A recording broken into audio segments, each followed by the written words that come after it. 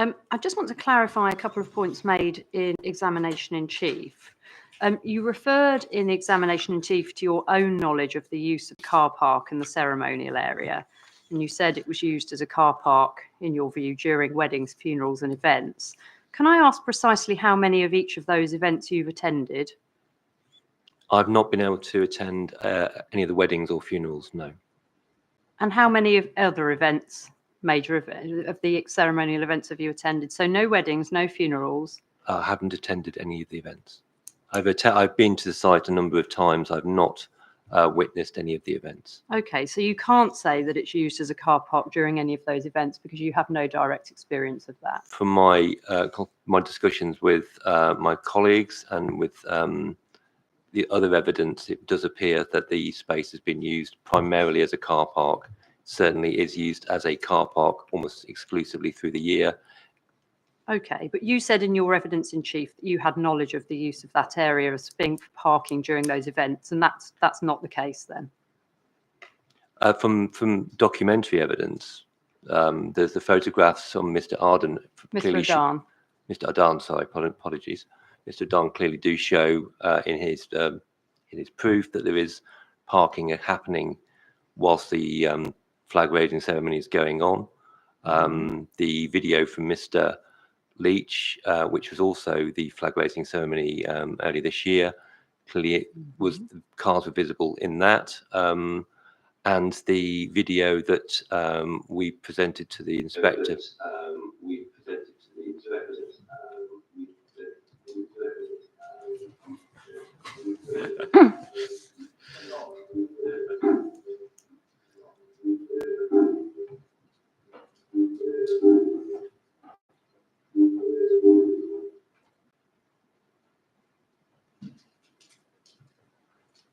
Apologies, Mr. Clark. I think you may have heard that answer a few times. From information and evidence I've seen, including the video of the YouTube video of the Nagar Katan this April, there were clearly cars visible in the car park at the time of the procession came back to the site, the appeal to the Gurdwara. Okay, but that's the extent of your knowledge, is it? From the I've not witnessed the flag raising ceremony in person. I've not witnessed the Nagar Katan in person. Or weddings or funerals. Or weddings or funerals. I have sought to attend the site as many times as possible in order to be able to witness one of those. I've unfortunately not been able to witness one of those. But presumably you don't regard yourself as being more informed about the nature of the use of that area than, say, Mr. Adan.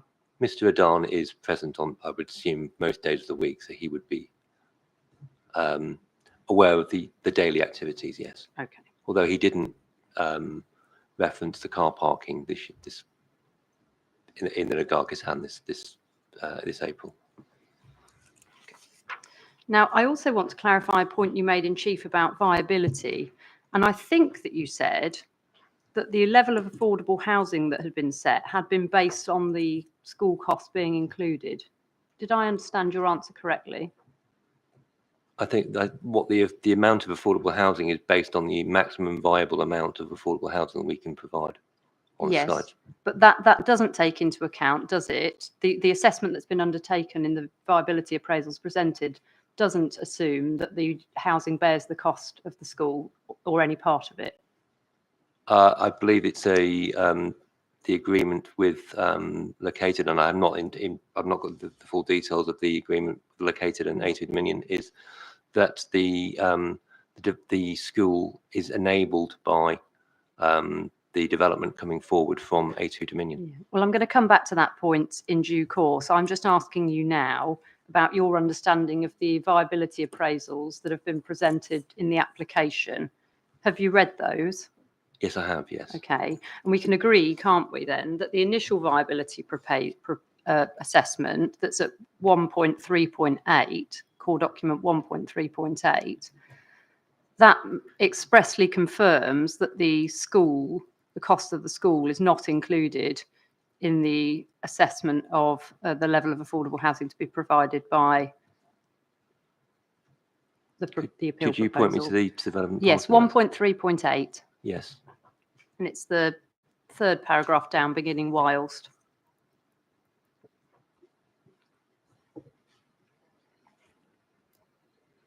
That is for the purposes of viability assessment, Yes, not in the purposes of a development agreement between located and no. A2 Dominion. And as we are all painfully aware, financial viability assessments for planning applications do differ considerably Yes. from developments. But the reason I'm addressing this, Mr. Tickle, 2 reasons. One, I'm asking you just about the viability assessment at the moment. I am going to come back to the development agreement, but the viability proposal does not include the school. It's because you yesterday said that the level of affordable housing had been set having regard to that. Well, that was certainly my understanding of your evidence, and I'm just wanting to clarify that with you. So if we can just focus on the viability proposals for the viability assessment for the moment. In terms of the viability assessment that was undertaken for planning, the school, as agreed with between the financial viability consultants, was disregarded. Okay, thank you. So we can agree then that the level of viable affordable housing was not calculated based on the cost of the school being a cost that the housing development would bear either in whole or part. For the purposes of the planning application to assess the maximum viable position, because as I appreciate you understand what you're saying about the I just purpose, need to clarify that because this is a public sector land, that the viability position seeks to the threshold is 50%, and therefore the maximum viable position was being set for the purposes of for affordable housing. Understand what the purpose of it was, but the level of viable affordable housing was not calculated based on the cost of the school being a cost that the housing development would bear. That is correct for the. Thank you. Yes. Yeah. Good. Okay. Let's turn then to consultation with the Gurdwara, please. I want to start just by picking up a small, but it's a point that my clients do regard as important. You're aware, presumably, that Gurdwara means temple, yes? Yes, it's apologies. I think it's pathway to Guru, I think. Yeah. So when you are referring to the Gurdwara temple in your evidence, it's effectively saying the temple. Can we just agree for the purposes of this evidence to call it just the Gurdwara? I do, and I to be honest, I provided a confirmation of that in my proof. I did say when I was referring to the Gurdwara, I just used the word Gurdwara temple, but I'm happy to refer to it as Gurdwara. Thank you. Now, in terms of the consultation with the Gurdwara, in several places in your evidence, you refer to the state of the applicant's knowledge about the Gurdwara. And I'm not going to go over what was dealt with Ms. Tafur yesterday in relation to what Mr. Mannering and Mr. Leach said. Yes. The inspector has his note of that, and we'll all be closing on those matters. But I do just want to pick you up about some points about the content of your application documents. Now, the points where you refer to the state of the applicant's knowledge about the Gurdwara include your own proof at 4.5.31.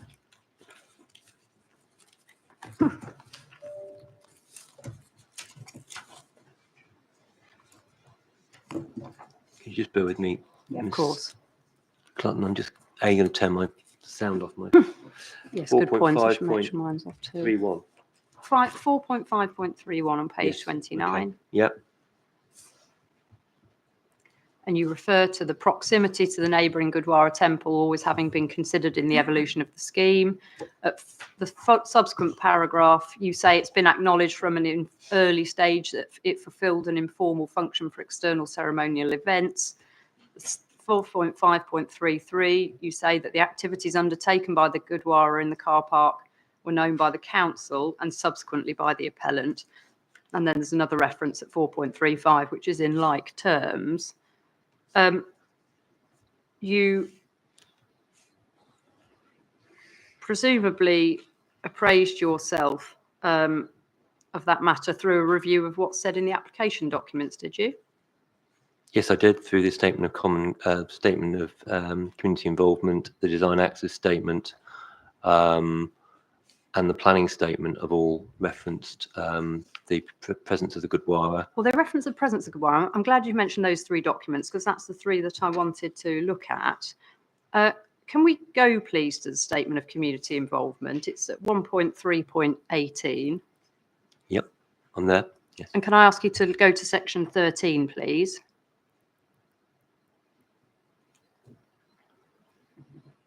Could you give me a page number? Oh, no, sorry. Page No, sorry, 17. I've got it. Yeah, 17 of the PDF. Sorry, I was expecting it to be Obviously, long. if you want to go somewhere else in this, we've got response to feedback, and we see key themes that emerged.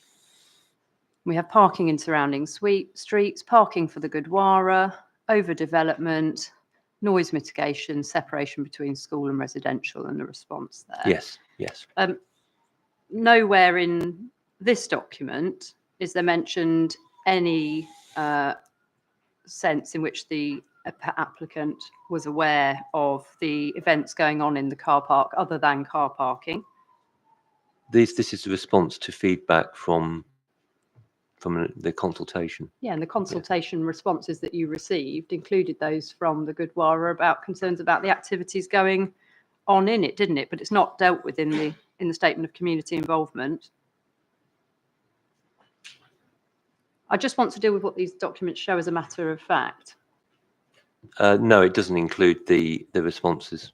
Okay. But the design of it, clearly, because of the nature of the relationship between the two sites, is evident that there is going to be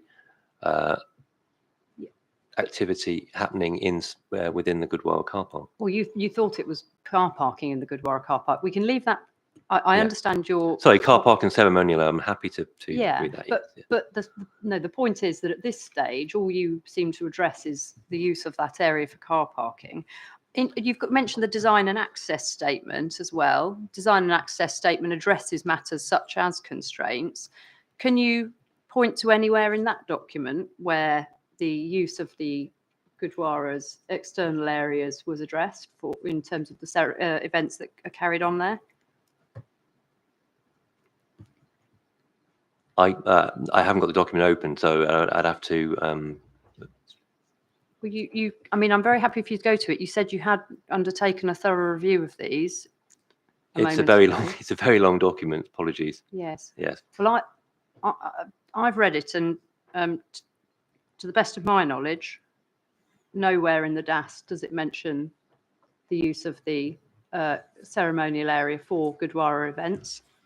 But we were aware through the pre-application discussions as well with the council of the activities that were happening in the Gurdwara, which was a point that you raised with Mr. Robinson, I think. Yes, and obviously that's in dispute. The planning statement, anywhere in that where you reference the use of the Gurdwara ceremonial? I do believe we've referenced an agent of change, but just bear with me.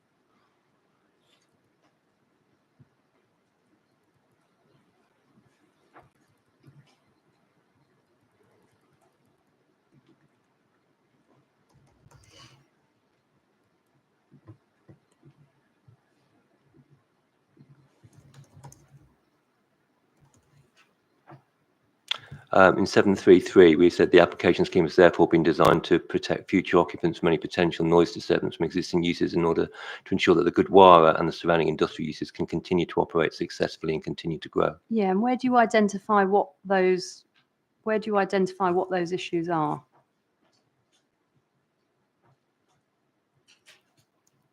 Because remember that at this stage, you had assessed the noise impacts from a typical daily activity from the Gurdwara. That seems to me to be what you're addressing there. You weren't when this was written. But we must have been aware of the activities of the Gurdwara to be able to identify it with an agent of change. If it wasn't an issue, it wouldn't have been identified an agent of change. No, but that was about typical, wasn't it? You at this stage, when you wrote this, the Gurdwara had not carried out any assessment of event noise from this.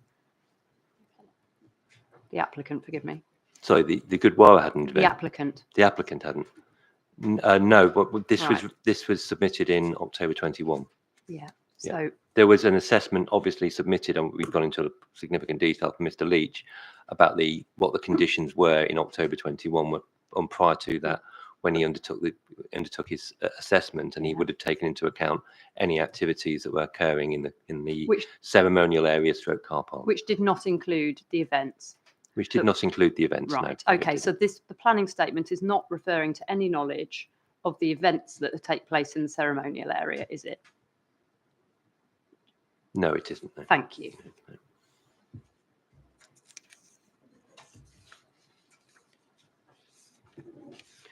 Okay. Sorry, just to say, I mean, again, go back to the point about the.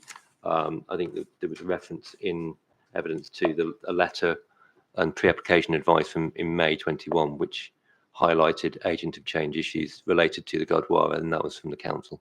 Yeah, and you still didn't do anything about it before the application went in, did you? Well, we certainly assessed noise. We did a noise assessment, and we have provided a scheme as we went into detail about separation distance. Not at a time at which either you, your lead acoustician, or your scheme designer were aware of the events that were taking place in the ceremonial area. The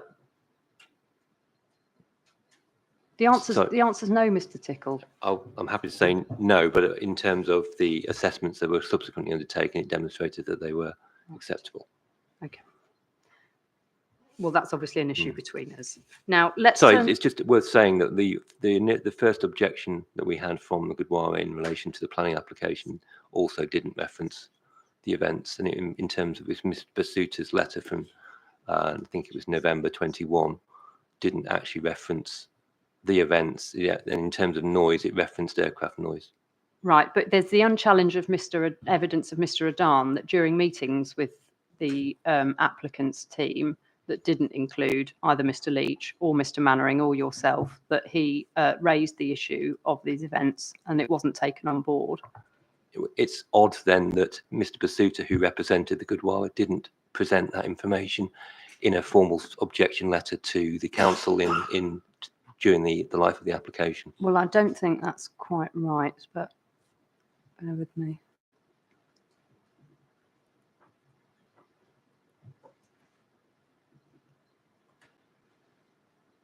It's It's for CD 4.1.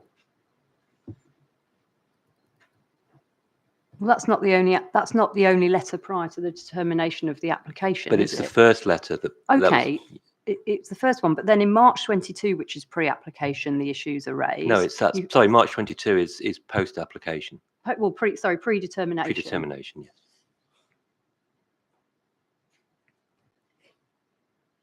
It just for the inspector's benefit, Mr. Basuta's letter says noise impact. The site is noted is within the zone affected by aircraft noise.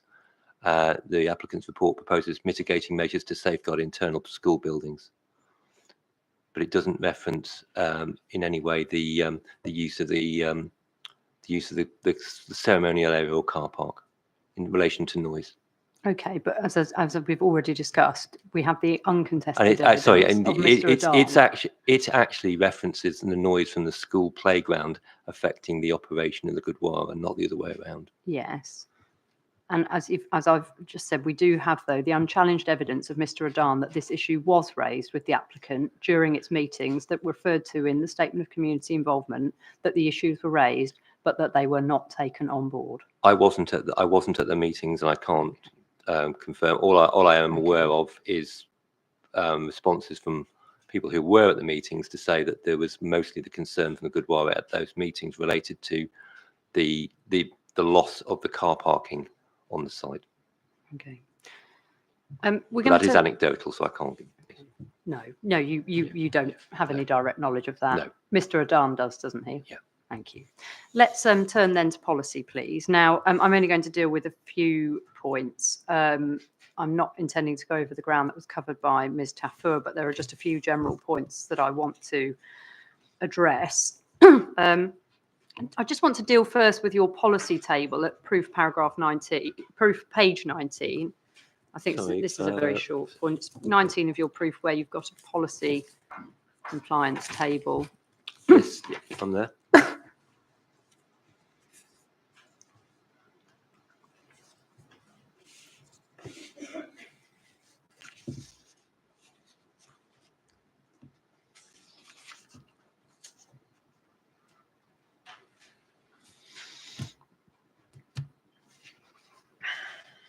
Do you have that? I do, yes. Okay. This table is presented as a table summarising the policies that the scheme is in accordance with, yes? Yes. And we can agree, can't we, that this is only a table of those that you say the proposal accords with. It's not a table that reflects only the policies that it is uncontroversial that the development complies with? Yes, it should say in relevant policies. Apologies if it does not say relevant. I do reference relevant in other sections. Yes, I think that's taken as read. But the point is, even policies where there's controversy between us that as to compliance are included within this, aren't they? Because it is my position that we are in compliance with those policies, and therefore this is my proof. But if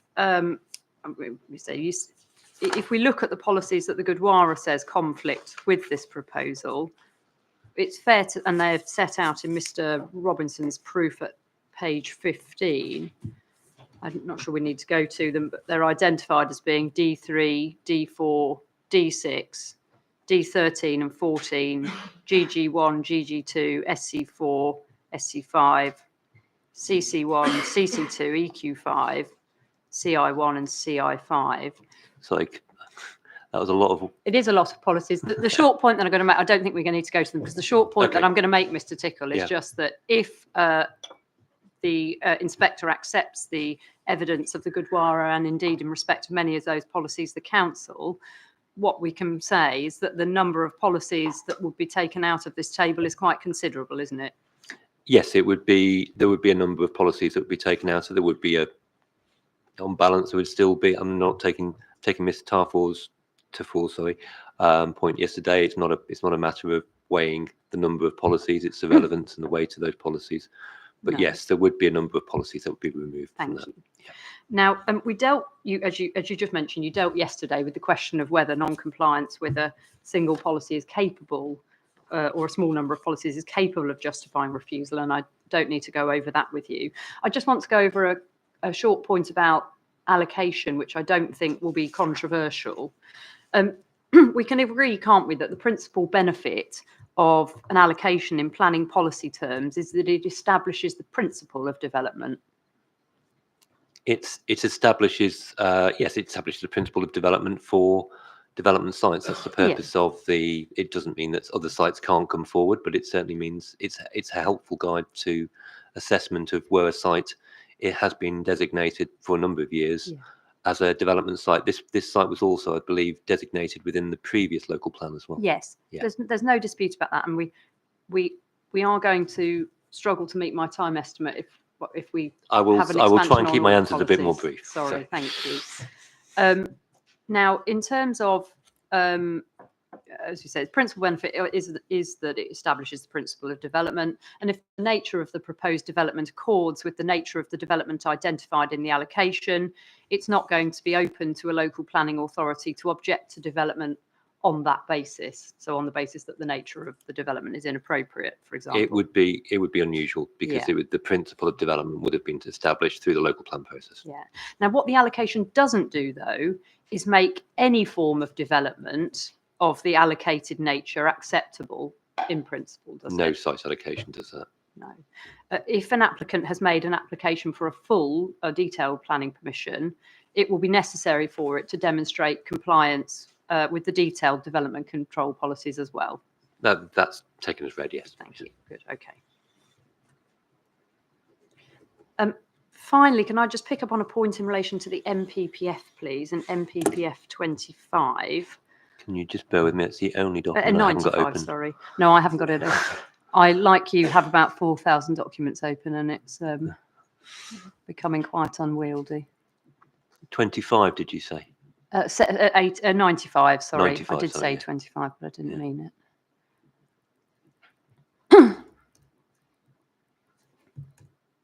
It's the policy that deals with Great Waste Yes, I'm schools. there, yes. Yeah, okay. No dispute about the application of that part of the policy. What I just want to address, though, briefly is 95B, which requires applicants to and local or planning authorities to work with school promoters, delivery partners and statutory bodies to identify and resolve key planning applications before applications are submitted. Now, in this case, given that we know there's no issue with the principle of the school development itself, and indeed with the detail of the school development, that's no part of our case, nor the council's. But we know, don't we, that given that housing is part of the same planning application, Yes. the school, the permission for the school was likely to stand or fall with the acceptability of the housing. Not necessarily. You could have designed a school which was so unacceptable that it would have been refused. Well, of course, but assuming that the school itself is acceptable, it's because the permission includes both elements, it's still capable of standing or falling with the housing. Whatever use went with the school would have been subject to the development plan policies. Yes. Yeah. Okay. Now, in this case, as we've already touched on, the uncontested evidence of Mr. Adam was that the issues with Nagara noise and lighting had been raised with the developer pre-application, and we also know that that was an issue that wasn't passed on to or known about by the acoustician or the design team, certainly by the lead designer. Was that the point about the Nagara? Yeah. It is just that I went through the objections from Mr. Robinson and Mr. Clear Acoustic Design, and there is only one reference within a table related to musical instruments about the Nagara in any of the representations received during the application. Sorry, but music noise is raised in those objections. Music noise, and the circumstances of the activities in the ceremonial area stroke car park are raised, but the specific reference to Nagara as a noise significant output is not, nor is mention of the Gatka. Sorry, but two things. Well, the Gatka itself doesn't make the noise. It's the playing of the Nagara at the Gatka. The Gatka is the martial arts display. Now, sorry, just to be clear, all of those objections raise music noise as an issue, the ones that you've just referred to. They raise activities. And the focus on the Nagara has come subsequently because that's what the noise experts have identified as being the principal noise generating source. So perhaps it would help if I put my question this way. But your asked question to me before, is that what I aware of the Nagara? Well, no, I didn't ask you if you were aware. I said the uncontested evidence of Mr. Adam was that the issue, I'm going to say, with music noise from the Gurdwara and lighting had been raised with the developer pre-application. We've gone over that. We don't need to go over it again. We also know from the evidence of Mr. Mannering and Mr. Leach that that information wasn't known to them pre-application. But I think we can agree, can't we, that it was an issue that should have been known about. It would have been helpful to the overall assessment at the time had we known of the activity and had the activities been undertaken, as we discussed in evidence yesterday. It was towards the end of lockdown, so some of those activities weren't taking place. Subsequent to the determination of the application, further assessment has been carried out, and that assessment has demonstrated that the proposed development will not have a significant effect in terms of agent of change. The point that I want to come to is you have had to, because of the failings in the earlier part of the process, you've had to provide significant information to address this matter post-application and in particular during the appeal process, haven't you? I think it's been a condition of the nature of the time when the development came forward. I don't think it's failings. I think it was unfortunate circumstances at the time, as we all suffered. But I don't think it's failings, and I think that the subsequent detailed assessment undertaken by Mr. Leach. Right. I know your position on what the assessments show, Mr. Tickle. I've said already we're going to be here for longer than my time estimate by some margin if we keep going over those. The point that I'm getting to with you, okay, you don't want to characterise it as a failing. Just to note, you're aware, aren't you, that the Gurdwara reopened 3 months before your application was made? But not full activities. I mean, Mr. Adam confirmed that they were not undertaking a full activity. Gatka, we understand, was ongoing again. There was noise. There were music events where the Nagara was played that were being undertaken at that time. The fact is that the appellant didn't clock it. And certainly, and in the representations made, those specific activities were not highlighted by the Gurdwara. Your team didn't. Let's be honest, no, we didn't. No, those events were not. I mean, it's been subject of quite a lot of debate in the inquiry. No, we did not take assessments of those events. Okay. Yeah. And as a consequence, you've had to provide significant information to address this matter post-application and during the appeal process, haven't you? Yes, in order to provide the inspector and all parties attending this with the sufficient information to make a proper determination of the outcome of the scheme. And that is, we can agree, that work that ought to have taken place in accordance with 95B pre-application. Ideally, yes. Thank you. Okay. I'm going to move on to just a very short point on crime and fear of crime. Yeah.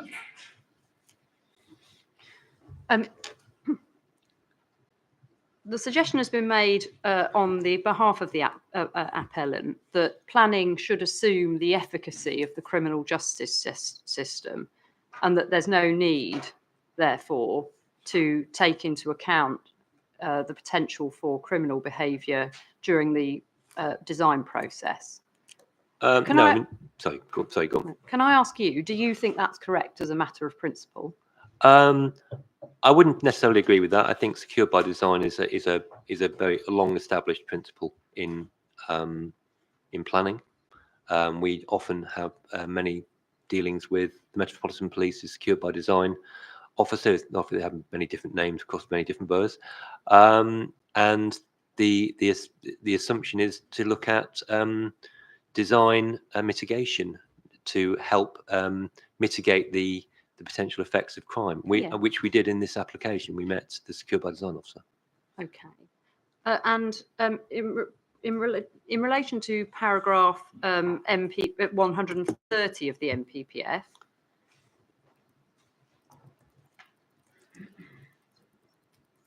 that require. Do you have that? I'm just sorry. Sorry. Scrolling through. Yeah, I've got it now. One document I had up. 130F, that requires, doesn't it, that decisions create places that are safe, inclusive and accessible, and which promote health and well-being with a high standard of amenity for existing and future users, and where crime and disorder and the fear of crime do not undermine quality of life or community cohesion and resilience. That is correct, yes. Okay. Now, you mentioned a moment ago that you spoke to the secure by design officer in relation to this. Are you aware of any of the Gurdwara's concerns about fears of crime, whether they were taken into account in that? If I'm just take a view of the secure by design officer.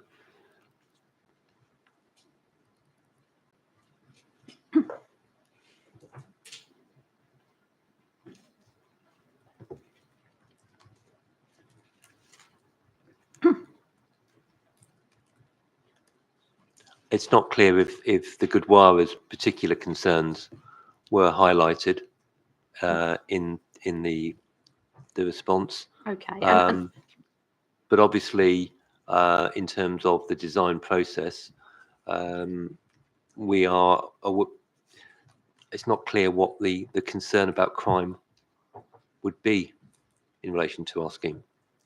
There would be overlooking of the car park ceremonial area, which can be a positive aspect in secure by design. In fact, it's passive. It's clearly passive design. Okay, and that's what happens in many of the schemes. In fact, looking at the window now, there's many schemes where passive design through balconies or through windows is assistance to providing the fear of crime. One of the concerns of the Gurdwara regarding the car park in the evening after it's closed, which related to the security lighting, is because of safety and security. There is passive security via the overlooking from the proposed units. I'm just going to pause you there because I've just been asking about the principle for now, just because of the basis upon which some points were put to others in this inquiry. Yeah. You say it's not clear what the concern about crime would be. I think the inspector has heard plenty about what the Gurdwara's congregants' concerns are, and I'm not going to go over that anymore. You say it wasn't clear if the Gurdwara's concerns were highlighted, and that's consistent, I think, with the evidence of Mr. Mannering, who said that the need to design out crime and address risks to community cohesion hadn't been taken account of in this case in relation to the Gurdwara. Do you recall that evidence? I believe Mr. Mannering made that, but I don't believe there to be any, as I mentioned before, I don't believe there to be a particular issue in terms of crime or the fear of crime related to the positioning of Block A. Well, is that because you haven't listened to the Gurdwara's concerns about it? I mean, their concern is that there would be antisocial behaviour, which I've never experienced in dealing with development, anything such as antisocial behaviour happening from balconies. And Well, their concern is not about just antisocial behaviour. It's about antisocial behaviour and concerns about racism as well, isn't it? Which is their lived experience. It is their lived experience, but Right. there is, as was explained earlier, the opportunities within the criminal justice system to be able to come down very hard on any activity of racial. But that's going back. That's going back to the same point that I thought we dealt with in the beginning. That planning can't just assume the efficacy of the criminal justice system. Otherwise, we wouldn't need to have things like secured by design. Because you were saying, well, nobody's going to mug me because the criminal justice system. But also, we shouldn't be hiding. I mean, that's just poor design, because what you're saying is that the Gurdwara should be completely hidden away from the development itself. I don't think it's suggesting. I don't think Gurdwara's ever suggested it should be hidden away. But, that would be the cause of trying to design out overlooking and the threat of crime. No, they've suggested greater degree of separation between the boundary of their premises and Block A. I don't think that's a suggestion that they should be hiding away, but it's to. But how far would you go back? Well, that's the whole point. I think, Mr. Tickle, that we think your scheme designers ought to have looked at, but you and I can't determine that now. Okay, let's move on, please, to just a few matters in relation to noise. Again, largely the policy matters you've dealt with Ms. Tafur. I'm not going to go over those, other than I just need to deal with some questions about the amenity of external areas. We're agreed, aren't we, that the balconies represent the only private amenity space enjoyed by flats in Block A? Is that right? No, the ground floor flats have obviously have terraces, but the upper floor flats are balconies. Forgive me. So anything above ground floor. Yeah, sorry, I was being facetious there. Is the only private amenity in space. It is, yes, as it would be for most flats. Yes. Yeah, and planning policy expects private amenity space to be of a particular quality, doesn't it? It does, yes. It's certainly size and usability. Yeah, and a good standard of amenity is expected, isn't it? Yes.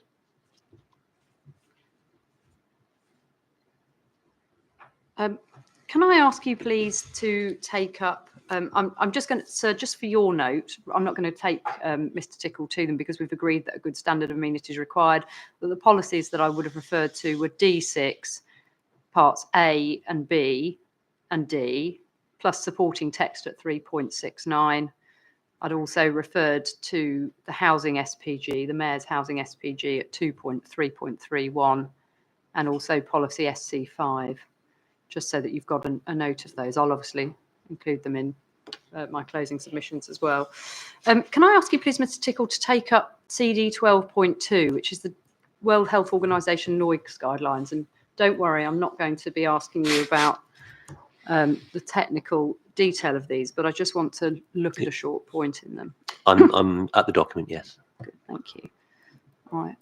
12.2.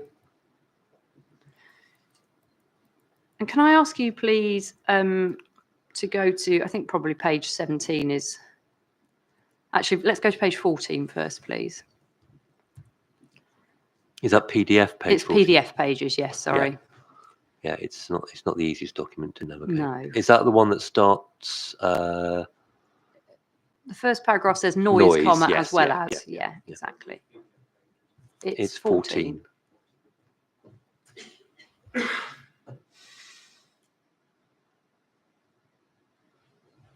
Now, we recall. No, it's PDF page. No. 12. Yeah. Oh, sorry, I can't see No, that. 13. Sorry, 13. 13, 13. Yeah. So Sorry, I hadn't got the Roman numeral showing on my screen. So the bit I'm just looking at is the subsection headed annoyance. Do you have that? I do, yes. I mean, effectively, all I'm just pointing to here is that we'll recall that the levels that are used in the community noise guidelines reflect the onset of moderate or serious annoyance or sleep disturbance, don't they? I believe so, yes. Yeah. And if we look at page 17, that's the one I was just going to go back to, we see that in the table. We see guideline values for community noise in specific environments, outdoor living areas, serious annoyance, daytime and evening, 55 dB LAEQ. Page 17, table 1. This dwelling, We've been to 14, we've moved on from that. is this outdoor living area? Yeah. Yeah, yeah. Okay. Page 17, table 1.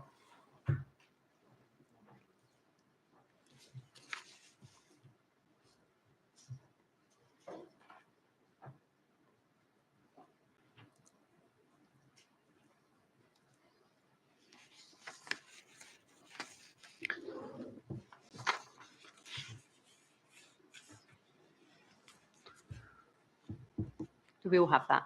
We do, yes. I'm just checking Mr. Strawn has it. You have it. Good. Okay. So specific environment, outdoor living area. This just confirms the point that we've just dealt with. The LAEQ level that's set, the guideline is the onset of serious annoyance at daytime and evening, 55 dB LAEQ, and 50 for moderate annoyance daytime and evening. And then dwellings for speech intelligibility and moderate annoyance, the onset of that for most people is 35 dB LAEQ, and inside bedrooms for sleep disturbance at night, 30.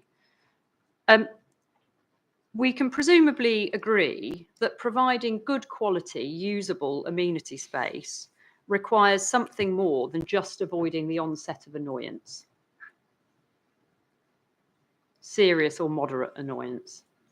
I think that the design has to take into consideration the impact of noise generating impacts in the same way that we are when we're looking at the scheme. We're looking at Hanworth Road as well. We've got balconies to Hanworth Road, which I'm actually. not asking about the specifics at the moment, Mr. Tickle. You would accept, presumably. No, I would accept that there would be a degree of annoyance. No, that's not my question. Okay. You would accept that good quality, usable amenity space requires something more than just avoiding the onset of moderate or serious annoyance or sleep disturbance. I'm not sure I necessarily agree. Looking at the provision of external areas, amenity areas that have been provided on other schemes, including in the town centre here, which we will walk past during the site visit, there will be impacts that are possibly more than moderate annoyance, but they are part of the balance of living in an urban area. Okay. And there is a degree of acceptance that a balcony will not be a quiet, gentle amenity space. It will have noise interference that will be present. But do you agree that that would represent good quality usable amenity space? I think there's a different. I understand the point that you're making, which is that sometimes compromises might have to be made in the overall balance. But in terms of the question of principle, do you think that having something that just avoids the onset of moderate or serious annoyance is reflective of good quality usable amenity space? I think the ideal objective of design would be to seek to avoid moderate, something more than moderate annoyance. However, there are situations, in many situations, where that is just not possible. So good quality usable amenity space would be space that did something more than just avoiding the onset of moderate or serious annoyance. I accept the point that you say that there might, you've got to take all this in the round ultimately. But in terms of what represents, as a matter of principle, good quality usable amenity space, we can agree that, can't we, that is something more than just avoiding the onset of annoyance. For the point of moving forward, yes. Yes, thank you. Good. And indeed, we've seen previously that that's reflected in the professional practice for guidance for noise, Pro PG. If we just go to that at CD 12.8, please.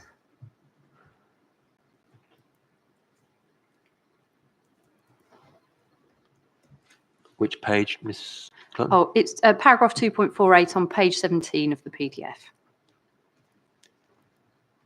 I'm there.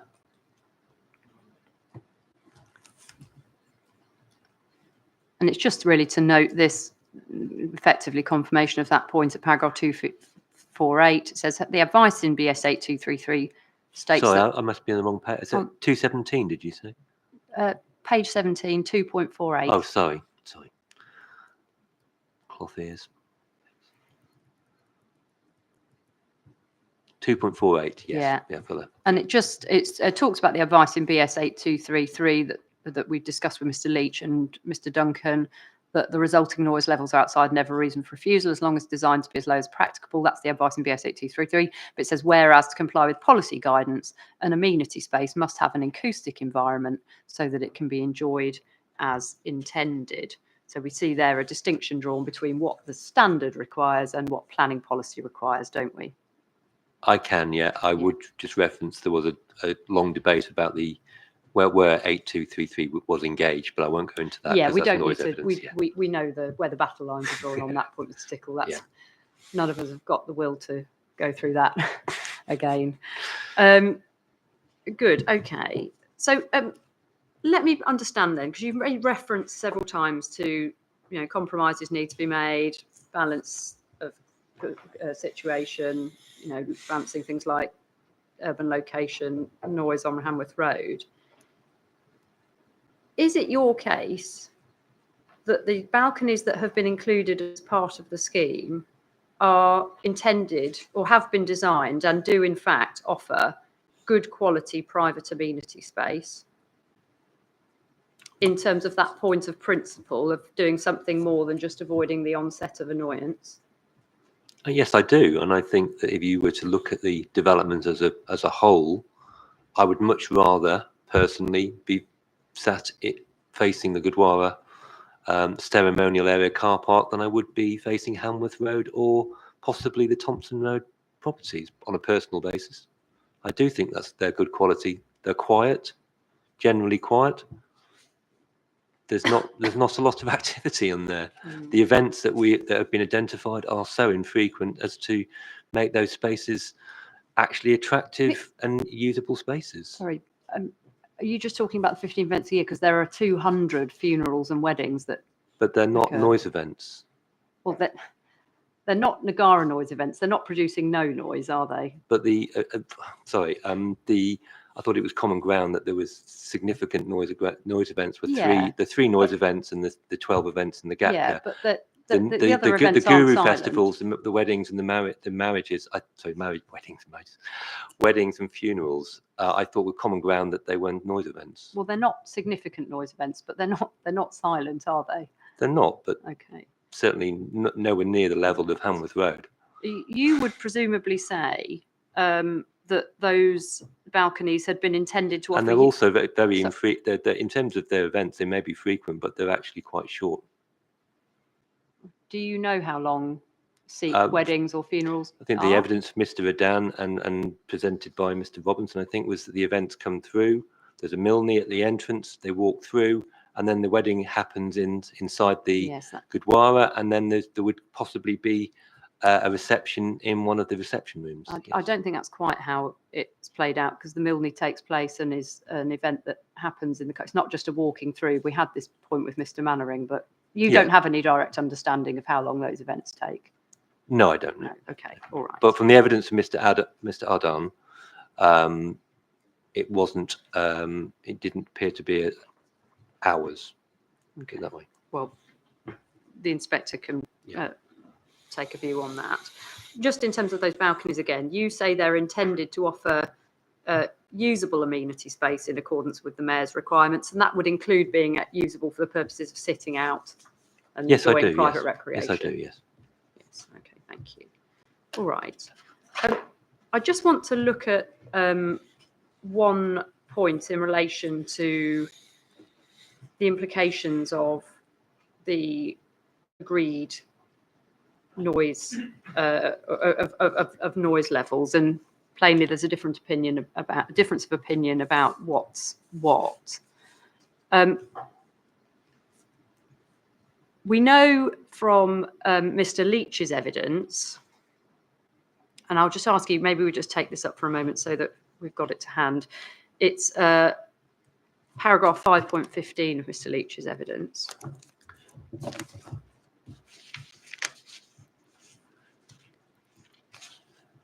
So is that CD 14.3.1? I think so. I've got a paper copy, I'm afraid, right now. That's his main proof. Yeah, his main proof, that's Yeah. right. Sorry. And it's page 36 within that, 5.15. Well, it's page 36 of the PDF anyway. It's, okay, I'm there, yeah. Good, okay.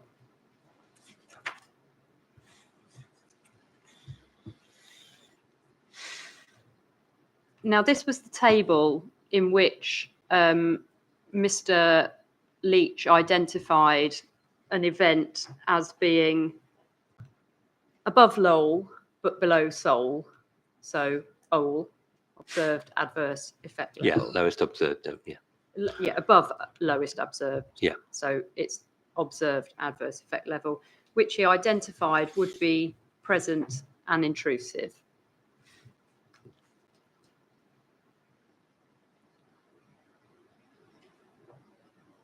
So where does he say the word present and intrusive? I don't. So he deals with that.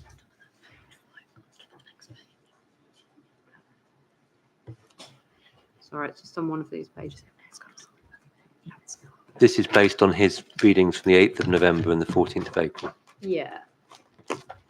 And obviously we've got some agreed figures in the statement of common ground that we don't need to go through, but I'm just dealing with the point of principle. I'm just getting the point where he says present and intrusive. I might just go to the PDF and then I'll be able to just quickly find it for you. Forgive me.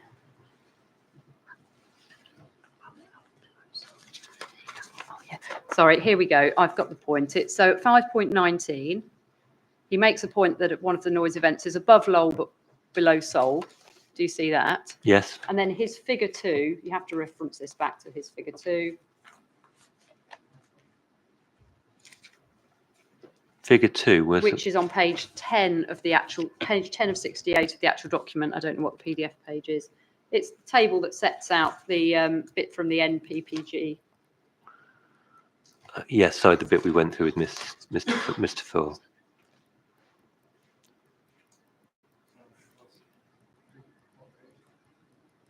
Page in the internal pagination, it's 10 of 68. It's figure 2, just above 4.10. I've got there. Yes, sorry, apologies for that.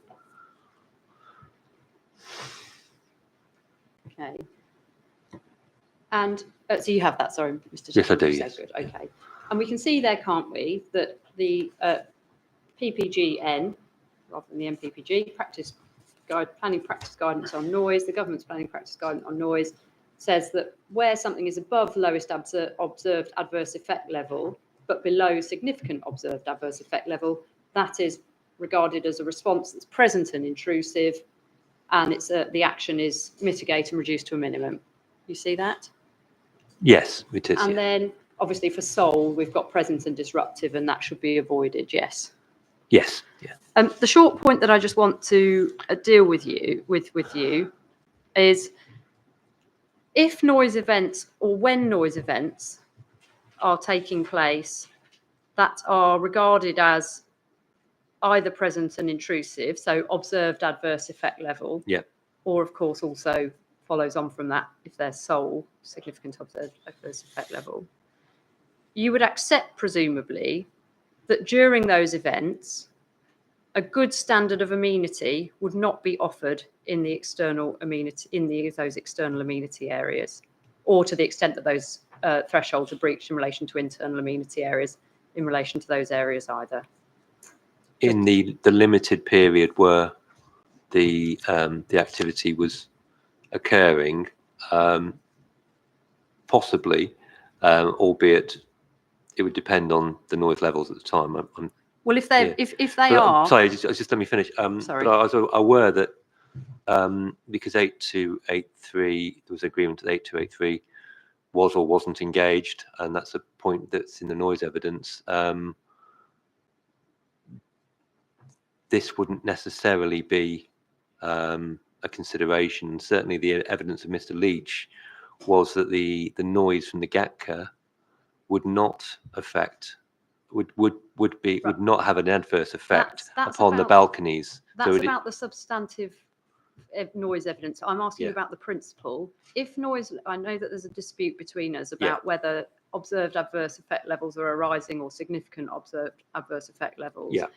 In the event that the inspector finds that there are observed adverse effect levels or significant observed adverse effect levels, we can agree, I think you agree, qualified by your reference to the fact that you say it would be a limited period, that during those noise events, at those levels, a good standard of amenity would not be offered. We can agree that that would be the case with any balcony where there was an infrequent noise event. Okay. All right.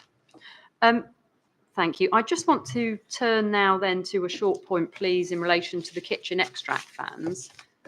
And this is a matter that's now dealt with in the section 106, but there's just a point that I want to pick up on in relation to that, just about what the inspector should find.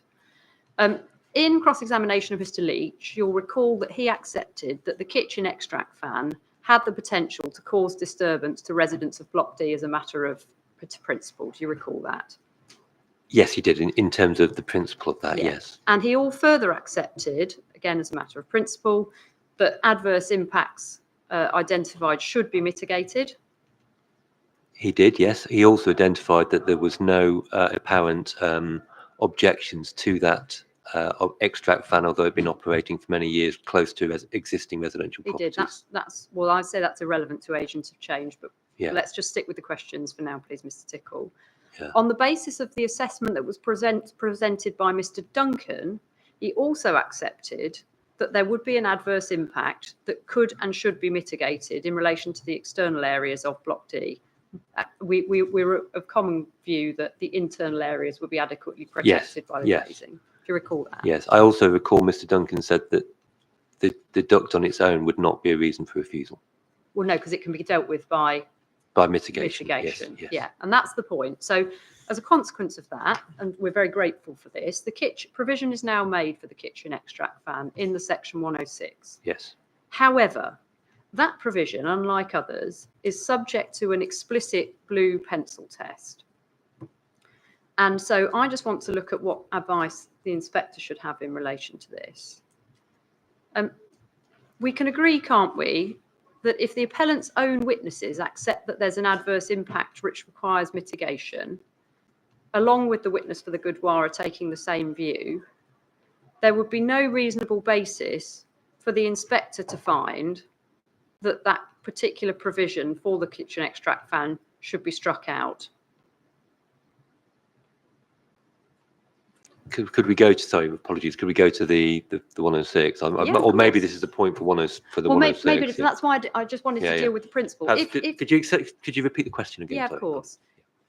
If it's right that both the appellant's own witnesses and the Gurdwara's witnesses, so both noise experts, both parties, accept that there's an adverse impact that requires mitigation, then the inspector, insofar as there's a blue pencil test, he should not strike out the provision providing mitigation for the kitchen extract fan, should he? He should find, we can agree that he should find that provision should be included on the basis of the evidence that we've heard.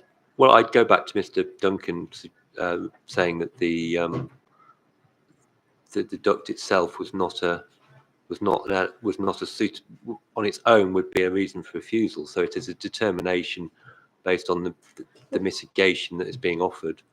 He said it wasn't a reason for refusal because of because there was the scope for mitigating it.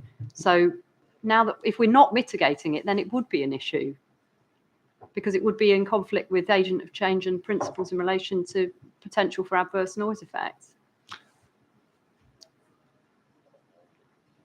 Let's put it this way, Mr. Tickle. Should we put it more shortly? Yeah. If your client's professional witnesses consider that this is necessary to avoid adverse effects, there's no basis for your client there also advancing a case insofar as it does because of the blue pencil test that's been included to say that this shouldn't actually be included. I'd accept that with a caveat that the ducts operate, as will be seen on the site visit, within close proximity of existing residential properties. It's not an agent of change, I understand, but they do operate within close proximity of a number of residential properties, including Perkin Close. Right.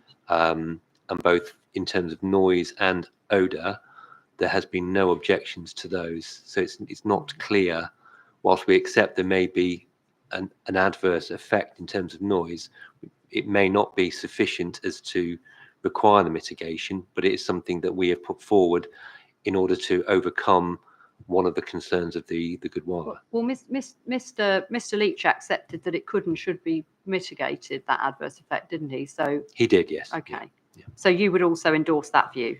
I would endorse the view that it could be mitigated by, and it should be mitigated. Yes, I mean we've put forward a suggestion through the 106. Yes. Your advice to the inspector is that he should make a finding that means that that provision is included. I think I would leave that decision for the inspector.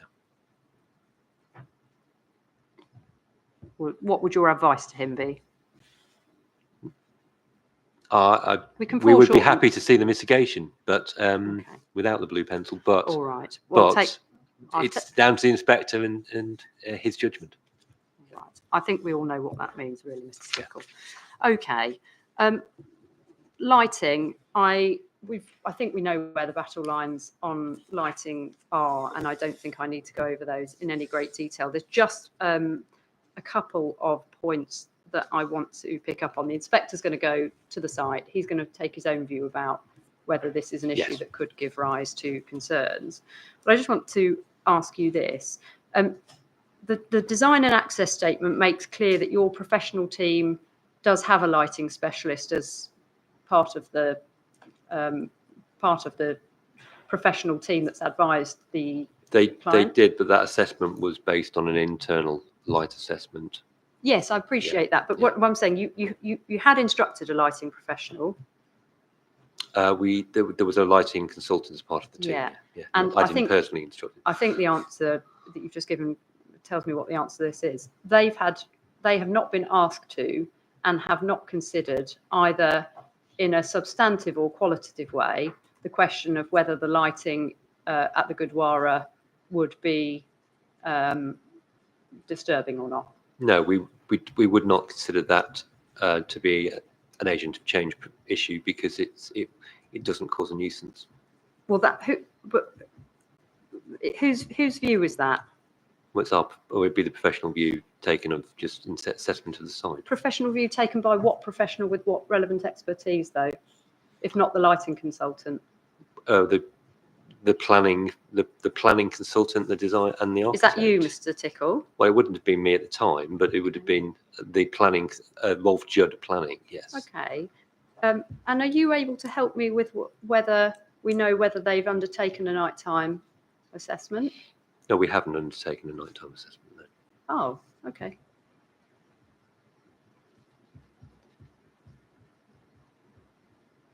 That's very helpful. Thank you. Good. All right. I can make submissions on that.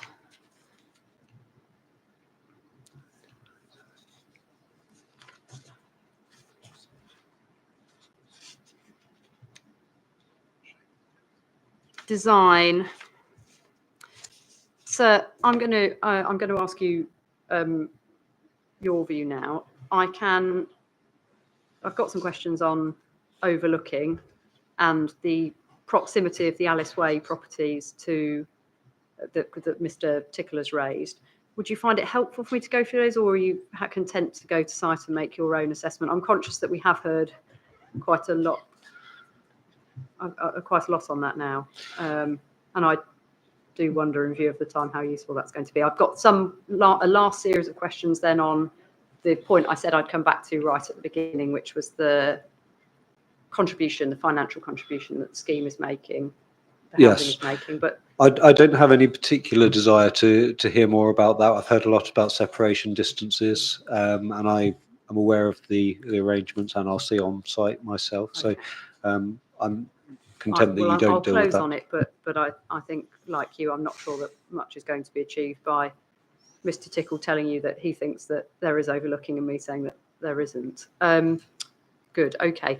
The one thing I do just want to flag in relation to design, and this is for everybody's benefit, is that when you go on site, there are two things that you're going to see.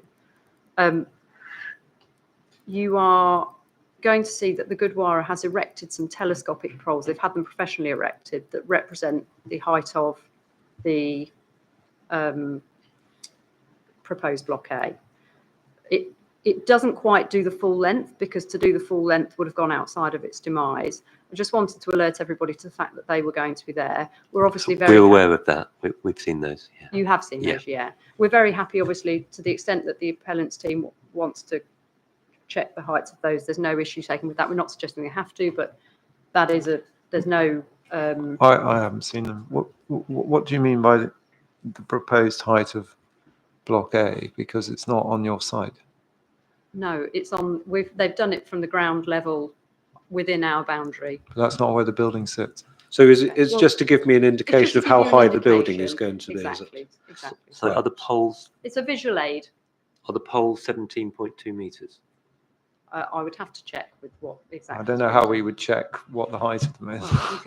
Well, Well, I mean, it's an obvious They're- point. they're- That's if it's said to be a visual aid, it's obviously the difficulty with the visual aid of that sort is it's not So in the they- location of the building. So Well, It perhaps outside of the inquiry, you can have some discussions about what's been erected and what it's intending to show me. And the appellant can make any comments that it wants absolutely. to That's why I about just wanted that. to flag it now. And obviously, Mr. Tickle's aware. He says he's And, seen. I was and aware when I'll it- view it on the basis, having heard any course. concerns from the appellant. But obviously, I'm not going to go out and No, of course. think that it's showing me where the building is It's going to be sited. It's representative, quite. Okay, let's just turn then to enabling development or the investment in the school. Now, in the opening that was made on behalf of the appellant, my learned friend said in paragraph 14 that the investment in the school was predicated on the investment from delivery of the housing. And I think actually I'm going to want to look at the precise wording that he used. It's CD 15.3.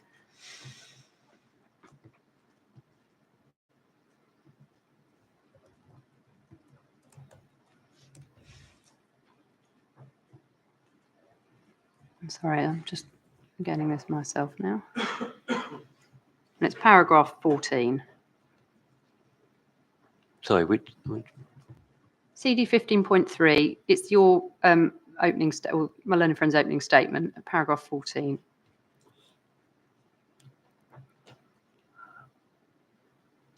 apologies. I'm just having No, it's fine. I've just having a moment. Appellant, yes, thank you. I'm there. You're there. Okay. So he says it's the final sentence. He's expressing the usual disdain. And then it says, when the case for the investment in the school is predicated on the delivery of the amount of housing proposed. Do you see that? Apologies. Is that the final paragraph? You said? Yeah. So final sentence within that paragraph. So apologies, my computer is just taking a long time That's to load all this right. up. No worries. Which 14. paragraph was it? Sorry? 14. 40. That's right. Yes, I've got that. Yes. Okay, so you see it says predicated on investment from delivery of that amount of housing proposed, so 124 units. I'm sorry. You yourself in opening said something a bit more careful than that. You said it would assist with the delivery of the housing. It would, yes. Yeah. Now, my understanding of the position that was adopted in opening is that it's based on the correspondence that's before the inquiry from Located, which is Appendix B, I think, to the So appellant's to our statement of case. statement yeah. of case. Yeah. Can we just take that up, please? I'm there already. I will be there in a moment. Bear with me. Of course, so it's CD 8.2, and it's page 64 within that PDF, page 64.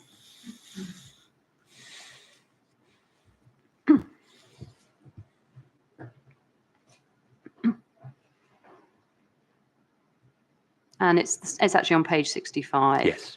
It says the legal agreement with A2 Dominion ensures that the receipt from the residential development on the surplus parts of the site is secured as part of the overall funding approval which has been given for the project.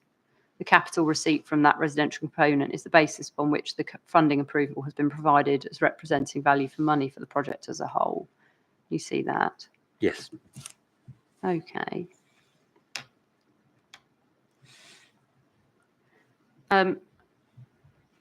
And again, some more careful language in the penultimate paragraph. It says a refusal of the scheme on the grounds being suggested by the council would prevent the effective implementation of the approved delivery strategy for the site. Apart from the delay. Okay. So it obviously says that the sale from the surplus has been secured through the development agreement, and there's nothing exceptional about that. What this letter doesn't say is that there's any obligation to provide a particular number of houses, does it? Not in the letter, no. No. And it says that a funding approval which has been given has been made on the basis of a surplus being secured, but it doesn't say that the scheme could not proceed or that the school would not, delivery of the school would not proceed without that funding, does it? I think it does.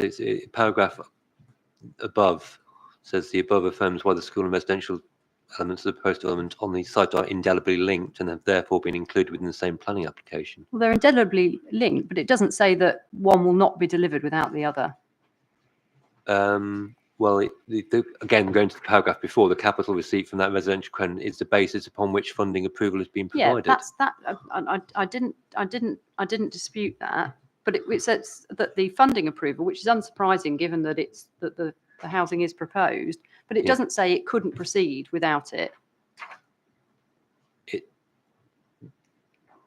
Sorry, if it says the capital receipt from that residential component is the basis upon which the funding approval has been provided. So if the capital receipt from the residential component is not there, then the funding approval would not have been provided. Well, the existing, no, it doesn't say that any approval wouldn't be provided. It says that the existing approval is based on that. There's no suggestion that another funding approval couldn't be obtained. Well, I'm not aware of the other funding approval. This is based on the agreement between A2 Dominion and Located in terms of delivery of this site. Are you aware of the Department for Education ever saying that this funding will not be made available for the school if the housing doesn't go ahead? Is there any correspondence before the inquiry? I haven't seen that, but the basis upon which Located is delivering a number of schools throughout the country is on the basis of mixed-use development, where the residential component enables the school to come forward. Okay. Now, we can also, I just want to think about what was said. Obviously, this point, there's something being made of this point now. I just want to look at what was said about this application stage. Just turning to your planning statement, CD 1.3.1. Just bear with me. I mean, you may not need to go to it, Mr. Tickle, because the short point's this. Oh yeah, I'll go to it whilst you're talking. Is there anywhere in that document that suggests that the delivery of the school is predicated on funding from housing, either as a matter of principle or in relation to the specific number of units? Without, I mean, I have obviously read my company's planning statement in detail. I'd have to go through it. I will, if it's not there, I will take the point that it's not there. Okay. Yeah. And we know, because we looked at it at the outset of this cross-examination, that the viability for the affordable housing didn't take into account the suggestion that the school was going to bear the cost of, the housing was going to bear the cost of the school. As I mentioned before, that is a quirk of the viability assessment, that it took out the value of the school in order to just assess the affordable housing component. It's a simplified form of financial viability assessment. Are you aware of anywhere in the application materials where members were alerted to what's apparently now this very important question of funding for the school being predicated on the housing. Well, I believe that a representative located actually presented at the committee. And did they say at that point I that believe they were quite clear on it's part of the delivery process. Yeah. part of, but that's not the same thing as saying it has to be, is it? Did they I would say need it to go has and see what the wording of again. I'm quoting from a committee that occurred over a year ago. I mean, the short point is this. I mean, of course, housing receipts may be useful in supporting funding or in providing some form of clawback for the DfE. But that's not the same as saying that a school will not be delivered without them, is it? A school could be delivered with an alternative funding mechanism, but it's in this particular situation, the funding mechanism is in line with Located's approach across the country of delivering mixed-use development with the surplus funds enabling the school to be built, and that was the basis upon which funding approval was given. Again, no evidence that has to be the case. No. Okay. Thank you very much. Thank you very much, Mr. Thank you, Tickle. Mr. Scott. Right, thank you for that. Just bear with me for one moment. Okay.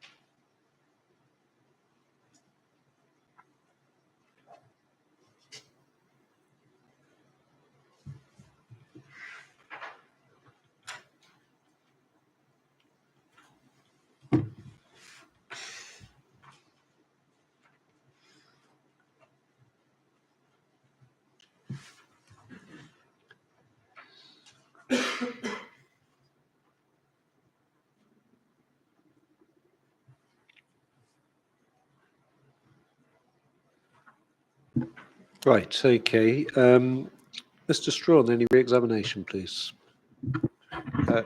Just a few questions, if I may, sir. It might, just because of the way documents come out, I might just take it in reverse. Is that not? I hope that won't confuse your note. But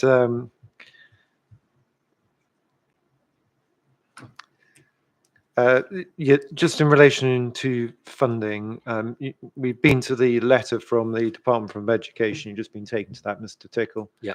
And you said, I think in answer to questions recently,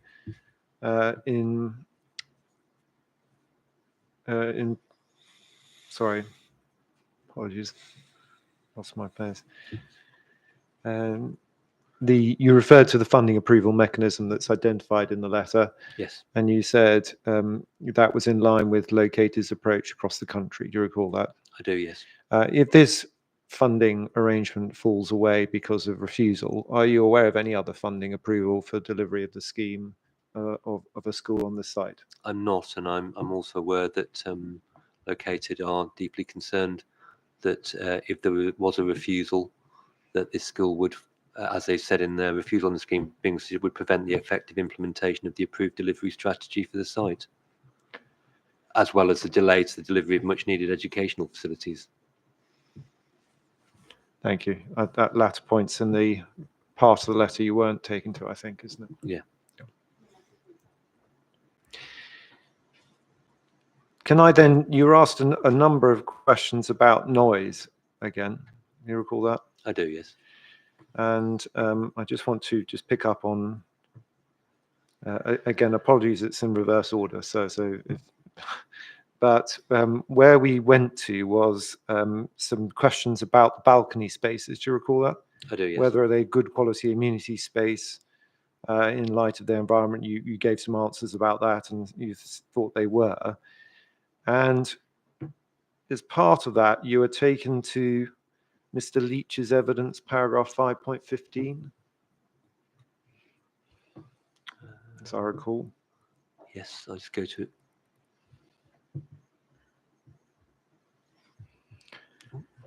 Sorry, I was working on the basis everyone might have these no, I have. documents It's still just up, but I was on obviously the table. I was on the maybe sole I should have table, not that started one. with this. Yes. Hmm? Yes, I'm there. I'm there, Mr.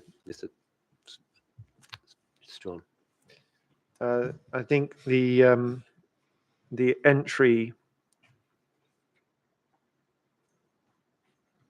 I'm not sure we went to an entry, did we? But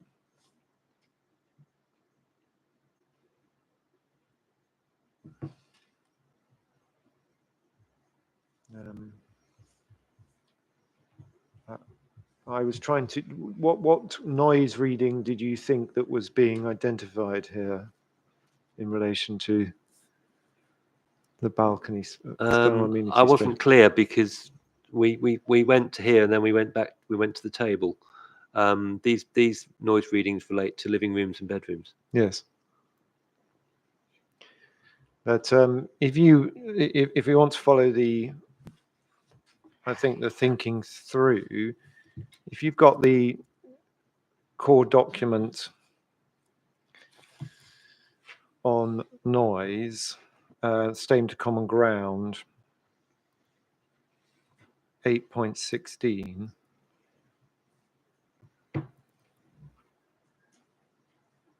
Just bear with me again, Mr. Strong.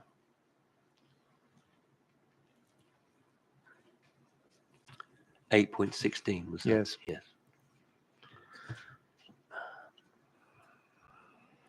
Yes, I'm there now. Yeah. And I understand these questions are being put to you on the basis of external amenity space noise. Do you recall Yes, that? I do. Yes. So I don't know if you've got that table 4 on page 3 of 22.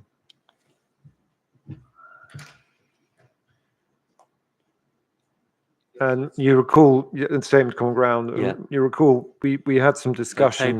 Table 4. Yes. Yes, I've got that. Sorry, yeah.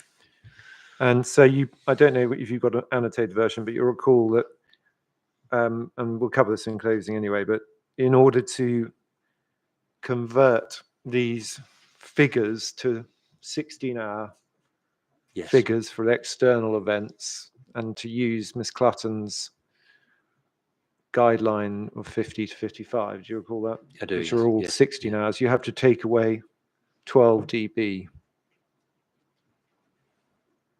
Yes, and those figures. It's all right, I'll just wait for this. Yeah.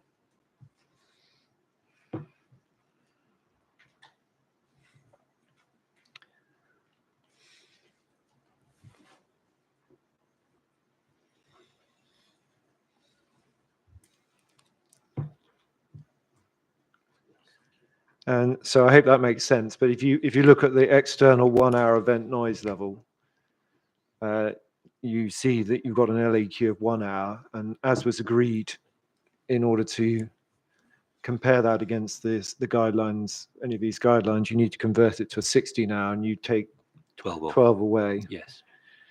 And if you take the 106 dB sound power level that's been measured, and we went through this as a note of it, if you took away what's referred to as the courtyard, that's the Gatka events. Yes. You get to a figure of 47 dB on the balconies of the noisiest balcony of Block A. That's correct. Yeah.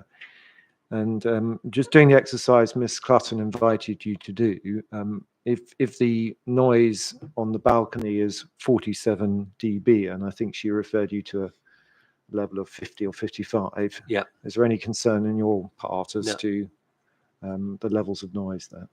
Those levels I would indicate being of good quality balcony space and which would be enjoyed by the residents. And Similarly, in relation to whether the drum is played in the car park or on the balcony of the Gurdwara, you see 72 and 71, which takes you to 60 or 59. Do you recall that? Yes, I do. Yes.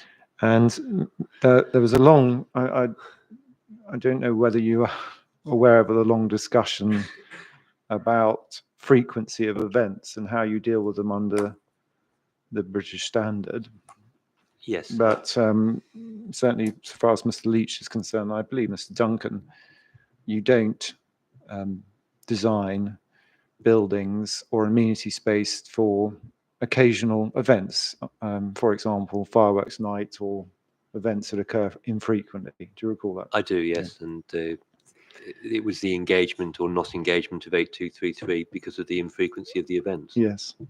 But just, I think it's being suggested there might be some different approach in the Pro PPG, which you were taken to a moment ago. Can you just go back to the document you were taken to, paragraph 2.48?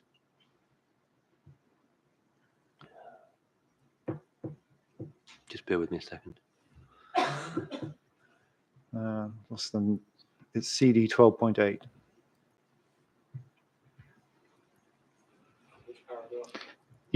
Sorry, it's 2.48 was the paragraph that Miss Cutton took you to, Mr. Tickle. Do you recall that?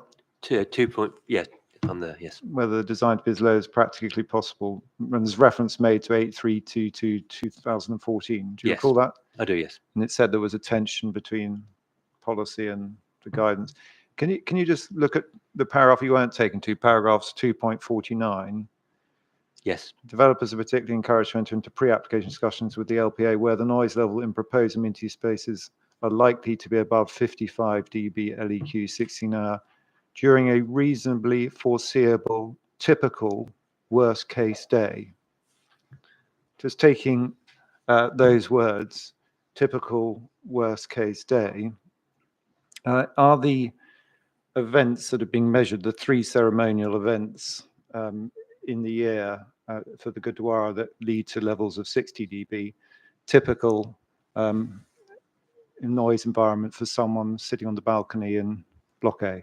No, they would be they would be infrequent, and not only is it 3 events during the year, those events are, I believe, the flag raising ceremony is for about 2 hours, I believe, for Mr. Adan's evidence, and the Nagar Kirtan, which is the larger procession, is a bit longer, but it's certainly no more than 4 hours. And just then doing the exercise, I think Mr. Leach and everyone else was encouraged to do of standing back. I think you're being asked to do in terms of the quality of the amenity space at Block A. If for the GATCA events, one has 49 dB, but for 3 events of the year, you have 60 dB or even higher, does that give you cause for concern, Mr. Tickle, as to the quality of that amenity space? No, as I said in cross-examination, I think the actual balcony spaces are very good quality, and I think they would be enjoyed by residents because of the generally quiet nature of that facade and that part of the site.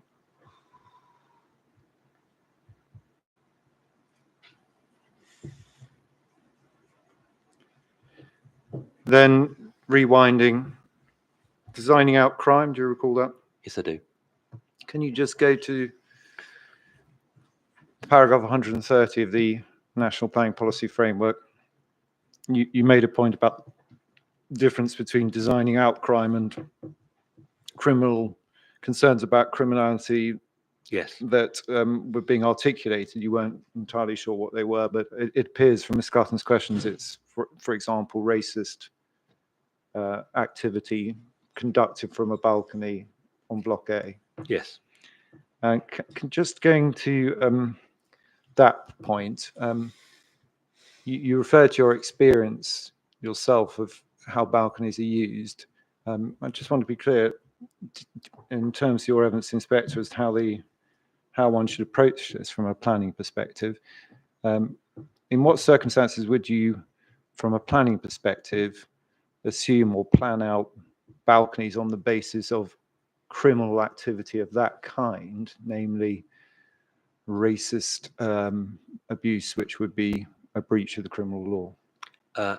On almost all situations, you wouldn't plan for that because it would be activity that would be difficult to design out in terms of racist abuse.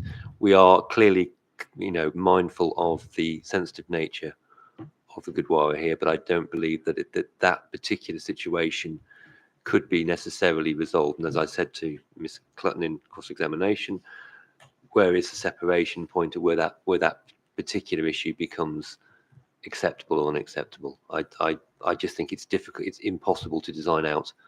That is why the criminal justice system is there to resolve that.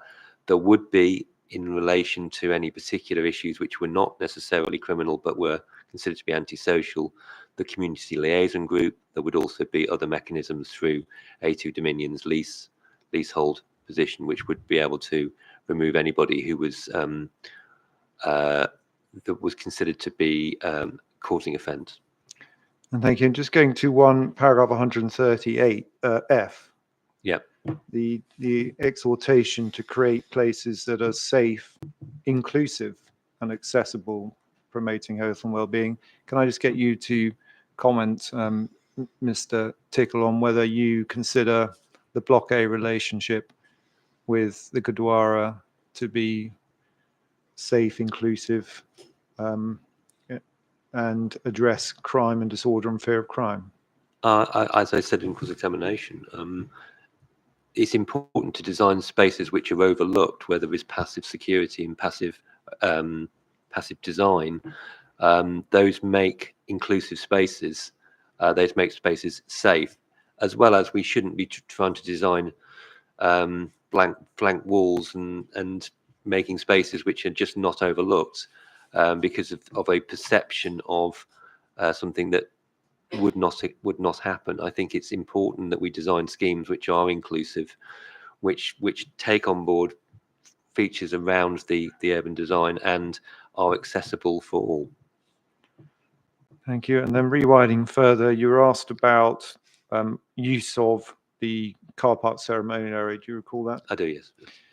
You said you referred to your own personal knowledge. You hadn't witnessed a funeral or weddings, you indicated, but you referred to your discussion with colleagues and also the site security in relation to the appeal site. I have, yes. Can I just be clear, although I know Ms. Clausen's asking about your personal knowledge, but from the other knowledge you've gleaned, can you just help the inspector as to what your understanding is from the extent of that knowledge, that other knowledge, and also what you were informed? When I visited the site a number of times, I know my colleagues have also visited the site, and other parties involved in the appellant team have visited the site a number of times in the past few months. There is also security that is on site at the appeal site, and I've spoken to them in regards to how they have perceived the use of the area, the car park stroke ceremonial area. In all situations, that space has been used as car parking. Is there reference was repeatedly made to Mr. Adan's unchallenged evidence? Is just going back to what you heard from Mr. Adan, has he actually said anything different in your? No. In his evidence, he identified the stewarding and staging areas. However, it does seem that even during the events, and particularly it's important because of the car parking that the Gurdwara have identified as being quite important for them, and clearly they no longer have the use of the appeal site, which was available for many years as an overspill or main car park for them. They have a significant requirement for parking, and that's something that's been quite clear in Mr. Adan's evidence and also Mr. Robinson's evidence, identified in the letters that Mr. Adan wrote to the Secretaries of State, that there is a clear need for parking on the site, and therefore there is a conflict which is partially resolved by that space being used for car parking as well as ceremonial facilities. Thank you. Can you cast your mind back to yesterday then? It's difficult, but yes. The questions were asked by Mr. Furr. Just a couple of points, please, to ask you about. The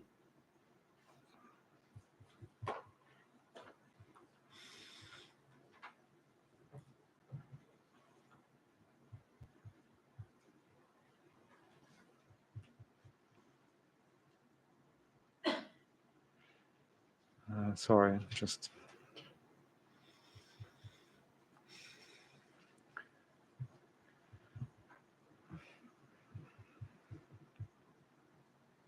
apologies.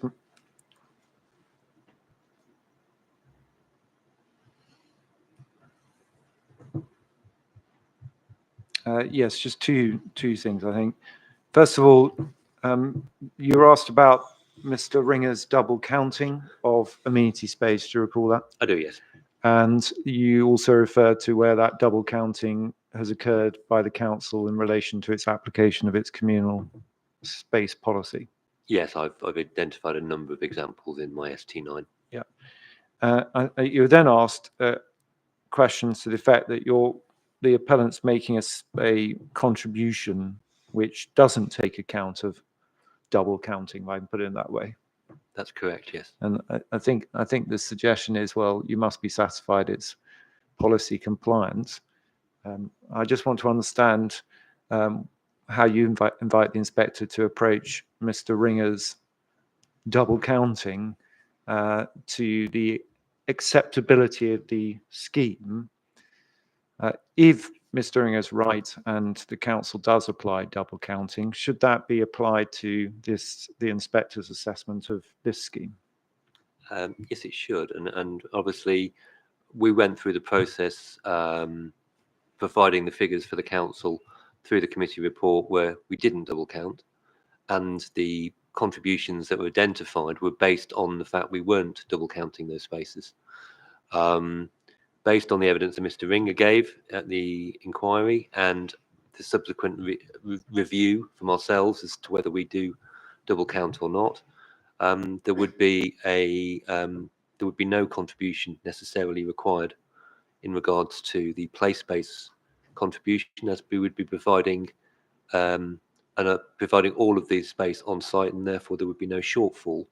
There would be a reduced shortfall in respect of the communal amenity space. So whilst we openly provided those contributions and agreed those contributions in line with the guidance from the council at the time, the contributions at the moment would reflect a position of where we're, dare I say, slightly overpaying. Thank you. And finally, you were asked about on that the open space strategy and the other open spaces you identified. I'm not going to go over the sort of walk distance again, but you asked the question, I think, about whether other alternative sites are conveniently located. Do you remember that? I do, yes. There's a debate about what the word convenient means. Can I just ask you, in relation to Inwood Park and the other open spaces you've identified, the ones you've walked to, whether you regard them as conveniently located or not for the appeal site? I definitely would consider them to be conveniently located. My walks to them were very pleasant, and in fact I walked to Inwood Park in 8.5 minutes from the site. I walked to Murray Park in just under 10. So both of them I would consider to be perfectly conveniently located. Thank you very much. So those are my questions. Right, okay, thank you for that then, Mr. Tickle. And that concludes all of the witnesses and the evidence in this case. We'll take a break at this point and then come back to have a discussion about conditions and planning obligations. I've been given a hard copy of the Section 106, thank you for that. So hopefully everybody else has got any copies that they need. And we'll adjourn now until 11:30, please.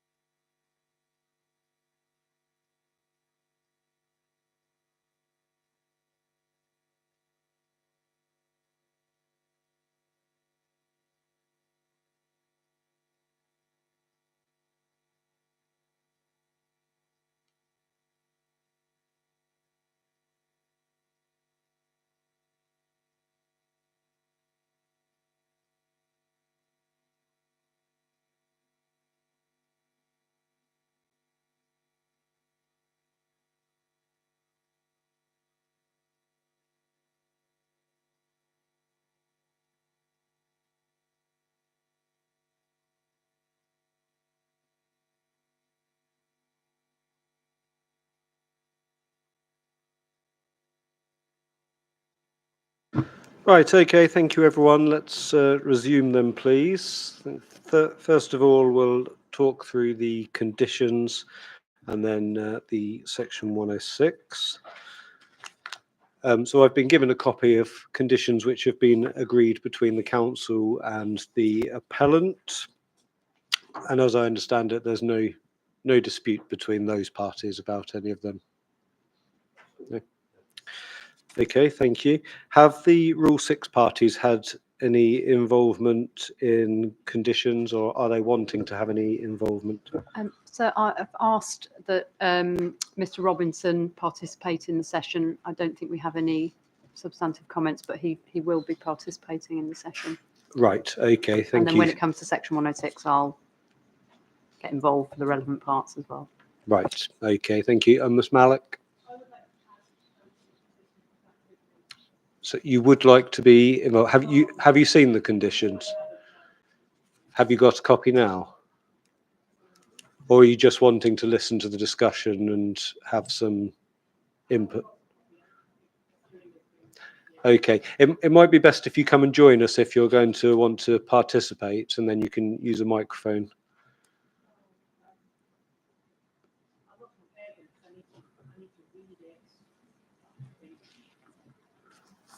Right, you were aware that we were having this discussion today, presumably? Yes. Okay, well, you'll hear the discussion going on. If there's anything you want to say as we go, then let me know at that point. So I think Ms. Malik was sent the draft conditions. Okay, I think it should have been circulated to all of the parties, so it may be something you may have received an email. But yes, okay.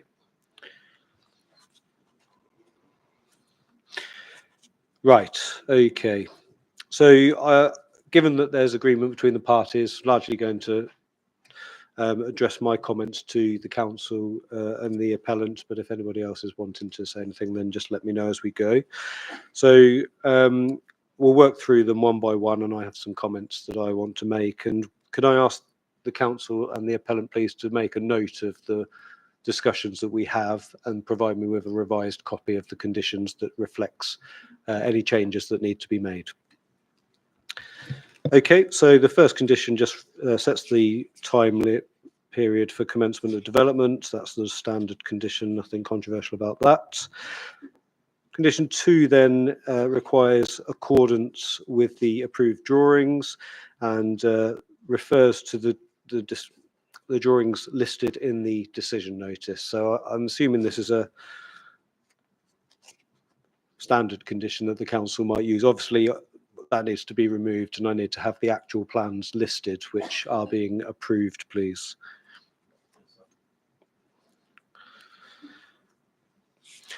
Okay, then condition 3 deals with the phasing of development and sets out that the school building will come forward first and then the residential component.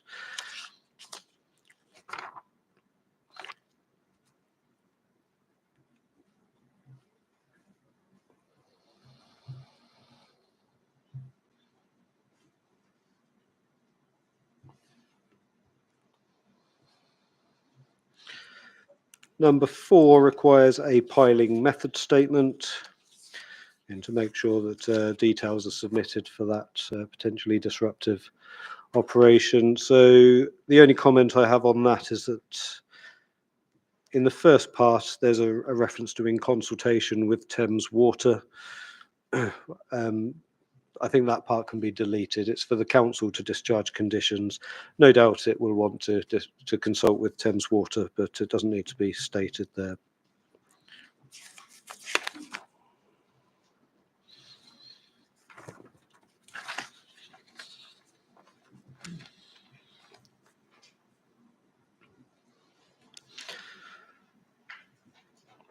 Number 5 deals with a water main in the vicinity of the site. Is this a condition that's been put to you, Mr. Ringer, by Thames Water? Or? Yes, sir, from their consultation under the original application. Right, I think the wording probably needs to be refined from what they've suggested, just to make sure that it meets the tests and makes proper sense in planning terms. It starts with no construction shall take place. I'd suggest no development is a more precise term in planning context.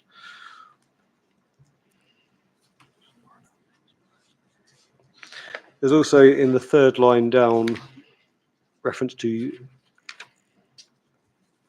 diverting the asset or aligning the development so as to prevent the potential for damage. I'm not sure whether that's suggesting that the development should be realigned or not built in accordance with the plans. What's the purpose of that?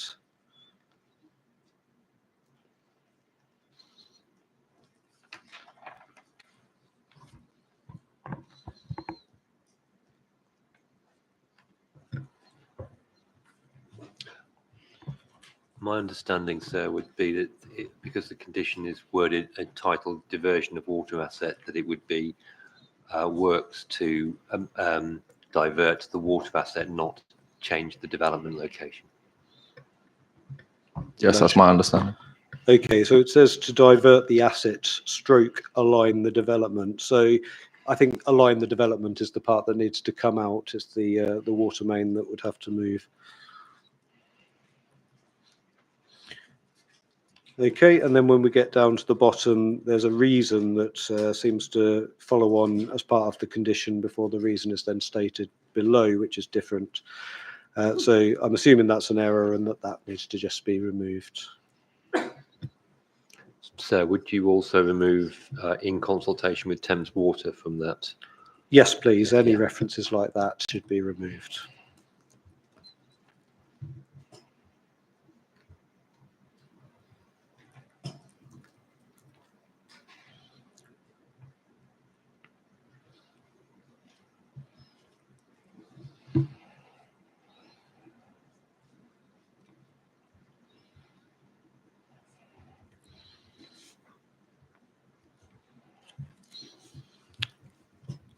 Okay, thank you. So number 6 then requires a construction environmental management plan.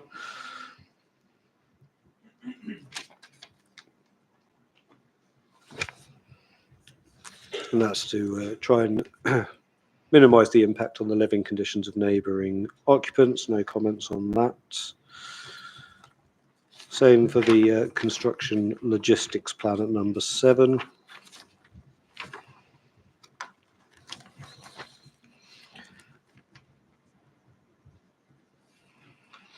Number 8 then is dealing with contamination.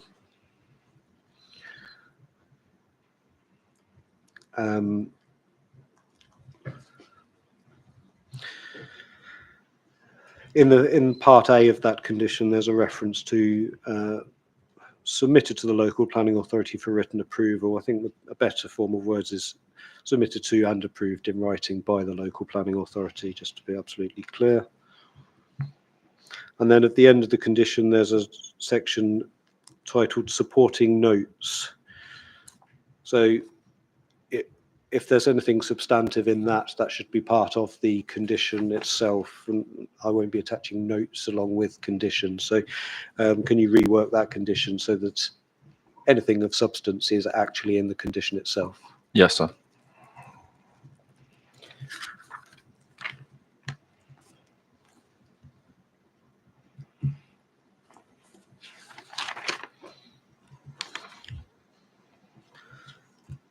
Number 9 then, an ecological management plan. It's obviously seeking to protect ecology. I've got no comments on that. Number 10.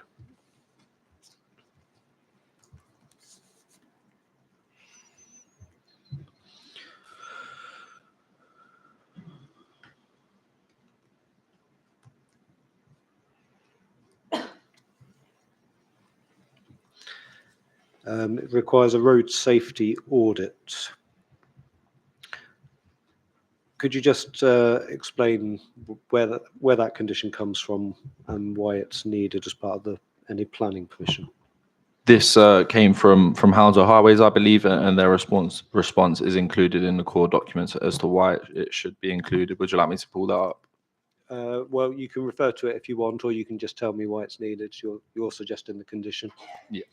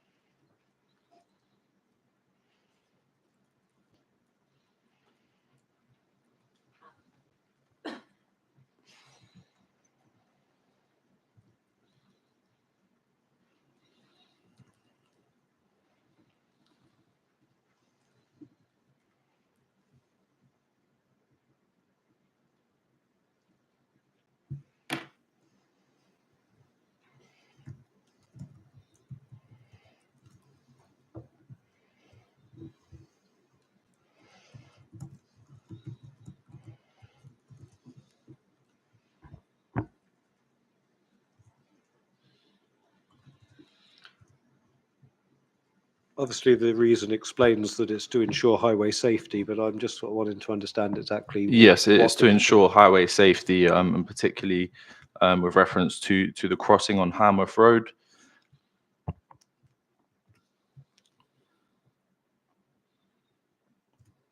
Yes, so it's just in relation to the new crossing on Hanworth Road.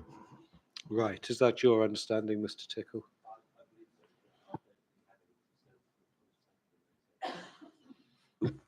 Apologies. You think I'd be used to this. We don't have any concerns about undertaking the road safety audit, and in relation to the fact it's connected with the pedestrian crossing, we think that it would be a reasonable condition. Right, okay, so is there scope for making it more precise and actually referring to the crossing? Yes, sir.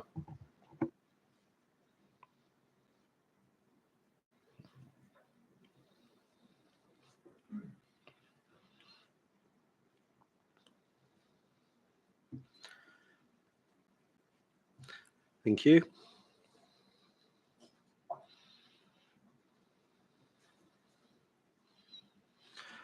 Number 11 then is a drainage strategy. In the first part, Part A, there's a reference to submitting details to the lead local flood authority.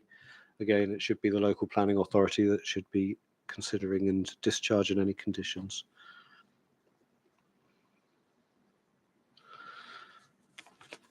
Apologies, sir. Would you also like the reference to Thames Water near the end of Part A to be removed?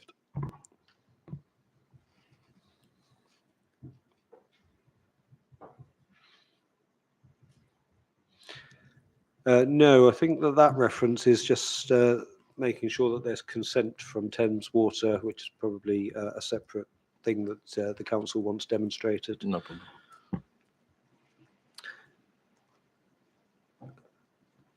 I do wonder, there's a lot of conditions which are split into Part A and B, whether it's clearer just to have separate conditions rather than trying to separate them out.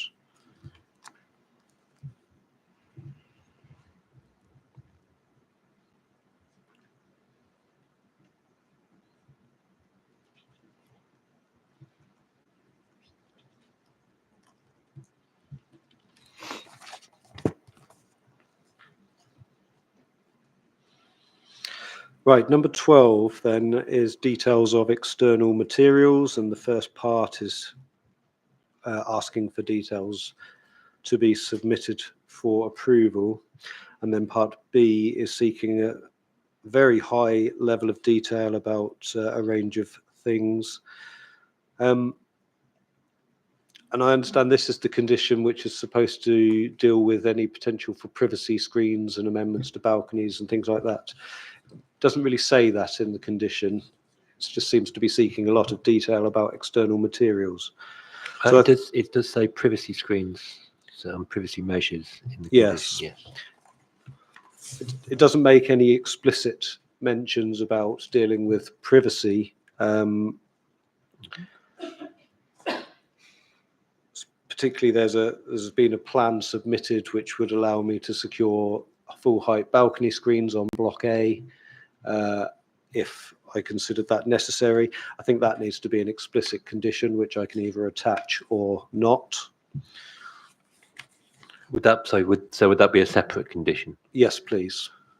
Again, I think these probably should both be separate conditions again, rather than A and B as well. The level of detail that's being sought in Part B, is that normal for the council to be seeking that level of detail, scale of 1 to 20 for all of those things? Yes, sir. And the appellant's content with that? I mean, yes, sir. We are used to dealing with this level of detail required at a sort of development stage. Yes, so you might expect it if it was a listed building or something, but this seems quite a lot of detail. But I'll make my own mind up about whether to attach that.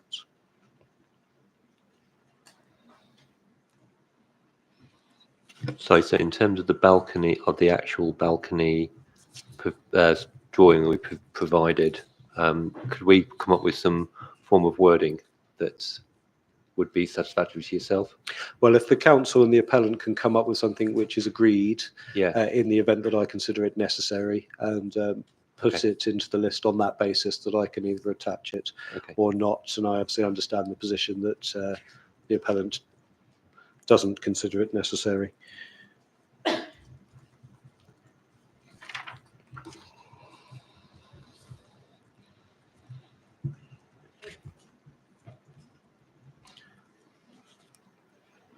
I think something more explicit about the relationship with Perkin Close as well, if while we're at it. There were some mitigation measures about obscure glazing and potential fins.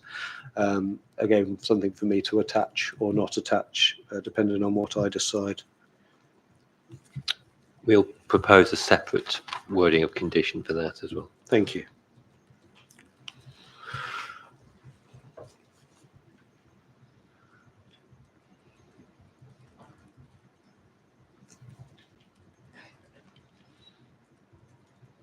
Have you got the belt?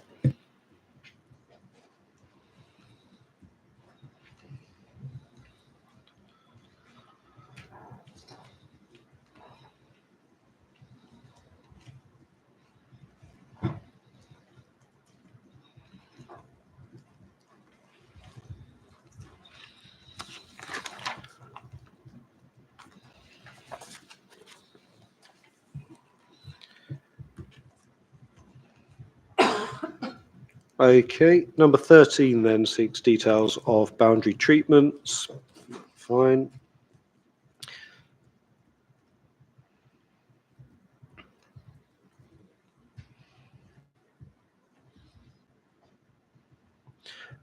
Number 14 then seeks details of proposed wheelchair accessible homes.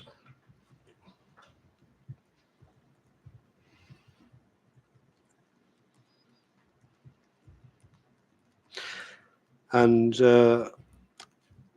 midway through the first part, it says the approved wheelchair accessible homes shall be implemented before the residential buildings are occupied. I'm assuming that's before those wheelchair accessible units are occupied and not before any residential property is occupied. Yes. Okay, could that just be made clearer, please?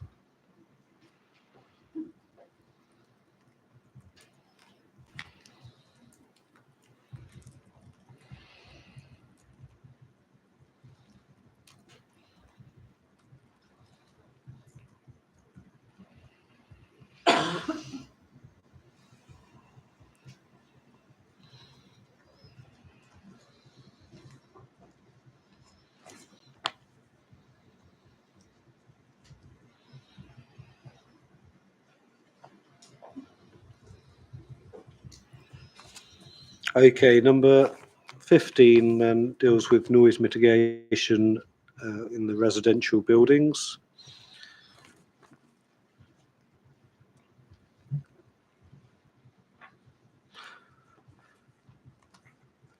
For obvious reasons.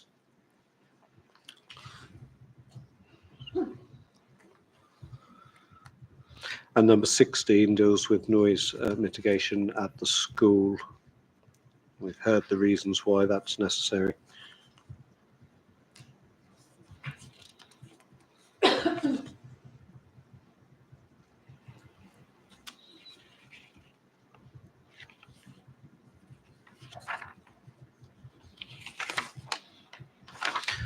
Number 17, details of highway works. There's obviously an issue with the Roman numerals not being correct, but the first one refers to a stopping up order. What's being stopped up? Just check this again, sir.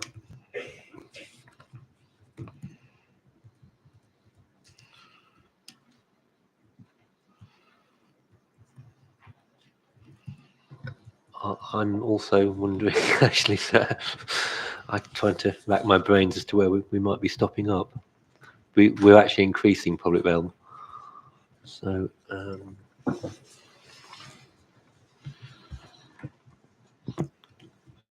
So I actually can't find any reference to us stopping up in the responses from our transport team or TfL, so that may have been included as an error. Okay, well, if that's the case, can that be removed? Obviously, if the council checks and finds that there was a reason why that was included, then provide some explanation about why that was needed. But So otherwise, it's just been brought to my attention that there's actually duplication between the section 106 and the conditions in terms of the highway works. There is a separate section in the section 106 about highway works, which is possibly the more, because these are works beyond the red line boundary. Or part of the works beyond the red line boundary. It may be more appropriate that they are dealt with under the 106 and this condition is struck out. Any thoughts on that, Mr. Ringer? I'd be happy to agree that, sir. Right, okay.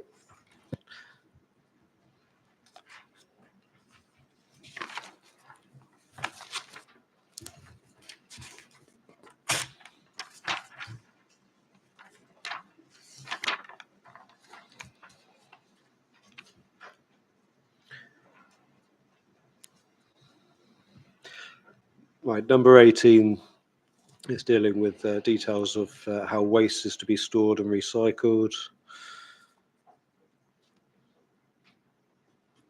Number 19 refers to BREEAM.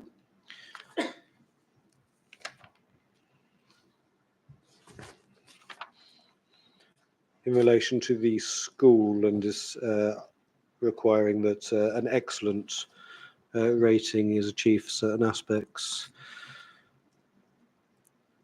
Is this does this come from a policy requirement? Yes, I believe so. So I believe it's policy EQ2 of the local plan, and it's directly from our sustainability officer who requested this condition.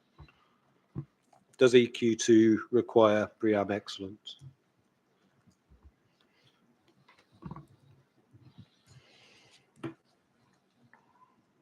Just check the wording, so apologies.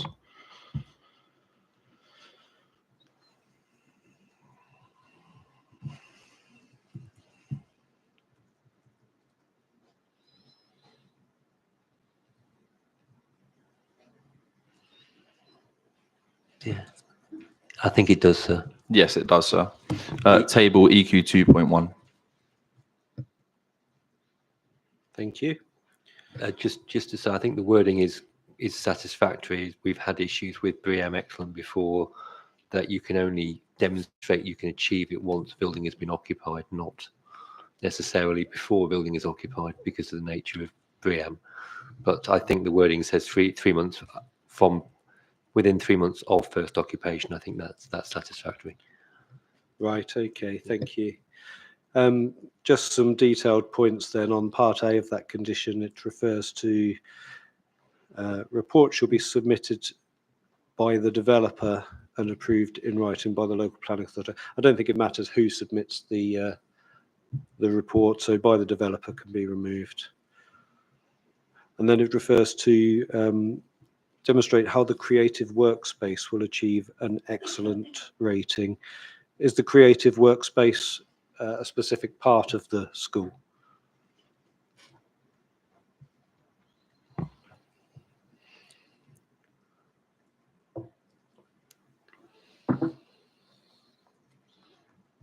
I think that might be an error, sir. That may have been copied and pasted, as many. Yes, I did wonder. Apologies, sir. Where is that reference? So, Paragraph A of condition penultimate 19. line of part A. Oh, yes, sir. Yes, I believe that may be an error. Right, okay, so if that can be rectified. Again, in part B, there's another reference to the developer submitting something. It should must be submitted.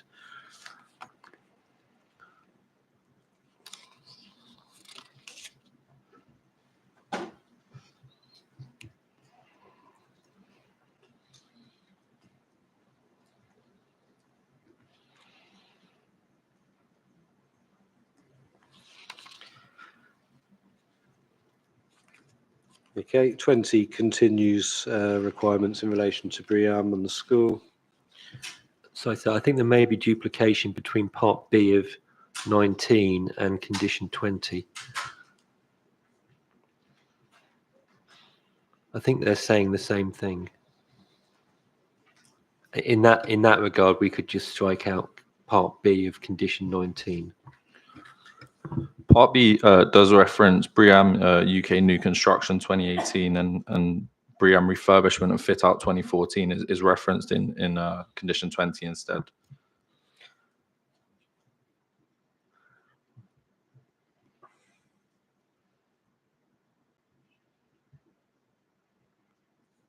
So I believe that would be a different assessment criteria. Yes, it looks like they're referring to different parts of the school. It says the scope of the assessment for 20 includes core services, local services, interior design.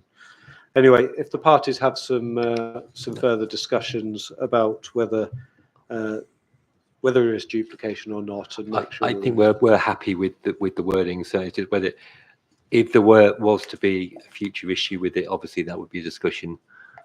If this was approved, probably a discussion with the council regarding modification or amendment to that condition. But I think we're happy at this stage to move forward. Okay, well, I'd rather not be imposing conditions that are Yeah. incorrect or Okay. don't meet the tests in some way. So if the parties discuss it and make sure that it's correct, please, in the latest version. Okay. There's also a reference there to be, again, must be submitted by the fit-out contractor. Again, doesn't matter who submits it.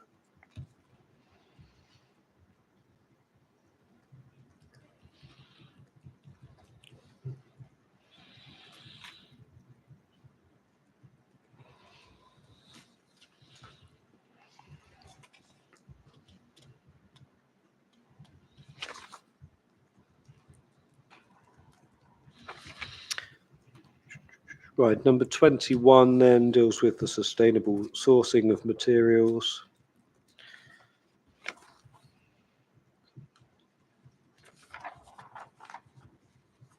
And again, there's a policy reference for that.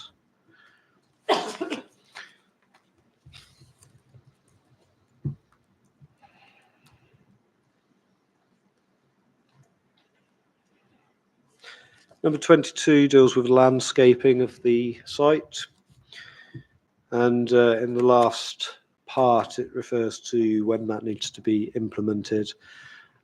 First planting and seeding seasons following completion of construction works and prior to occupation of each phase. I'm just wondering about the second part, whether there might be a problem in terms of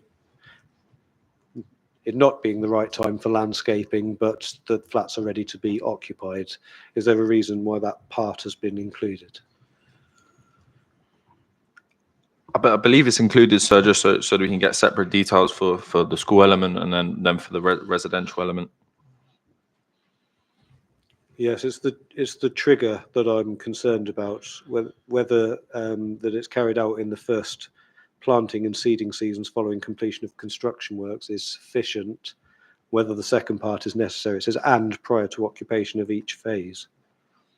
Yes, so maybe if we remove the and prior to occupation of each phase. Yes.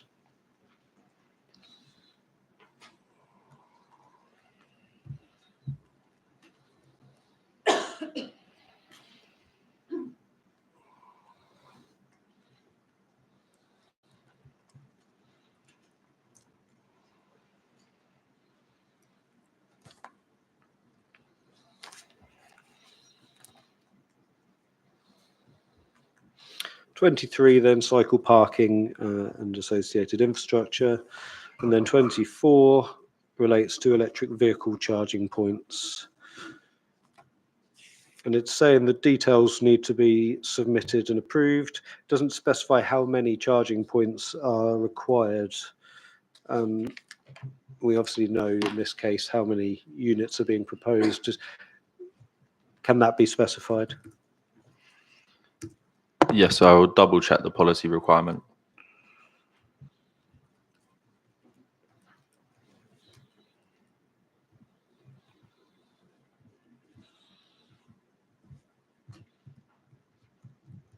Your thoughts from the appellant on that? No, that's fine. So we're just checking for our transport statement to see if there's any reference to numbers of charging points, which we Okay. hopefully there should be. Right, fine. Well, if that can be included, please.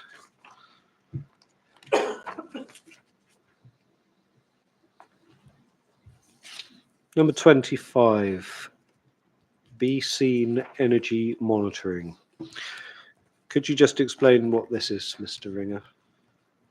Yes, this is a condition that we attach to applications to comply with the be seen element of the energy hierarchy within the London Plan.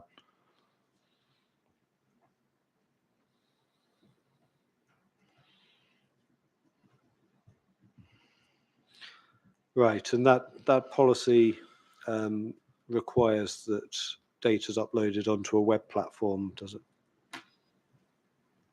I believe so, sir.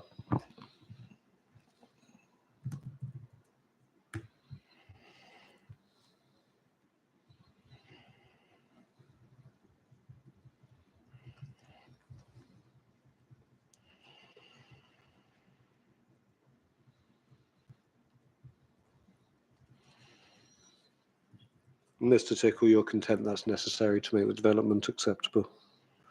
Yeah, it's in line with the London Plan.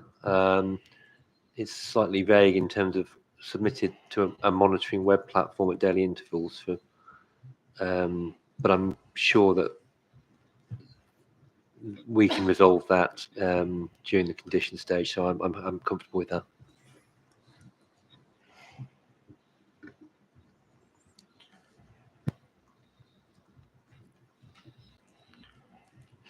Right, thank you. Number 26 then, water infrastructure. There's just a reference again to consultation with Thames Water that needs to be removed.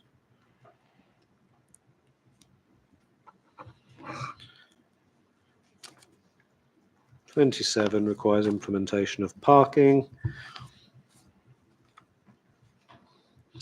Number 28, delivery and service management plan, and it seems to be seeking to require details to be approved for the timing of hours for deliveries. I wonder how realistic that is. Would you like that to be removed, sir? If you don't think it's necessary, yes, please. No, I think the transport team did request the timings of deliveries just to understand how that would impact the local transport network in terms of congestion. This is throughout the life of the development, is it? Yes, I believe so. How do you think it would be enforceable for the council to get Amazon or Tesco No, to sir. be? No. Okay, right. So let's remove that then, please.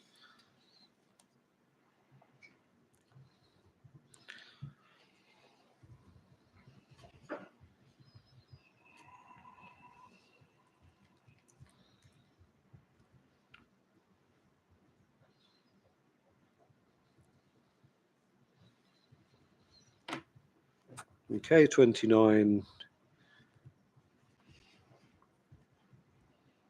requires the vehicular access and parking to be provided and retained. Is there a duplication with the implementation of the car parking at 27 there, or is it something different?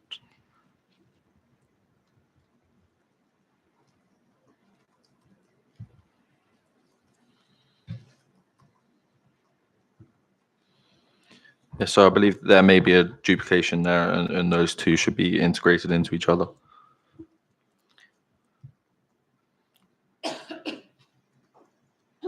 Right, okay, if that can be looked at then, please. I think the only thing I would suggest it's a deletion of 27 because 29 deals with a bit more detail in terms of turning areas, vehicular access. I think it would only need to be the reference to the school car parking management plan that would need to be inserted into condition 29. Yes, okay, so I'll leave that with you.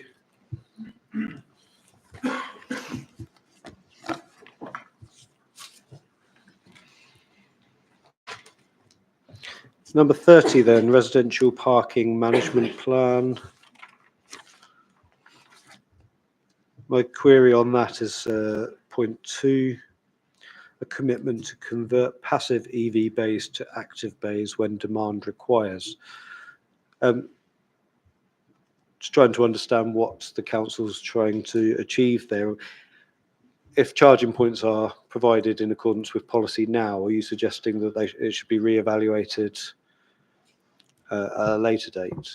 Yes, I believe so, sir. With the policy requiring an active and passive provision, and we will confirm the exact number of spaces as you requested, that is intended so that with the passive provision that is provided, if there is more demand for electric vehicle parking spaces, and that could easily, the passive spaces could be easily converted into active bays.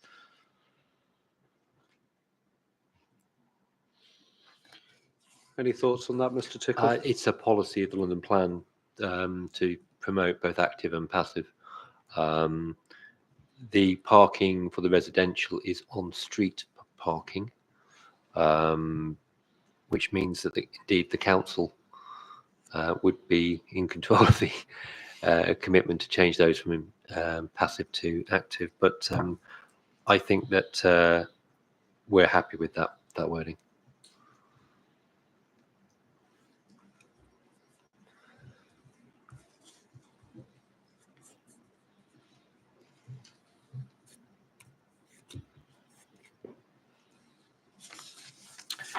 Right, thank you.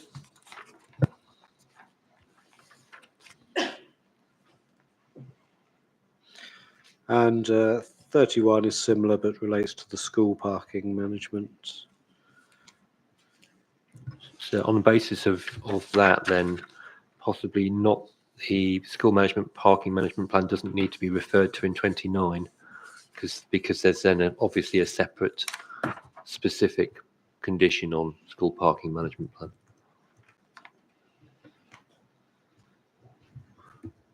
So I suggest deletion of 27, keep 29 as worded, and then just refer to 31. Right, okay. Well, I'll leave the parties to look into the detail and make sure that everything is secured. 32. Oil interceptors within the scheme to make sure that there's no pollution. 33. Secure by design and requires the scheme to achieve silver accreditation. Is that a policy requirement, Mr. Ringer? Yes, I believe so, sir.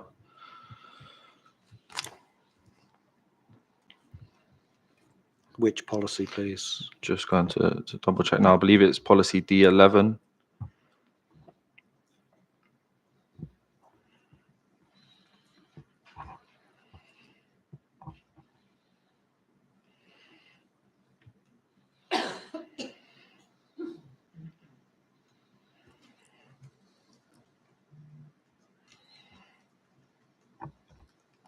Yes, policy D11, sir. Thank you.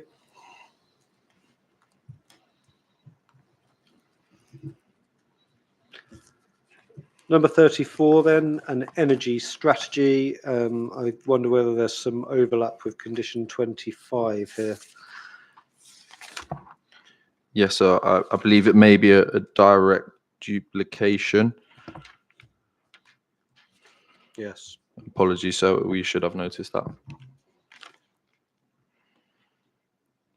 Okay, so if it is just a duplication, we can remove the second one.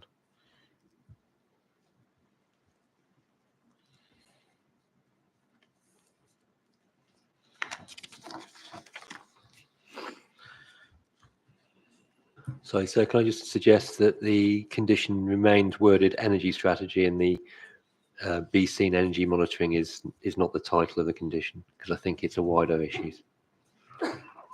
Yes, well, I won't be putting titles if I do Yes. put any conditions on anyway, but yes, Yeah, that's fine. yeah.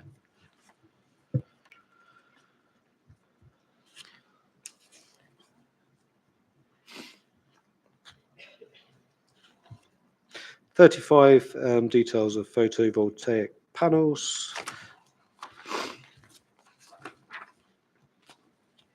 36 seeks to remove permitted development rights so that the school can only be used as a school and no other use in the same use class.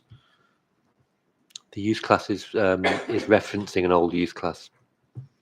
It's D1. It should be F1 or F1A to be directly.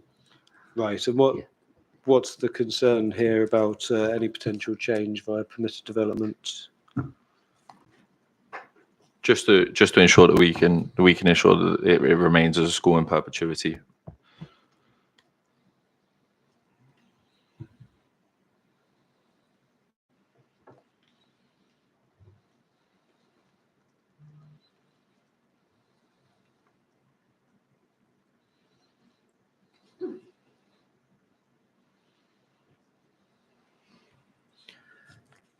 We'd be happy to see F1A on that. So that would be specifically a school. Education. Yes, thank you. Okay, well, if the council is content with that, you can make any change about the use class.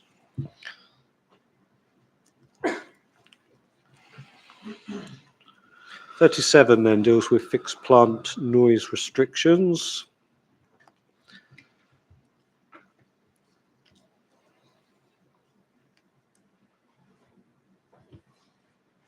I think the second paragraph of that condition requires that prior to occupation, each phase of the development and upon installation of the proposed plant, details are going to be submitted and approved. And I'm assuming that it's those details that are approved need to demonstrate accordance with the part above. Yes, sir.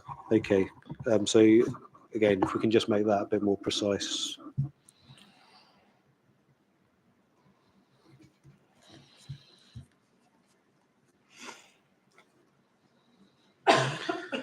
(38) the hours for construction. 39 relates to air quality. Sorry, sir. I just noticed on condition 38, it says daytime works will not exceed 75 dB at the worst affected residential property. I'm not sure that's required with a construction management plan to deal with the management of the noise on as part of the construction. It's possible, I suspect, within a construction site to say that there would never be an exceedance of 75 dB. It would be the responsibility of the construction and the developer to make sure that they maintained that 75 dB level as much as possible. But it would be. I don't think it would be. I think the condition as worded is imprecise, and I think that we should be part of a construction management plan. Mr. Ring, are you satisfied that the construction management plan would deal with works? Yes, sir. Okay, thank you.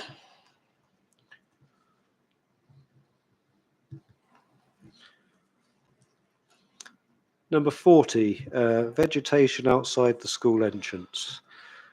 So I'm assuming that this is to maintain visibility of children that might be in the vicinity.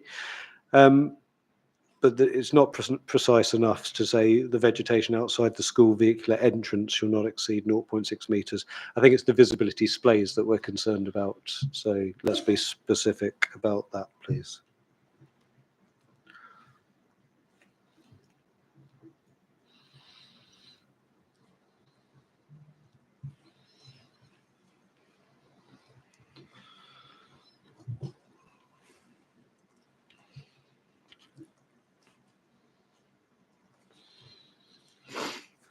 Number 41 deals with tree retention within the site and protection during construction.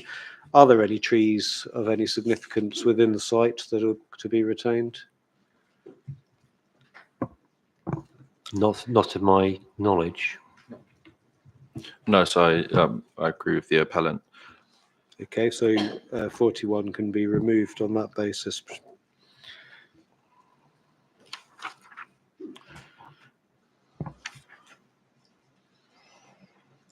So may I suggest that this could be reworded to a tree protection condition for the new trees instead?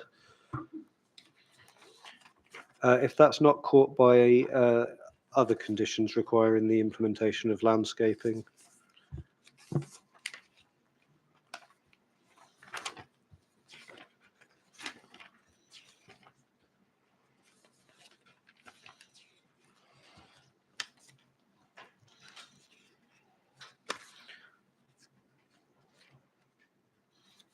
Okay, well, Yes, so I think it will, apologies for interrupting you. I think it is covered by condition 22. 22, thank you. Yes.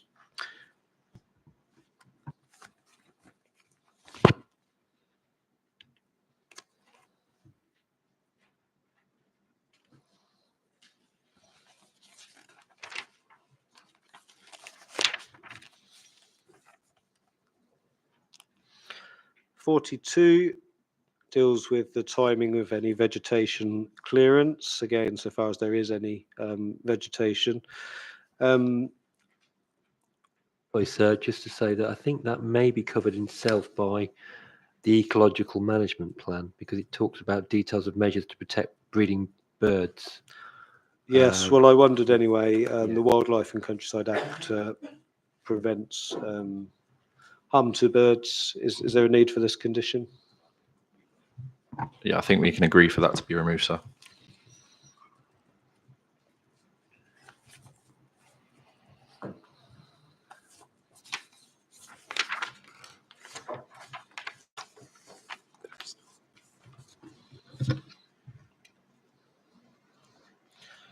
(43)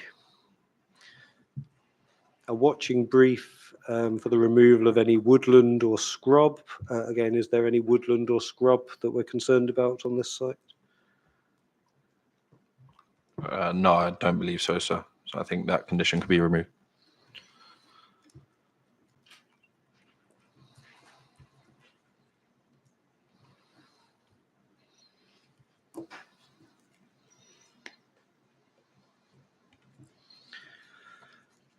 Community liaison then for number 44, final condition. Can you just explain this to me, Mr. Ringer, please, how this has come about?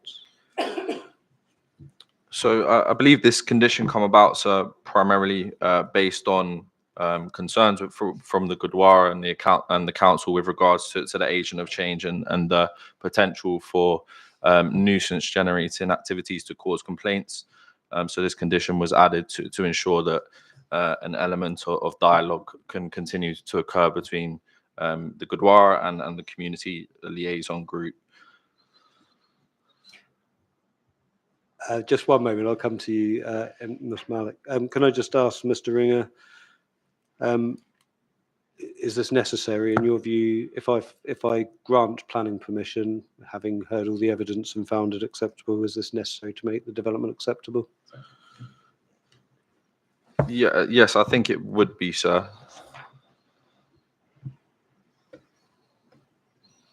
For what reason? To just to further ensure that future occupiers of the development are sufficiently aware of the Gurdwara's activities and to mitigate the potential of complaints as much as possible.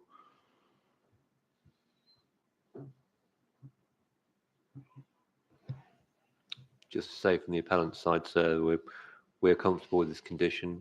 We feel it engenders good neighbourliness between the development, the Gurdwara and Perkin Close properties, and we're happy to agree to this. I think there may just be a little bit of rewording about the terms of what's the management statement as to how it operates first, and then it talks about establishing it before preoccupation, but obviously no one's occupied it first from the resident side, so there needs to be probably a terms of engagement, as it were, of what it does, and then that will establish how it meets and who's involved in it as well.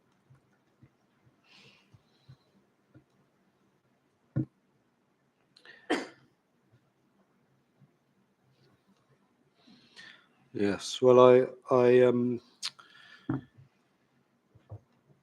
could understand why good relations and neighbourly behaviour would be something that you'd want, but I wonder whether it's a planning requirement. But you're content with that, are you? So I think it is about working together, and I think it's something that came out in both examination in chief and cross examination. Okay, Ms. Malik, did you want to say something on that?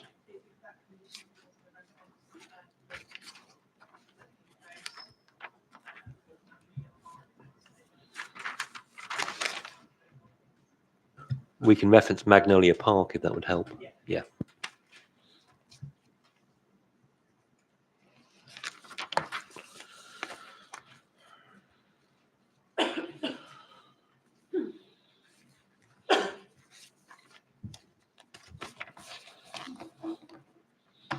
Thank you.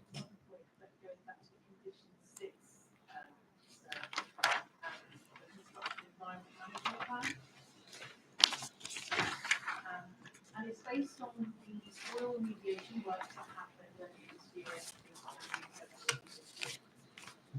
So when the soil remediation works were going on, and I think located head commission, solid fixed the vibration was felt by me and others in our blog, and actually it caused the shelf of my bathroom to fall off.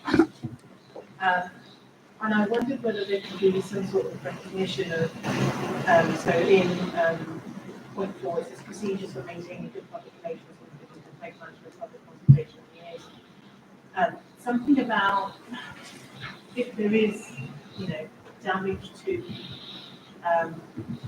neighbouring flats in those, because we had the response was, well, it was in accordance with the watershed plan and it was within 1 metre of the boundary, and that's acceptable. But I wasn't aware of that, and I don't know if the party wall of these, for example, needs to be considered parties.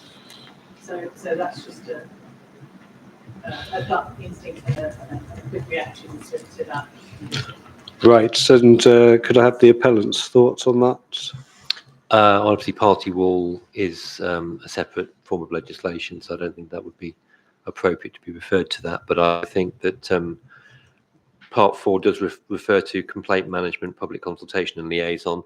That would be something that certainly the developer or the developer and the contractor would be addressing. I will have a think, if that's the best way of saying it's about whether there's a way of just making that element of the condition a bit more robust so that it does pick up Ms. Malik's concerns, and it's something that does occur quite regularly with construction. There is certain damage that can happen or vibration can happen, and that's something that contractors are used to dealing with and dealing with complaints from neighbours. So I'll think of. Well, Mr. Tickle, is that a planning matter in your view, or would it be a civil matter? It's a legal matter, sir, but yes. Yeah. I mean, I think if it. So is it a matter for a condition? It's not, but a complaint management would address it, which is the wording of the condition already.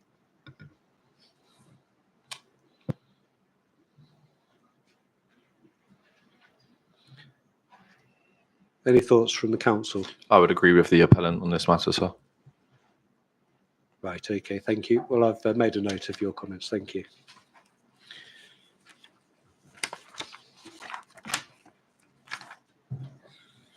Right, okay, well, that's all of the conditions. Is there anything else that anyone wants to say on conditions? No? Okay, good. Well, could the council and the appellant make the changes that we've discussed and submit a revised version within the next week, please? Yes, sir. Thank you.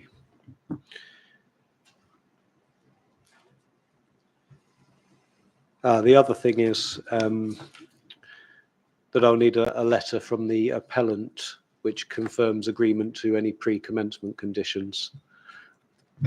Yes, sir. That's in line with the guidance. Yes. Yes, so Yeah. confirming that you accept that there's a need for them to be pre-commencement and the reasons.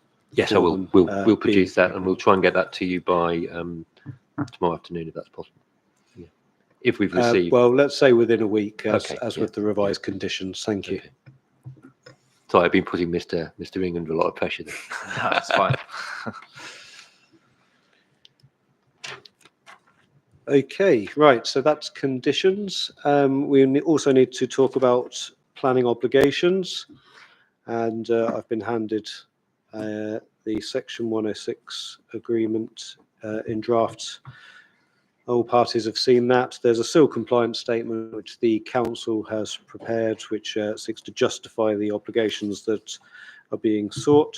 So could I ask the appellant, please, just to take me through the document and explain what the obligations are, please? Of course, sir. If I may just start with one slight tidying up exercise that's arisen. If I can just take you to the plan, which is Plan 4, which you should find at the penultimate page, gatefolded, which is the plan showing the various highway works. You'll see those should appear in two different colours. You should have some identified in orange and some identified in a blue area.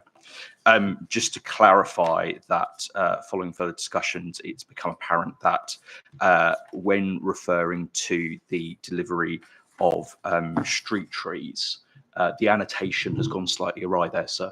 So what we should be referring to is, if you see that standalone box referring to provision of street trees on Hanworth Road, etc., that should be marked in orange rather than in blue, so as to identify it as falling within the residential highway works. And furthermore, the reference to Clarence Terrace provision of street trees should be stripped out of that and then added into a standalone blue box. We are getting an updated plan prepared to reflect that, but that's just to identify where the street trees fall as between the split of works to be delivered as between the residential and the school element. Right, okay, thank you. Right, before we proceed, could I just take your name? Oh, sorry, it's Alex Walcott from Winkworth, Sherwood.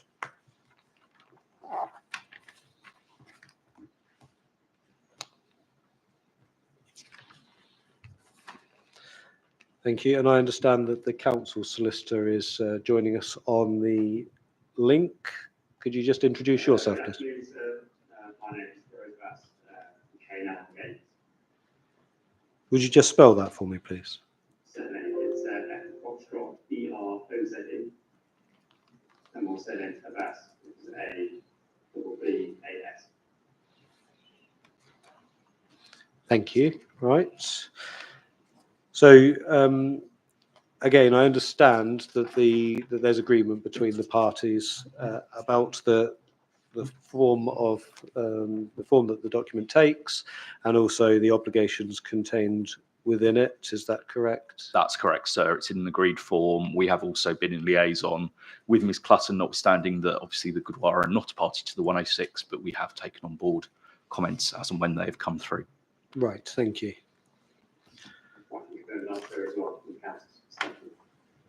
Good, thank you for that. So can I just note that it's actually an apology to Mr. Walcott, which is that, and one of his colleagues, that yesterday or the other day, how many days we've been here now, I've lost all track of time. I mistook one of your colleagues for you, Alex, and I told you my position on Section 106, that everything was fine, and you did look at me slightly blankly. And now I realise it's because I was talking to the wrong person. I pass it on. If I were Mr. Dunphy, I'd be quite insulted. Well, it was confusing as well, because I thought, I don't remember him having a Northern Irish accent or an Irish accent, and I was slightly baffled. But anyway, now I realise my mistake, but I had tried to respond. Apologies. Yeah, I'm sure there's a should have gone to Specsavers joke in there somewhere. Right, good, fine. Let's work our way through this then, please. Of course, sir. I would propose, in the interest of time, that unless you have any particular questions regarding the defined terms, that perhaps we take those as read. Yes. And to the extent we need to grapple with those once we deal with the actual obligations themselves, we can do that. So you have your standard interpretation provisions, sir. You then also have provisions which give rise both to when the deed comes into effect, which is in the usual way, in the event that permission is both granted and in the event that the planning permission is then implemented. We then have the usual boilerplate provisions about what happens in the event the permission is quashed. We have the typical blue pencil test, which is also included just to enable you to not give any weight or remove obligations as and when. Where do I find that, please? That can be found at 3.3 and 3.4, sir. So that's on page 19 of the internal pagination. Yes, thank you. So that relates to any of the obligations contained. Indeed, sir. As has been alluded to previously, this is obviously done in the formulation that I would call a negative blue pencil test, in as much as you would need to expressly say that something needs to be removed.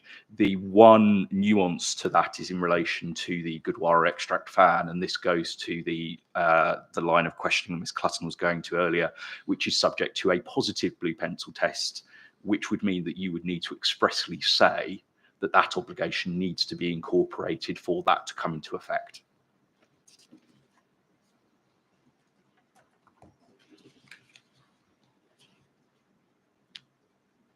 Okay, and does it remain the appellant's position that that needs to be subject to a blue pencil clause? Yep. Yes, sir.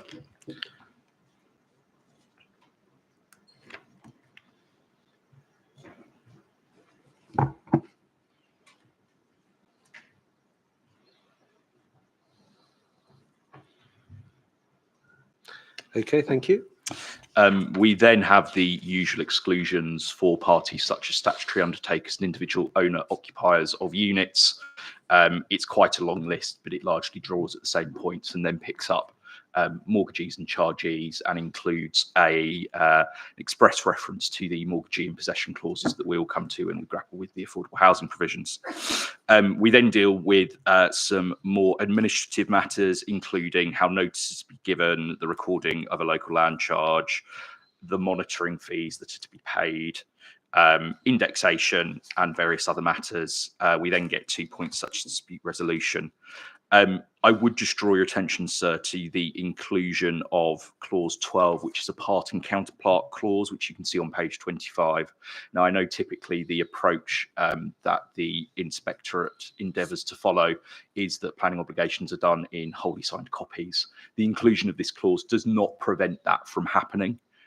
It's just to provide some flexibility if there was to be any desire to do it in part and counterpart. Right.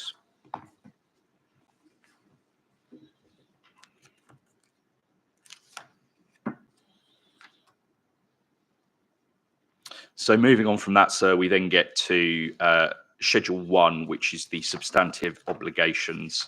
So firstly, we have a raft of notification obligations. Now, those are incorporated so that obviously the council can effectively monitor that the obligations which fall to be performed at the relevant triggers are indeed being performed.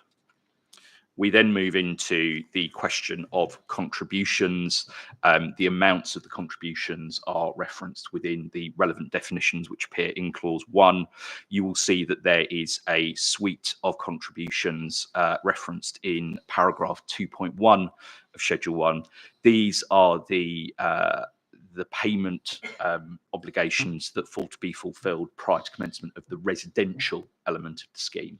So you'll see that referenced in various parts of this section 106, where there is a distinction drawn as between commencement of the residential element of the scheme and commencement of the school part of the scheme, which is reflective of the phasing that we've heard about earlier within the conditions. And those areas are drawn with reference to a plan. If I can just draw your attention to, I believe it is Plan 3, which appears at the back end of the document, and that just reproduces a phasing plan so that it can be identified which elements of the scheme amount to the school development and which amount to the residential element of the development. So we have the 5 contributions listed which fall to be paid prior to commencement of the residential element. We then have provisions which relate to the carbon offsetting. The mechanism for the carbon offsetting is that it is paid effectively up front, but then in order to reflect the as-built performance, there is a recalculation. So there is an opportunity for the actual performance of the scheme to be accurately reflected, with the as-built performance accounted for and any additional contribution, if necessary, then paid. We then have a couple of contributions which are to be paid on a phased basis, which relate to highways and street lights. So those are to be paid on a 50-50 even split on the basis of 50% on commencement of the residential element of the development, and then 50% prior to occupation of the residential element of the development. Following that, we then get into the final contribution obligation, which is related to the Gurdwara extract fan that we've heard about previously. The structure of this is such that the owner will pay a contribution to the council prior to commencement of Block D being the block that has been the centre of the discussions around any potential impact that may arise from the extract fan. That then goes to the council. The Gurdwara will then submit to the council details of the works that it proposes, including the costings of those. There is then a mechanism to allow payment to go from the council to the Gurdwara, such that Gurdwara's costs are covered for any remedial works that fall to be done in terms of installation of any mitigation. You'll see, sir, that there is also a topping up provision in the event that the costs of the works were to overrun the amount of contribution, although I would say that the amount of the initial contribution, so the £15,000, has been devised with the input of Sol, the appellant's expert acousticians, and it's considered to incorporate a sufficient level of contingency in there as well, that it's not anticipated that any top-up would be necessary, but it is provided for nonetheless should it be necessary. There is also an express clawback mechanism in the event that the Gurdwara extract fan details weren't submitted to the council, or if it doesn't, if it isn't forthcoming in a way that is said to comply with the base specification that needs to be achieved. I should also mention, sir, that you'll see within the definitions that there is reference to a specific level of performance that needs to be achieved by that base specification. Again, that has been devised by Sol. So they've had direct input into that, and that has been shared with the Gurdwara as well. And I don't think there are any comments on what that base specification is specified to be. Moving on then beyond. So before we move on, there's obviously the Gurdwara are not party to the agreement, so there's no obligation on them to actually do the works, but there's provision for the money to be repaid if they don't. Exactly, sir. Exactly. Can I just comment? I'm not sure we've had the base fan, It's unless it's gone to Jamie Duncan directly. It's in the definition that's been in the form of 106. Oh, sorry. Okay, it's a defined yes, term, right. so Okay, it's achieving that 49 decibel level. Yes, sorry, I thought there was some other specification. No, that we've seen, and that's absolutely fine. Right, thank you. Moving on then, sir, we then get into construction training provisions, which are in relatively standard form in terms of trying to procure that there will be opportunities for training, work experience, apprenticeships, those sorts of matters. You will see that that is split out as between the residential element of the scheme and also in relation to the school element of the scheme, given that they are separate phases. There's then a reference to ensuring that there is a considerate contractor membership, as is usual. Furthermore, we then have a prohibition on residents of the proposed development applying for parking permits within CPZs in the vicinity of the development, obviously in order to try to ease any pressure on parking that could arise by precluding residents from applying for a CPZ permit. That is backed up by an obligation to share postal addresses with the council, so that the council can at its end verify that anybody who's applying isn't a resident of the development by checking the address of the applicant. Right, so there's some case law, isn't there, on seeking to prevent parking permits by Section 106? Has that been taken? Yeah, that's expressly dealt with in the boilerplate, sir. So given that we are within Greater London, that can be dealt under Section 16 of the Greater London Councils Act 1974. So that's what that undertaking is given out under, and that's covered off in the boilerplate.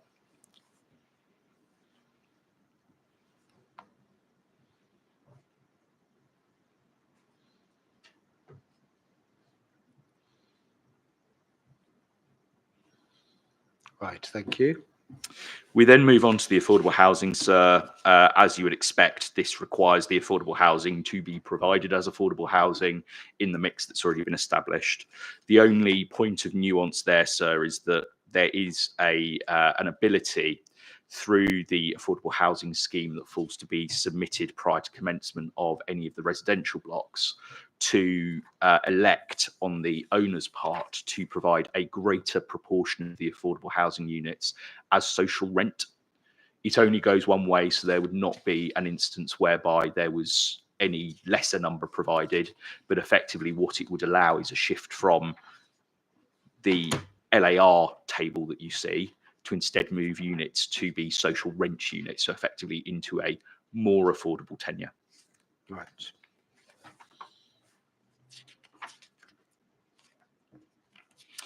We then have a series of occupation restrictions which relate to the relevant blocks in order to ensure that the affordable housing units come forward promptly and prior to occupation of any of the private residential units. So you'll find those at 6.8 and 6.9, so on page 34.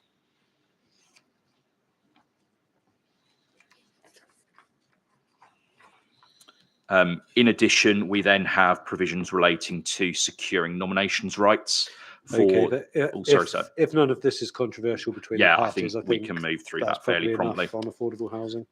Excellent. Lovely. That then takes us on to the highway works. So as referenced, there are to be 2 tranches to the highway works, and those are delineated both in the definitions, which list out the elements of highway works which are to fall within each bit, and plan for, as referenced, that will be tweaked slightly just to reference how the provision of street trees is going to land.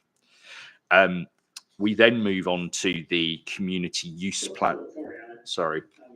I was just going to add, following on from the condition sessions, we'll just need to accommodate the additional highway works that were referenced in the condition that you wanted to be removed from the condition. Removing condition 19 and going to the 106 to avoid duplication. Apologies. So my understanding is that I think it is just straightforward duplication from condition 19. I think the condition was being removed and in lieu of the section 106, wasn't it? I probably just need to check the line. I thought the description of the highway works in condition 19 didn't entirely match the description of the works in section 106. So I just need to, I think, between us, me and Helen, just sit down and make sure that they are covered. That sounds sensible. We can work through that. Okay, thank you.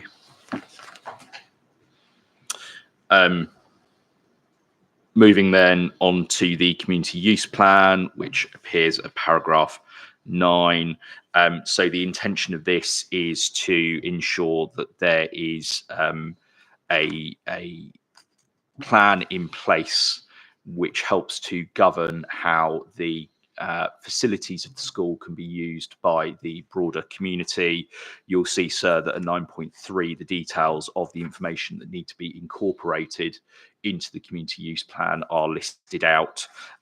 So it includes various levels of detail, including the facilities that's going to be available, the times when they will be made available, and the provisions for any cost recovery that can be applied by the school in terms of seeking to charge for those, although in recognition of the fact that there may be some community groups who want to make regular use of the facilities, it's been proposed that it also incorporates express consideration of any discounts that could be provided to regular users, including but not limited to the Gurdwara.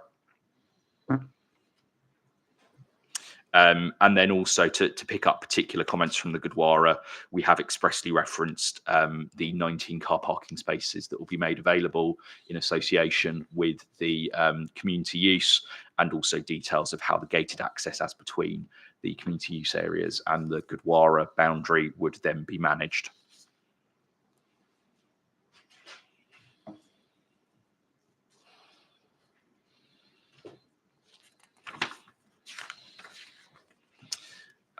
Travel plans are fairly standard things for the residential and the school, so I don't think we need to go into that.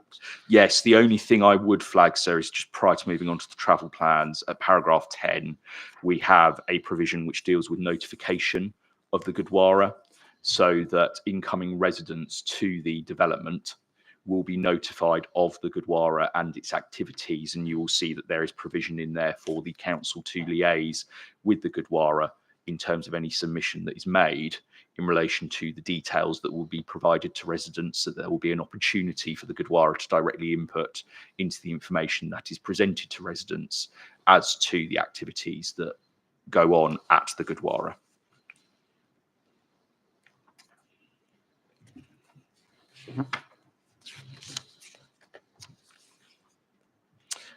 If we then move past the travel planning provisions, you'll then see that on page 47 we have sorry, I thought someone was interjecting. We have at paragraph 12 on page 47 a very standard provision in relation to effectively safeguarding for a future DHN connection if one were to be forthcoming. And furthermore, there is at paragraph 13 an occupation restriction on the residential element of the scheme until such time as the school is delivered, so as to secure the public benefits that are delivered by provision of the SEMH school promptly within the delivery of the scheme as a whole.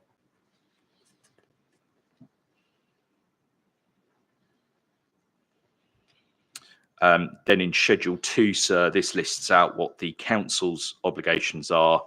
As you would expect, it includes provisions for application of contributions received, repayment of unspent or unallocated amounts, provision of information in relation to the viability review provisions, which we will touch on later, and then the obligations which fall on the council in relation to the delivery of the Gurdwara extract fan obligations. Schedule 3 then just provides details of the considerate contractor scheme, which we've referenced earlier. Schedule 4 is the council's pro forma for the marketing strategy for intermediate units, which is just in its usual form, which would fall to be populated later and therefore agreed. We then have the accommodation schedules in Schedule 5, which set out where the affordable units are to be located in their typologies. We then have at Schedule 6 an early stage review mechanism, which is the principles are all in accordance with the Mayor of London's standard drafting and in accordance with the London Plan guidance as to how that is to be run. There is then similarly a late stage review provision, which again works in the same way. So in the usual way, sir, there is an early stage review mechanism which secures additional affordable housing in the event that a surplus arises. Although you will see that there are obviously viability inputs which reflect the financial viability position of the development and therefore certain hurdles that need to be crossed before there is said to be a surplus arising. And then on the late stage review, again, as is in line with mayoral guidance, there is a contribution in lieu secured, which is a cash payment. I think then, sir, that concludes the tour through the 106. Are there any particular questions I can help with? Thank you. The only thing that is outstanding from my perspective is the contribution to Inwood Park and what the situation is there. So there was an amount agreed. Is that amount still agreed, or has there been a change in the situation in light of the evidence? Yeah, it would be subject to the blue pencil test in the same way, sir. But the appellant's position is that that amount meets the requirements of the SIL regulations. Yeah.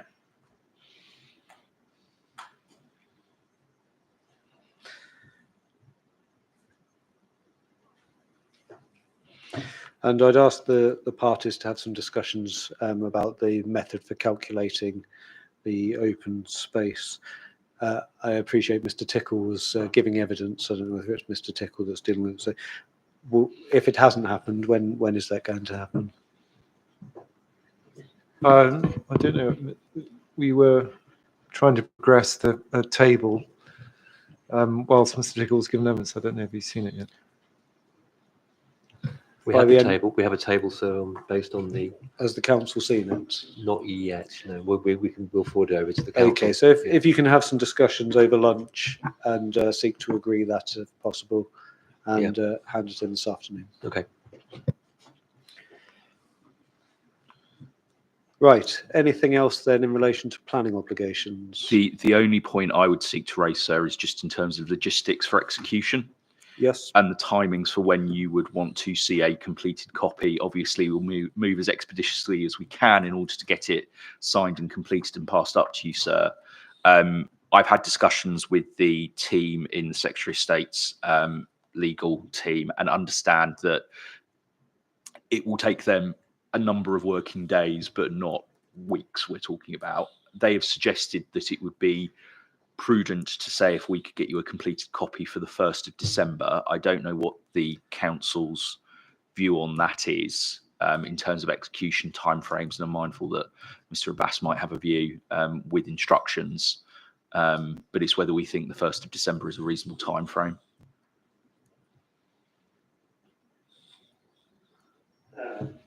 Yes, sir. I mean, having dealt with the council, they tend to seal their documents weekly, so we would just need a week's period of time after receiving them from the appellant. If we were going to do it as a single document signed by all parties. Obviously, the includes progressive part to counterpart. The council could get their part sealed pretty quickly.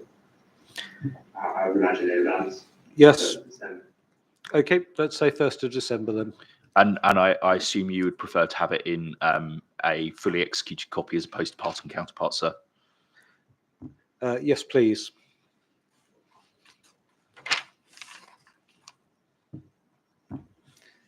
Right. Anything else at all? Nothing from me, sir. Thank you. Right. Okay. Well, thank you for that. So that concludes the planning obligations. Thank you, Mr. Abbas. Okay. So we're about at lunchtime now, so I think we'll take the lunchtime adjournment, and then we'll just have closing submissions after lunch. Okay. So I'm expecting to start with the council. Yes. Good. Fine. Well, anything to raise then before we adjourn? Right. Thank you. We'll adjourn until 1:55 to 2:00.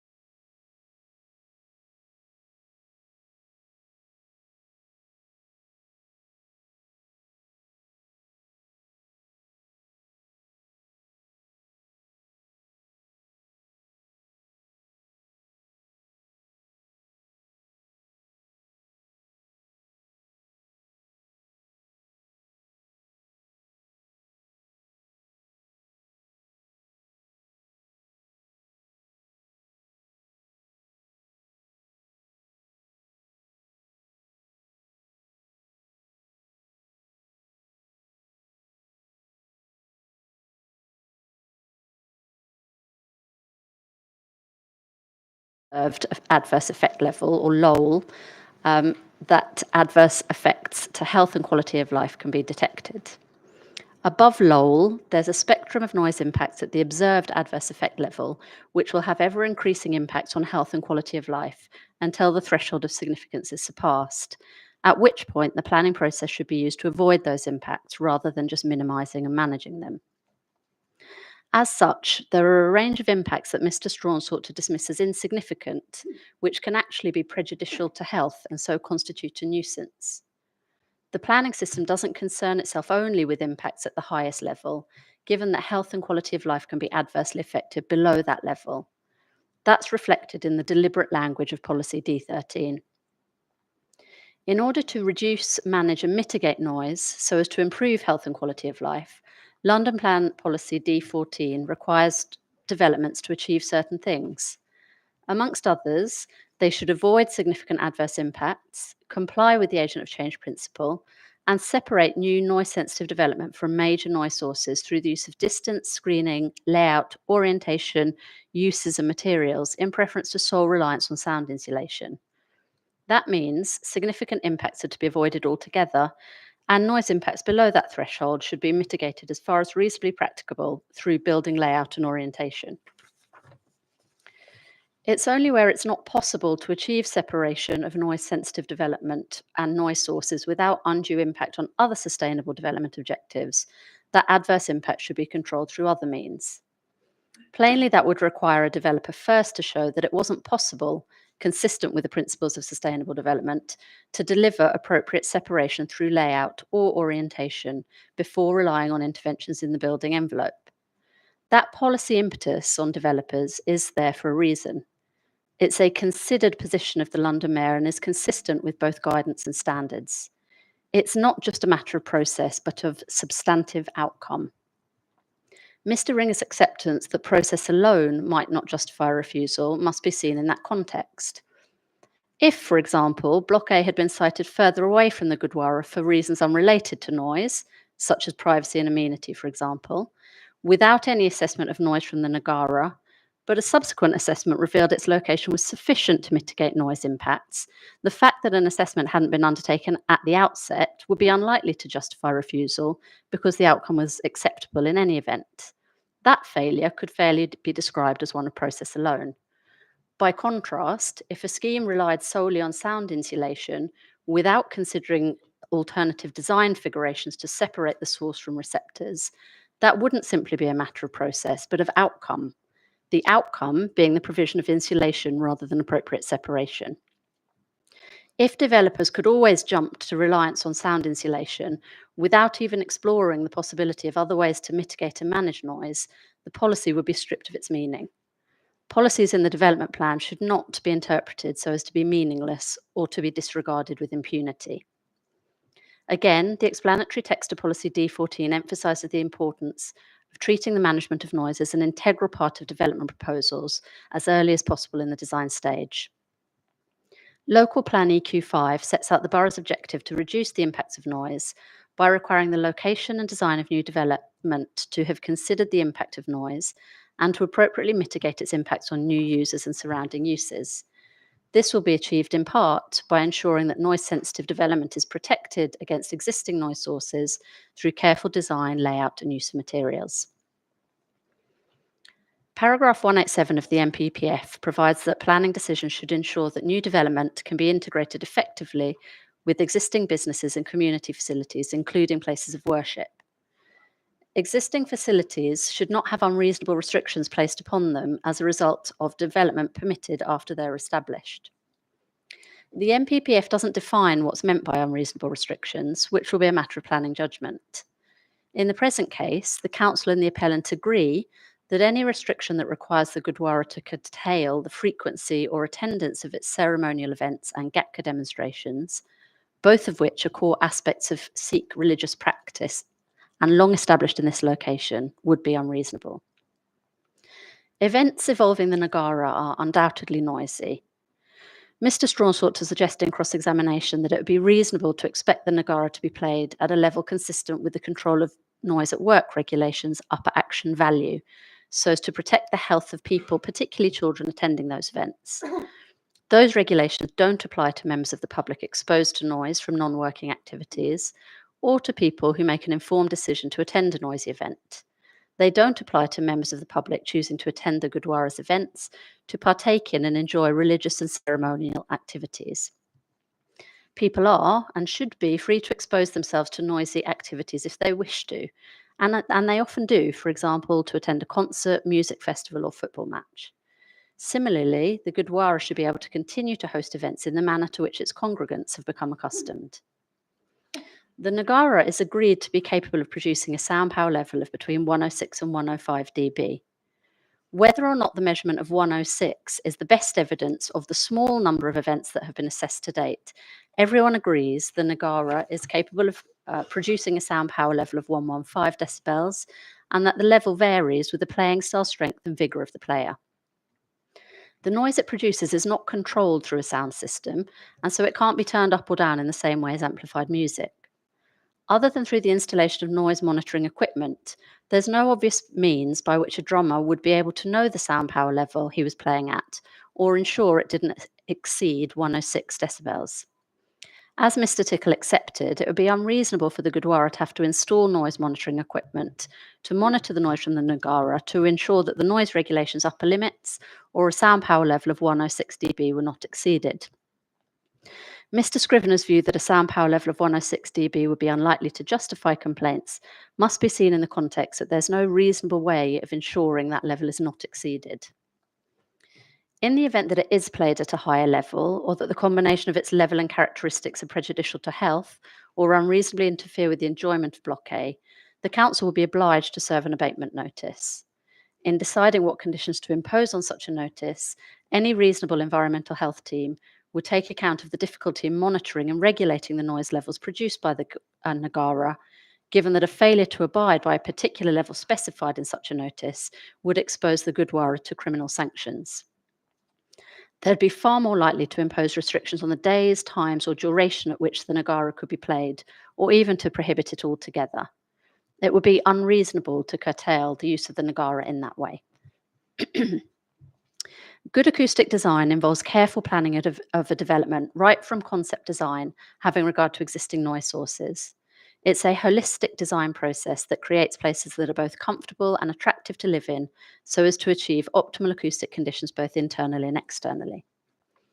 Importantly, in the context of this appeal, the guidance on good acoustic design again makes it clear that solely relying on sound insulation of a building envelope to achieve acceptable acoustic conditions, where other methods could reduce the need for this, is not good acoustic design. Rather, as Mr. Leach accepted in cross-examination, good acoustic design involves a hierarchy of noise mitigation measures, starting with maximising the spatial separation of noise sources and receptors, then the use of the layout of the scheme to reduce noise propagation across the site, then using the orientation of buildings to reduce the noise exposure of noise-sensitive rooms, and at the bottom of the hierarchy, using the building envelope to mitigate noise to acceptable levels. That same hierarchy is reflected in the PPG on noise and indeed in British Standard 8233. Policy guidance and standards are at one in emphasising the importance of identifying noise sources at the outset and then ensuring careful design through layout and orientation to mitigate and minimise adverse impacts in preference to insulation to the building envelope. Both Mr. Leach and Mr. Mannering accepted that good acoustic design is an implicit part of achieving good design as required by government and local planning policies. The appeal scheme doesn't adhere to the principles of good acoustic design and cannot therefore be described as a well-designed scheme. From the evidence of Mr. Leach and Mr. Mannering, we know the following. The appellant had not undertaken any noise assessment of external events at the Gurdwara prior to submission of the application, notwithstanding the pre-application advice from the Council as to the importance of demonstrating compliance with the agent of change, and the fact that Mr. Adan had informed the appellant's team of the external activities, including the playing of the Nagara. Mr. Tickle accepts that noise from the Nagara would have warranted assessment if it was being played at the time of the noise assessment. It was being played at the time of the noise assessment was completed in October 2021, the Gurdwara having reopened in July of that year. There were several months following its reopening and the submission of the application in which the appellant could have measured noise from the monthly Gatka ceremonies. Neither Mr. Leach nor any of the appellant's acoustic team were aware of the playing of the Nagara in the Gurdwara's ceremonial space or courtyard prior to submission of the application. While Mr. Mannering's evidence suggested that extensive acoustic surveys had been undertaken to understand the noise constraints affecting the site, which had informed the scheme design, in fact, those surveys had failed to assess a principal noise source, namely noise from external events at the Gurdwara. There may have been assessment of other noise sources. That there may have been assessment of other noise sources doesn't obviate the need to assess this particular one. Unsurprisingly, in the circumstances, none of the application documents acknowledged the sensitive uses or noise generated in the Gurdwara's external areas or treated them as a constraint on the development of the appeal site, notwithstanding the frequency and noise levels produced by the events.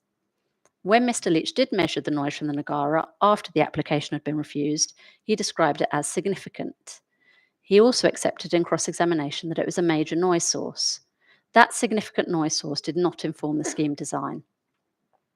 Since the appellant has become aware of the noise from the Nagara following refusal, Mr. Mannering has never been asked to look again at the layout or orientation of the scheme to see whether an equivalent or comparable quantum of development could be achieved using a layout or orientation that further separated Block A from the noise source. Instead, the appellant responded by enhancing the glazing and increasing the balcony balustrades by 10 centimetres. These are not arid or procedural complaints, but issues of real substance. The importance of assessing, understanding, and taking account of existing noise sources as an integral part of a scheme's design, and then mitigating and minimising impacts through sensitive layout and orientation are at the heart of the development plan's noise policies.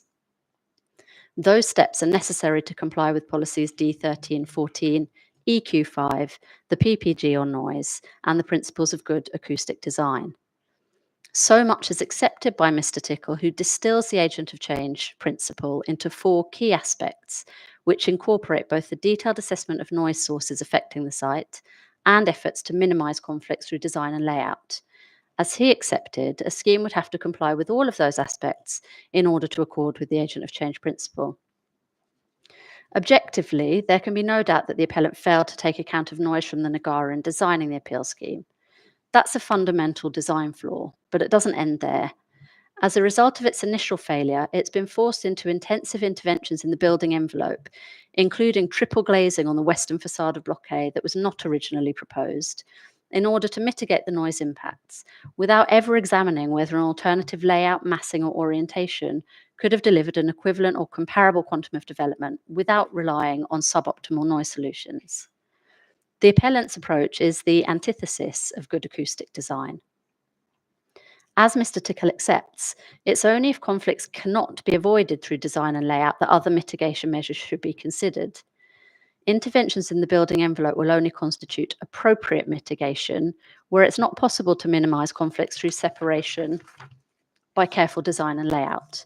Here, there's no basis upon which you could legitimately conclude, sir, that other measures to minimise and mitigate noise impacts have been exhausted before turning to interventions in the fabric of Block A. That is a failure of substantive outcome rather than just process. Indeed, 3 of the 4 matters that Mr. Tickle identifies as fundamental to the agent of change principle haven't been met here. There was no assessment of noise impacts from a major noise source prior to application. There was no effort to minimise noise impacts through design and layout prior to submission, or even after the appellant eventually assessed the noise from the Nagara and found it to constitute a major noise source. Instead, the appellant has increased the mitigation to address the noise from the Gurdwara through higher specification glazing, interventions in the balcony treatment. But the mitigation it now proposes is not appropriate.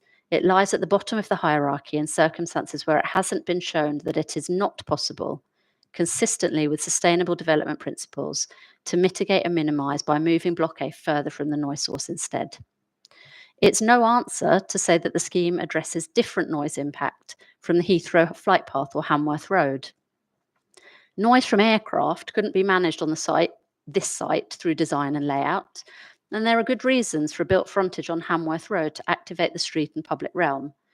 Those considerations justify resorting to noise insulation. The same isn't true on the site's western edge, where alternative solutions, such as an area of amenity space to achieve greater separation, could effectively have reduced noise impacts without reliance on suboptimal interventions.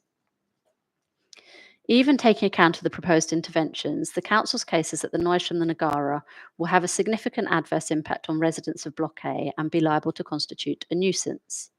Even on the appellant's own evidence, it will result in an observed adverse effect level, which, according to the Noise Policy Statement for England, means it will be present and intrusive. That means both that it's above the level at which adverse effects on health and quality of life can be detected, and that it should be mitigated and reduced to a minimum. The differences between the parties' positions are largely derived from the dispute as to the most appropriate standard against which to assess the noise. The appellant favours British Standard 8233 and the Council, and indeed Mr Duncan for the Gurdwara, British Standard 4142. Neither the London plan or local plan policies dictate the standards and methodology by which noise impact should be assessed. While local plan policy EQ5 includes a reference to BS 8233, that's only identified for use as appropriate, thereby expressly contemplating that it may not always be the most appropriate standard. It doesn't preclude the use of other metrics or standards in the production of noise assessments. As Mr Leach accepted, the most appropriate standard is a matter of professional judgment. Mr Scrivener's judgment remained that BS 4142 was the appropriate standard, and the answers he gave to questions that were predicated on use of 8233 did not detract from that. In the present case, it would be wholly inappropriate to rely on British Standard 8233 for the following reasons. That standard expressly applies to noise sources without a specific character, noting that occupants are usually more tolerant of noise without a specific character. It's also generally applicable to steady external noise sources, previously referred to as anonymous noise, as recognised in Mr Leach's acoustic report.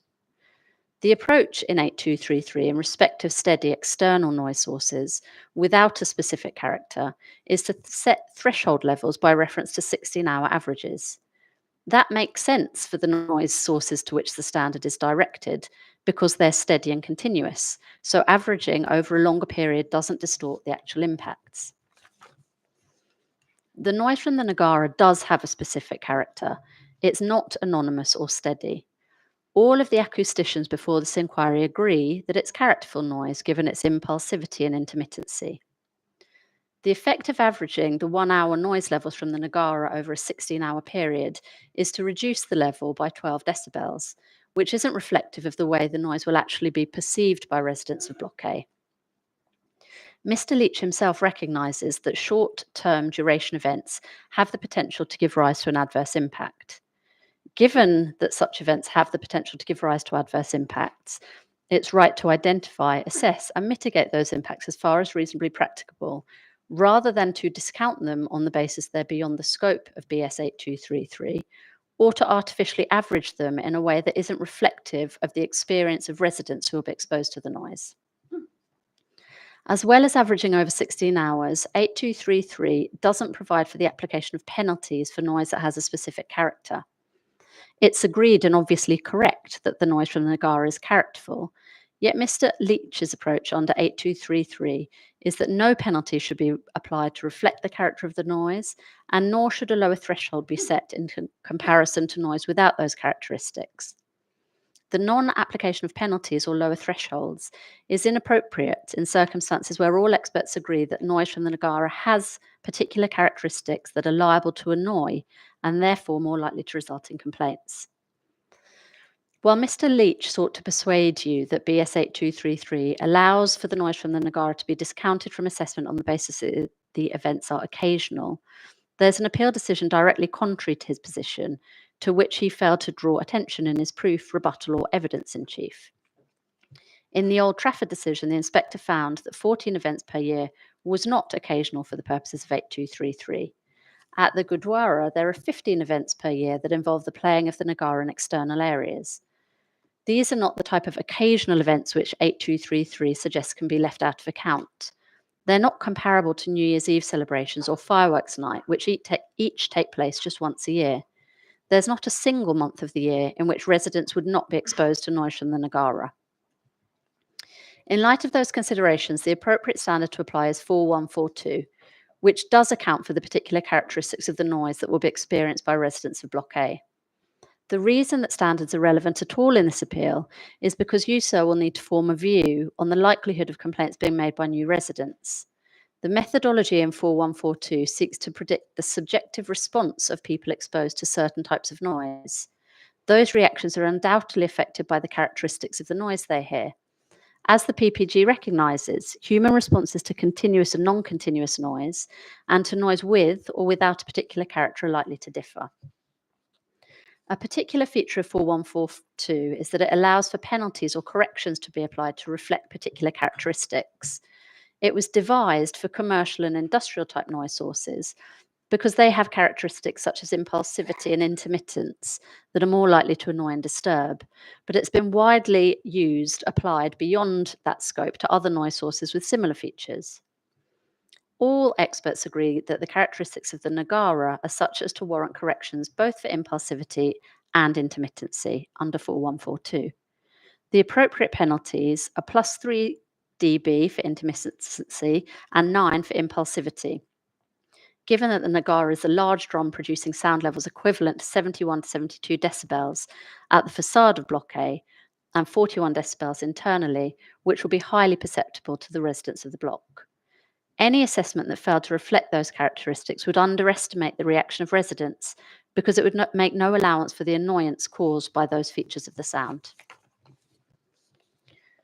BS 4142 explains that typically the greater the difference between background and the specific noise level, the greater the magnitude of impact, and that a difference of +10 decibels or more is likely to be an indication of a significant adverse impact depending on context, while a difference of +5 decibels is likely to be an indication of an adverse impact. At a sound power level of 106 decibels, noise from the Nagara exceeds background noise by +19 decibels when it's played in the courtyard for monthly Gatka demonstrations, and by +30 decibels when it's played in the ceremonial area. There's nothing in the context of the noise or the area to suggest that those exceedances above background levels would be anything other than significant. The very fact that those significant exceedances above background are not captured in the 8233 methodology is an indicator of just how inappropriate that standard is to capture the actual impacts of the noise. Given there's no reasonable means by which the Nagara can be limited to 106 decibels, the appeal scheme is liable to give rise to noise nuisance and doesn't comply with the agent of change principle or the principles of good acoustic design. Furthermore, the councillor invites you, sir, carefully to review your notes of Mr. Scrivener's evidence, which will reveal that any acceptance that there be no reasonable basis for complaints from Block A residents was predicated on an assessment of BS 8233, which he didn't accept to be the appropriate standard. Once the characteristics of the noise are accounted for, even at a sound power level of 106, the noise is likely to result in adverse impacts that certainly exceed LOL and also surpass the SOL threshold. Such impacts are likely to be prejudicial to health, constitute a nuisance, and generate complaints that have the real risk of resulting in a noise abatement notice. In light of the flawed assessment and design process, the adverse noise impacts to which residents of Block A will be exposed, and the risk of unreasonable restrictions on the Gurdwara's activities, the appeal scheme conflicts with the principal development plan policies D13, 14 and EQ5. Conflict with those policies mean that the appeal scheme is contrary to the development plan read as a whole.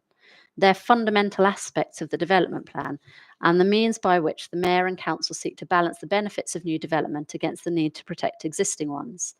No doubt that's why Part E of Policy D13 gives a clear direction that boroughs should not normally permit development proposals that haven't clearly demonstrated how noise and other nuisances will be mitigated and managed. Reason for refusal 2. The Council has seen a draft of the closing submissions on behalf of the Gurdwara as to the unacceptable impacts caused by Block A in terms of overlooking privacy and amenity to its ceremonial areas, which it adopts in full without repeating. As to Perkin Close, Block C of the appeal scheme is located less than 10 metres from the southern facade of 1328 Perkin Close. There are 16 windows on that southern facade, serving 8 kitchens and 8 living dining rooms. Facing those windows, at a distance of between 11 and 12 metres, will be 12 windows above ground floor level, serving bedrooms, living kitchen, dining rooms, and circulation spaces in Block C, as well as rooftop balconies within 10 metres of the windows of Perkin Close. The Mayor's Housing SPG explains that previous planning guidance for privacy sought to achieve minimum distances of 18 to 21 metres between habitable rooms and can still provide a useful yardstick for visual privacy, albeit it shouldn't be applied rigidly.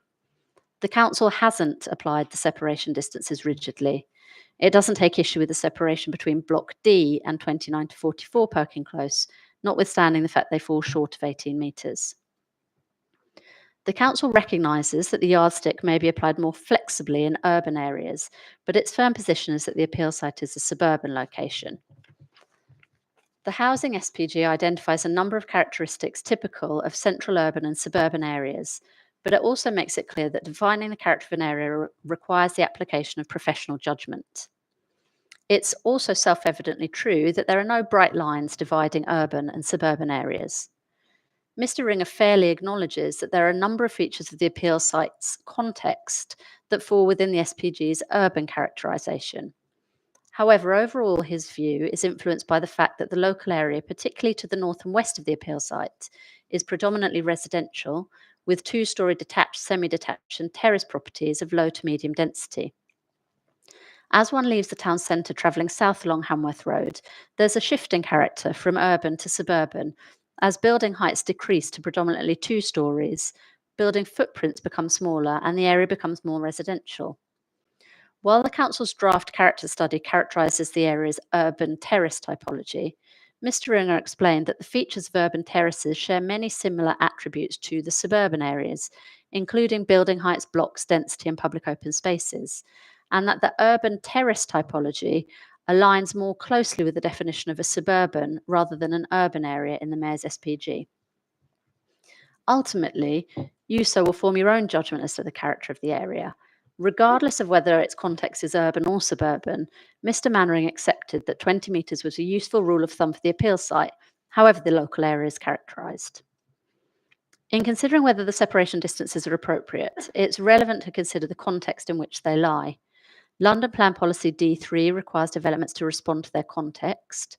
Local Plan Policy CC2 makes it clear that they should respond meaningfully and sensitively to the grain and layout of surrounding buildings. And the Mayor's Housing Design Standards LPG explains that design proposals should demonstrate how they respond to local patterns of buildings. The most relevant context for Block C and D is that provided by the development to the north, which includes the immediately adjoining development at Perkin Close. In Perkin Close, the distances between the facades of buildings are between 18.5 and 27.4 metres, so 2 or 3 times the distance between the facades of Block C and its nearest neighbour. Indeed, to the north of the appeal site, the appellant hasn't been able to identify any separation distances between the facades of buildings of less than 13.7 metres, compared to 9.3 metres here, and most are significantly in excess of that. There's a policy imperative to respond sensitively to the grain and layout of existing buildings that the appeal scheme fails to adhere to. As to the precedents relied upon by Mr. Tickle, a cursory review reveals that none are comparable or offer any support for the separation distances proposed here. In every instance, the separation distances he relies upon were between buildings of the proposed development themselves, where residents will be aware of the relationship and able to make a choice about whether to accept them. There's no evidence before the inquiry that the pinch points in those developments served affordable units where occupiers might have little choice but to accept suboptimal separation. Unlike the relationships within a new development, residents of Perkin Close have existing levels of privacy that warrant protection and would have this unneighbourly addition imposed upon them. Indeed, although Mr. Tickle failed to draw this to your attention, in every case he cites as a precedent, the relationship between the development's internal arrangements was treated separately from the relationship to existing neighbours. 18 to 20 metres was treated as a useful yardstick in every case, and in every case, even in the central location of Hounslow High Street, distances between the proposed development and existing neighbours had been carefully considered to ensure that they exceeded 18 metres. Plainly, the proximity of 13 to 28 Perkin Close to the site boundary was a constraint that required a sensitive response. Instead, the appeal scheme proposes a wall of development with banks of windows close up against the site boundary. The impact on the privacy of residents of Perkin Close will be unacceptable, as the appellant belatedly appears to have acknowledged by proposing in its rebuttal evidence that the Block C windows could be obscured or unopenable. The requirement for obscured glazing is a suboptimal response that will affect the quality of accommodation in Block C. It would, in Mr. Mannering's word, be a shame for those windows to be obscured, and was certainly not part of his original design intention. The device of obscuring large numbers of windows that should provide outlook is an ill-considered response to privacy issues, which should have been mitigated at the earliest stages of the design process through a thoughtful response to the northern neighbours. The fact that such compromises may have been accepted in other cases within developments, which will have had different constraints, and in circumstances where we have no evidence as to the design iterations that those applicants explored so as to seek to avoid such pinch points, doesn't mean they're acceptable here. Ultimately, if the appeal is allowed, officers will be put in the invidious position of having to determine whether to allow either the privacy of privacy of Perkin Close residents or the livability and enjoyment of Block C to be compromised. That stark choice isn't the inevitable result of development on the site. It's the result of a design choice by the appellant to place Block C in such close proximity to an existing neighbour, perhaps driven by a design brief to achieve a certain quantum of development on the site. In any event, even on the appellant's case, the bedroom windows in Block C will be left unobscured and located at around 11.2 to 5 metres from the living dining rooms of Perkin Close. The appeal scheme would also have an unacceptable impact on the amenity space serving both Blocks 13 to 28 and 29 to 44 Perkin Close. All parts of that amenity space are available and appropriate for use by residents, and all warrant appropriate protection. The communal amenity areas are intended to be semi-private spaces serving the needs of their residents. While a degree of overlooking from within Perkin Close is a good thing to promote natural surveillance, engender a sense of ownership, and make the areas feel safe, residents are also entitled to a reasonable degree of privacy. There's no paradox in that position. Both the National Design Guide and the Mayor's Housing Design Standards LPG recognise that some overlooking can provide appropriate passive surveillance, but overlooking can also feel intrusive, and people are entitled to a reasonable degree of privacy in their communal spaces. An appropriate balance is to ensure that amenity spaces are overlooked by the community they serve and who have an interest in them, while protecting them from overlooking by neighbouring development. It's one thing to have residents of your own block keeping an eye on things, and quite another to have people from other housing estates peering in. Quite apart from the actual privacy impacts, appropriate separation distances are important to ensure that buildings don't feel overbearing on their neighbours or give rise to a perception of overlooking. A development can fairly be described as overbearing, where it has a dominating presence that creates a feeling of oppression or intrusion on its surroundings. That will likely be a consequence both of the scale and massing of a development and its proximity to other buildings or spaces. Here, the northern blocks present a wall of development extending some 68 metres, with little articulation to relieve the sense of scale and mass, and 39 windows above ground floor level, just a few metres from the Perkin Close amenity space. Blocks C and D will dominate the amenity space, as well as 13 to 18 Perkin Close, and create overbearing impacts and perception of overlooking, even if the windows are fixed, closed, or unopenable. As to daylight and sunlight impacts, the factual position is largely agreed, albeit the appellant's evidence focuses on the areas of compliance with BRE standards while skating over the adverse impacts. The BRE guidelines require assessment of daylight and sunlight to main windows, which are defined to include living rooms, dining rooms, and kitchens. For daylight distribution, bedrooms should also be assessed, albeit they're less important. Kitchen windows serving Perkin Close should therefore be assessed pursuant to the guidelines, which don't exclude rooms from the scope of assessment based on size. The appellant's analysis reveals the following results. In terms of daylight to 18 to 28 Perkin Close, 42% will not meet the vertical sky component criteria. At ground and first floors, the reductions will be between 54 to 96%. At second and third floors, between 34 and 51. 25% will not meet the no skyline criteria, with relative reductions of 35 to 76.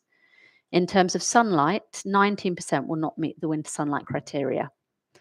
At 29 to 44 Perkin Close, 30% of windows will not meet the VSC criteria and will suffer relative reductions of 32 to 45%, and 31% of the rooms will not meet the NSL criteria with reductions of 26 to 58%. In terms of sunlight to 29 to 44 Perkin Close, 6% of windows will not meet the annual sunlight criteria and 8% will not meet the winter sunlight criteria. The appellant repeatedly sought to justify the BRE guideline breaches by arguing that any development in a cleared site would cause a relative reduction. That reflects a misunderstanding of the vertical sky component, which tests both the relative reduction and whether the sunlight falls below an absolute standard. That means, for example, that the 42% of windows at 13 to 28 Perkin Close that don't meet the criteria are experiencing both a noticeable reduction in sunlight relative to what they previously enjoyed, in daylight, that should say, and have such a low exposure to daylight as to fall below the appropriate threshold. The result is that the affected rooms are likely to appear more gloomy and electric lighting will be needed more of the time. The guidelines establish thresholds at which there'll be a material deterioration in daylight and sunlight conditions at an existing property. While they should be applied flexibly, that flexibility does not extend to pretending there's no adverse impact where a property suffers a material deterioration. It simply means that there may be countervailing considerations that justify impacts below the guidelines. The Council has applied the guidelines flexibly. There's no reason for refusal on the basis of daylight and sunlight impacts. Rather, the Council's position, which one would have expected to be beyond sensible discussion, is simply that the adverse impacts to residents on Perkin Close should be weighed as a factor in the overall planning balance rather than ignored. By contrast, Mr. Kidd's evidence to this inquiry was that there would be adverse impacts to Perkin Close.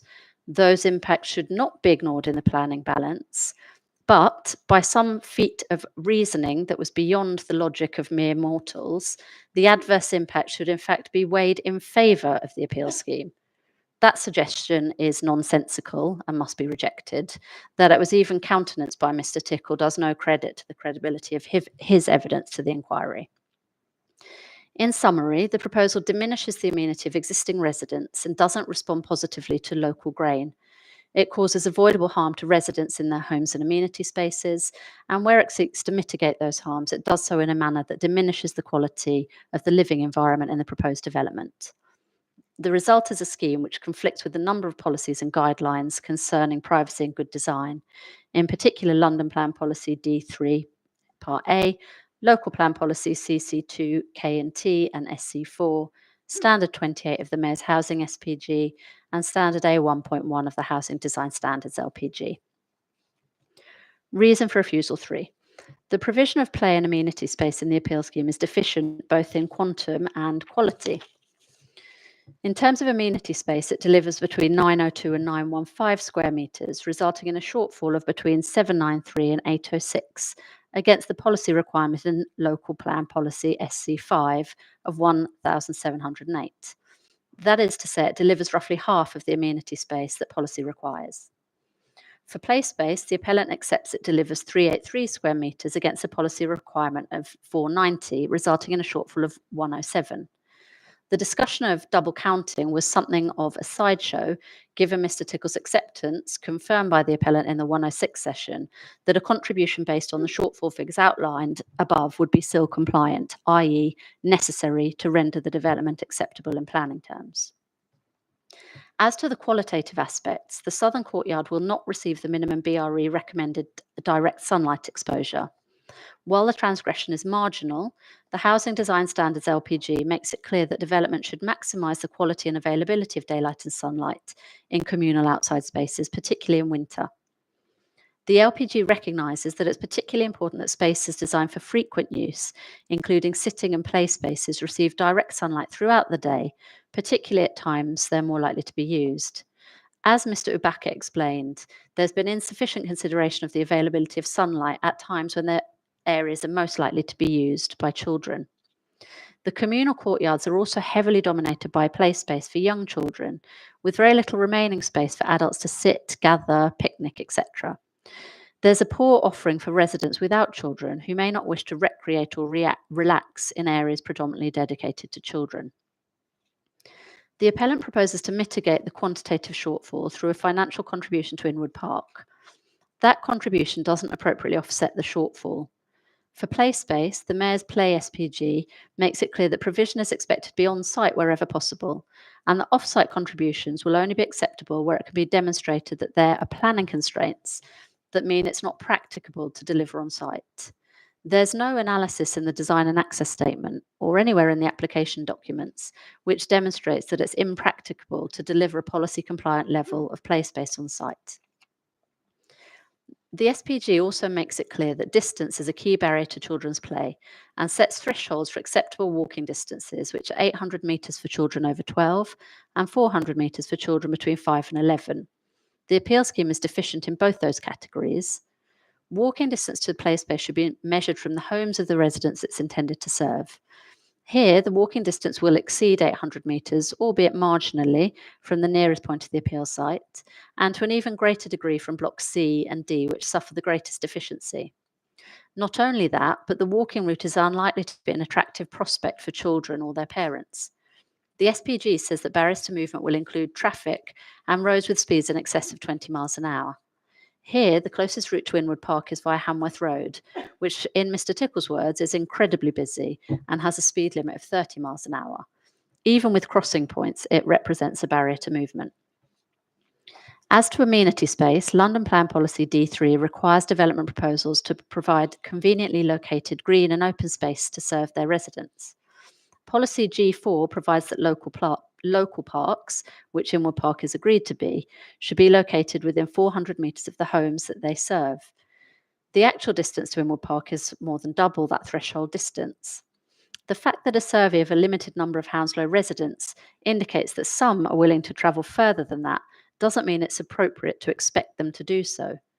As the London Plan makes clear, local parks should be conveniently located.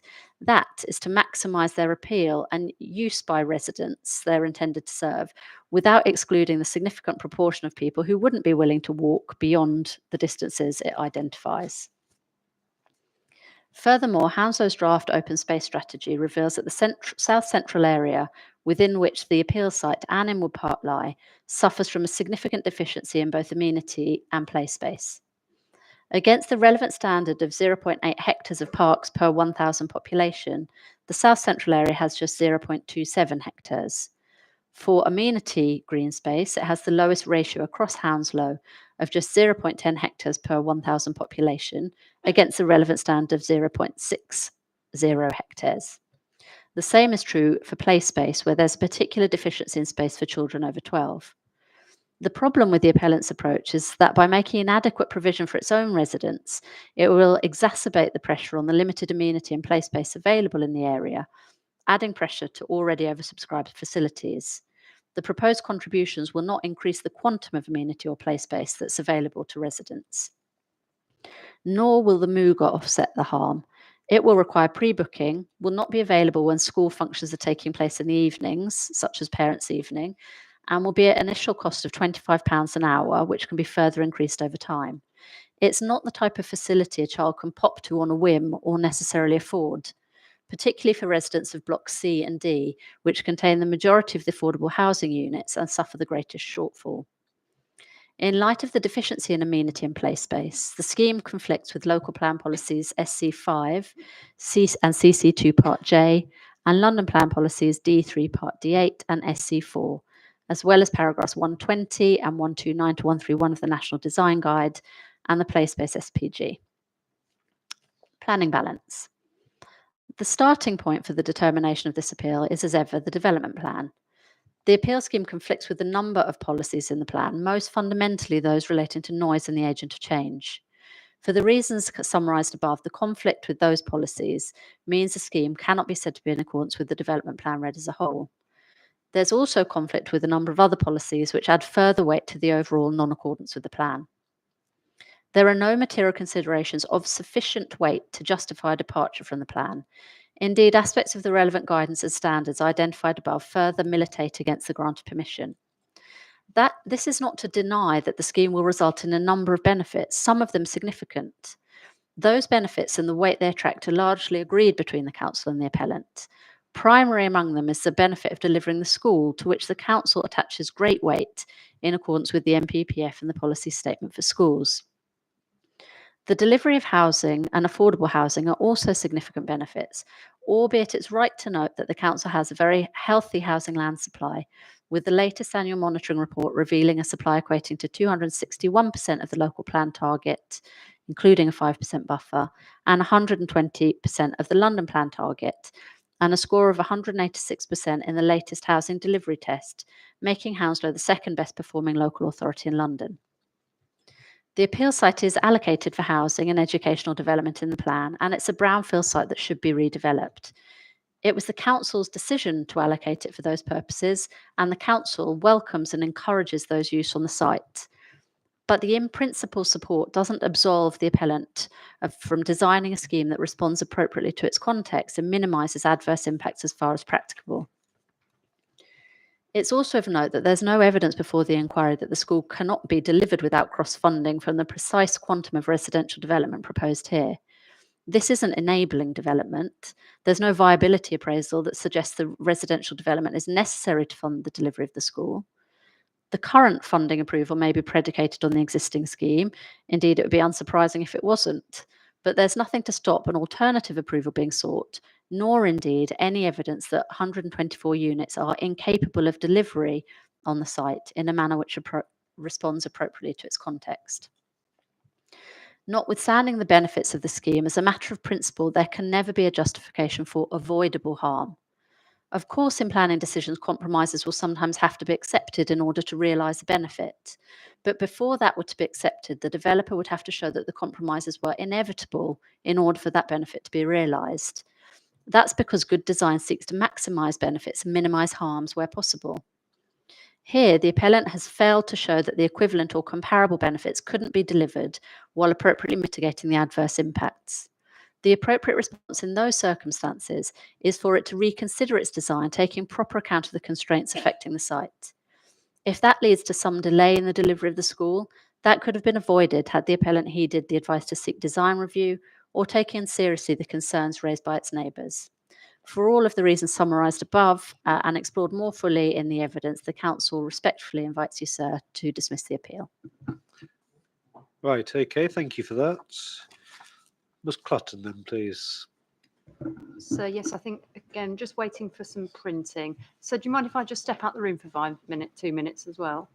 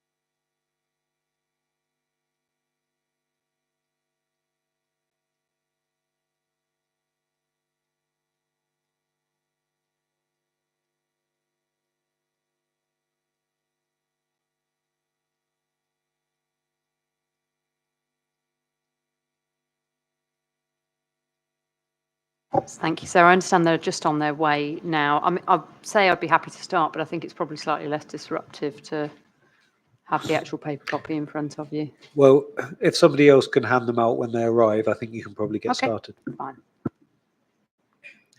Let me just make sure I've got the right version up, sir.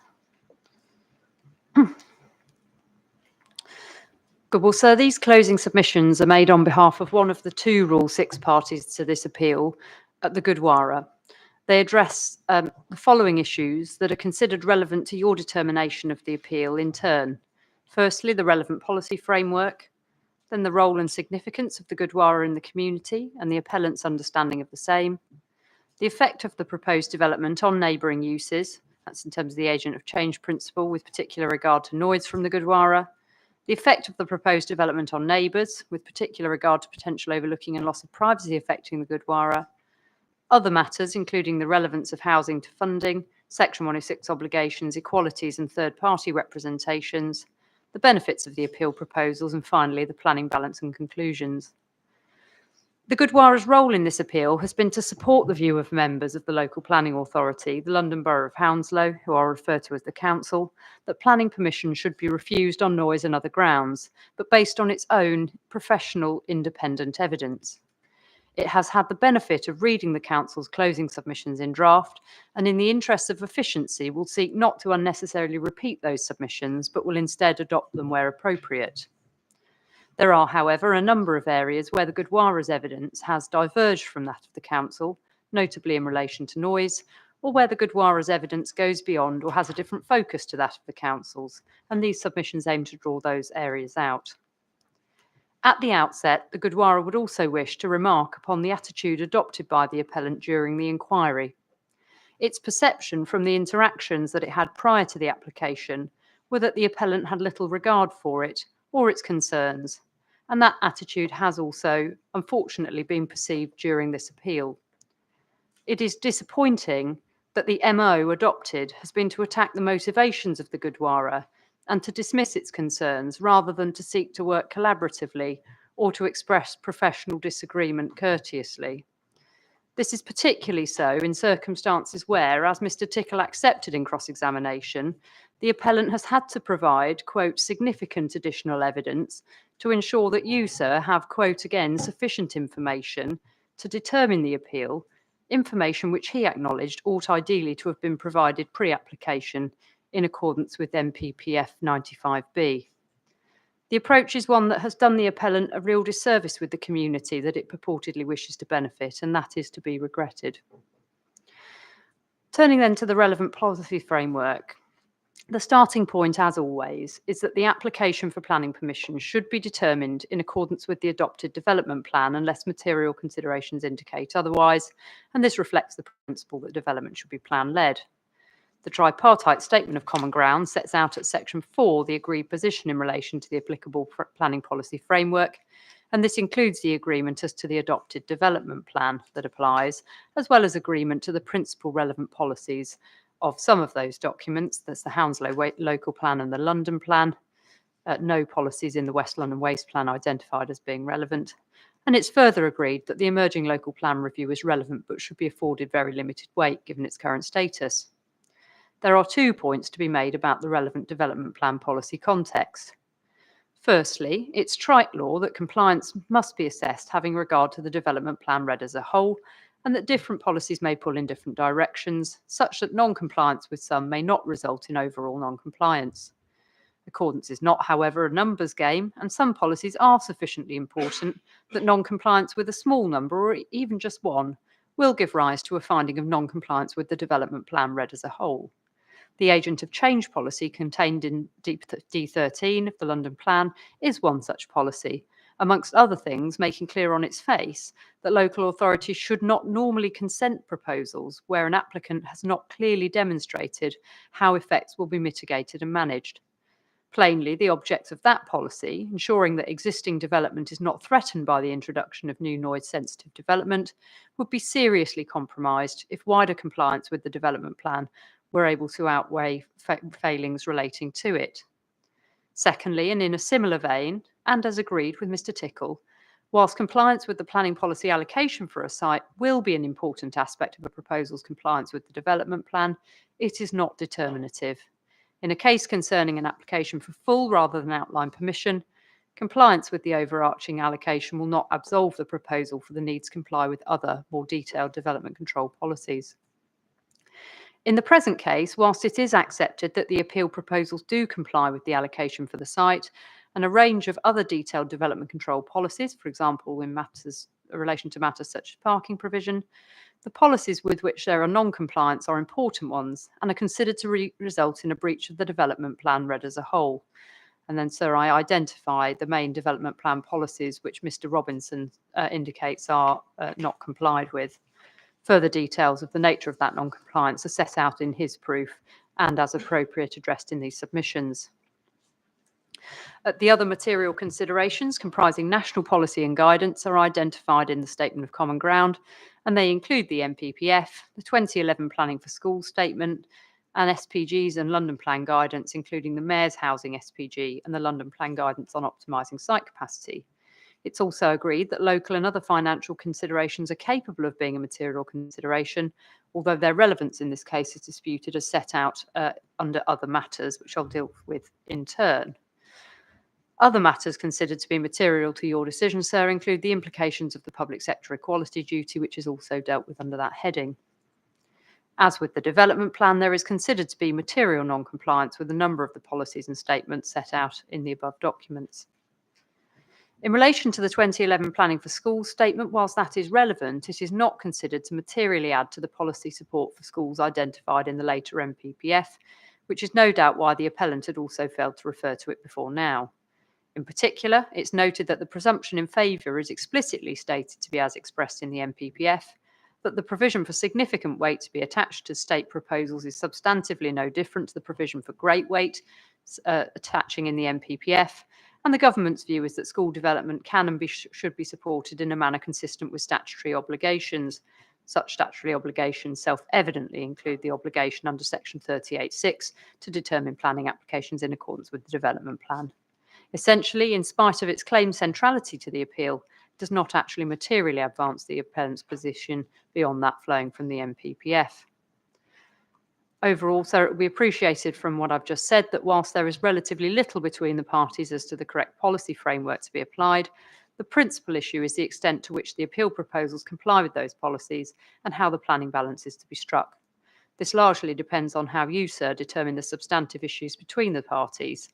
In the Gurdwara's view, material considerations taken as a whole do not support a decision otherwise than in accordance with the development plan, in relation to which there are fundamental conflicts. And I address these matters in the remainder of the submissions. Turning then to the role and significance of the Gurdwara in the community. The role and significance of the Gurdwara in the community should not be underestimated. It has been serving the spiritual needs of Sikhs in the local area and beyond for more than 40 years and offers a range of services and facilities for the wider community. The inspector is urged to ensure, consistent with the evidence given by Mr. Robinson, that significant weight is given to the public benefits it offers and to ensuring its continued successful operation. The inquiry heard directly from Mr. Adan, a long-standing member of the Gurdwara, about factual matters including the nature and setup of the Gurdwara estate, its history, the range of religious and community activities held there, the relationship between donations and the services it provides, and the importance of both music and lighting to the Gurdwara's spiritual life. Matters of particular note for your purposes, sir, are the fact that the Gurdwara does not oppose the development of the appeal site in principle, but simply wishes to see brought forward a scheme which is a sensitive and respectful neighbour. The extent of the use of the ceremonial area, comprising both the stage and Sevadar areas, the latter of which extends up to the boundary with the appeal site, and to 231 to 235 Hanworth Road, as illustrated in Figure 1 of Mr. Adan's proof. The scale and number of events held within that ceremonial area, with hundreds of events such as weddings and funerals, which take place at least in part in those external areas, occurring annually, and the spiritual significance of the use of music and drums in ceremonies, including the Nagara, the drum of victory, and festive lighting. It's noteworthy that with the exception of the Gurdwara's position in relation to its financial capacity, there was no challenge to the appellant by the appellant to Mr. Adan's evidence about the above matters, with the cross-examination instead focusing on matters outside of his experience, such as the relevance of the appeal site's allocation, which is not in dispute, or criticism of the Gurdwara's own development ambitions. Consequently, the inspector can and should take the factual evidence given by Mr. Adan as fundamentally unchallenged. Late attempts by the appellant to put or assert alternative factual positions about the use of the Gurdwara estate, for example, the suggestion put to Mr. Robinson in cross-examination that the Sangat, the congregation, do not use the rear of the car park or ceremonial area, or that they principally use the access road for events, should be rejected.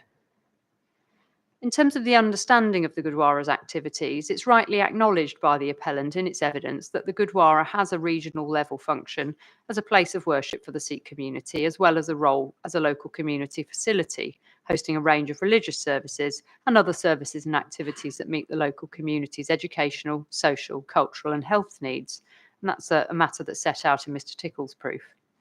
That acknowledgement is welcome, but is not reflective of the understanding they had of the Gurdwara's application at the pre-application stage.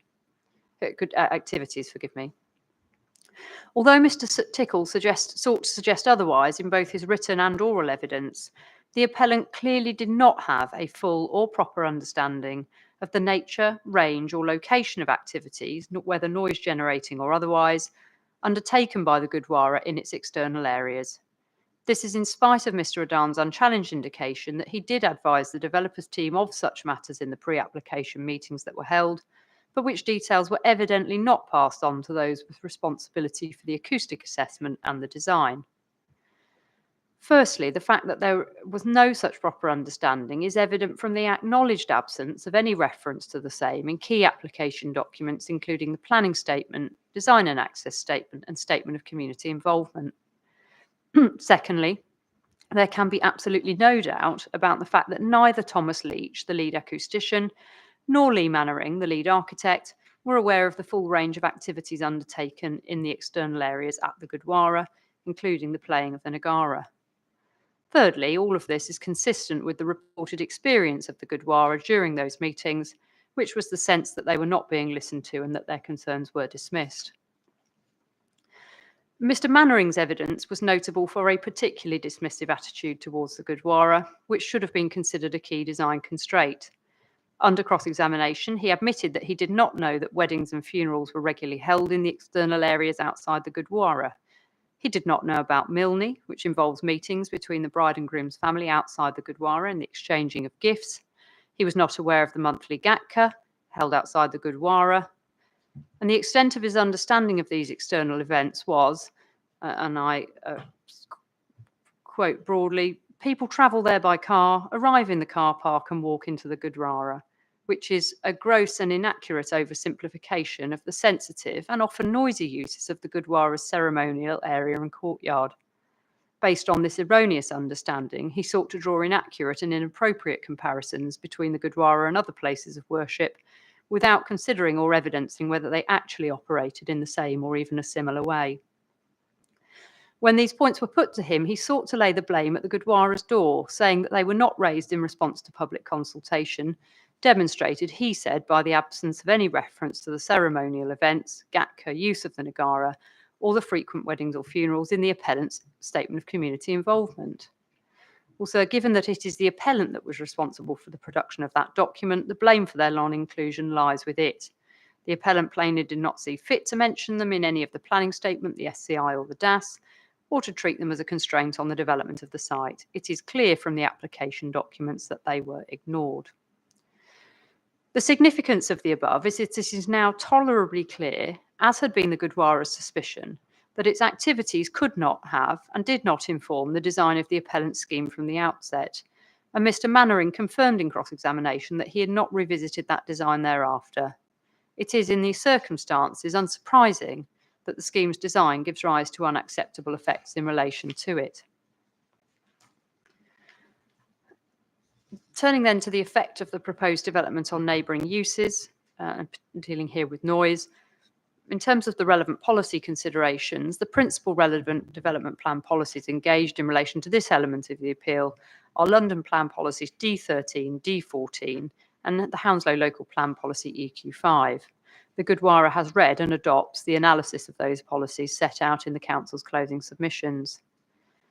It's common ground with Mr. Leach, as confirmed in cross-examination, that neither of the London Plan policies dictate the standards or methodology by which the extent of any noise impacts are to be assessed.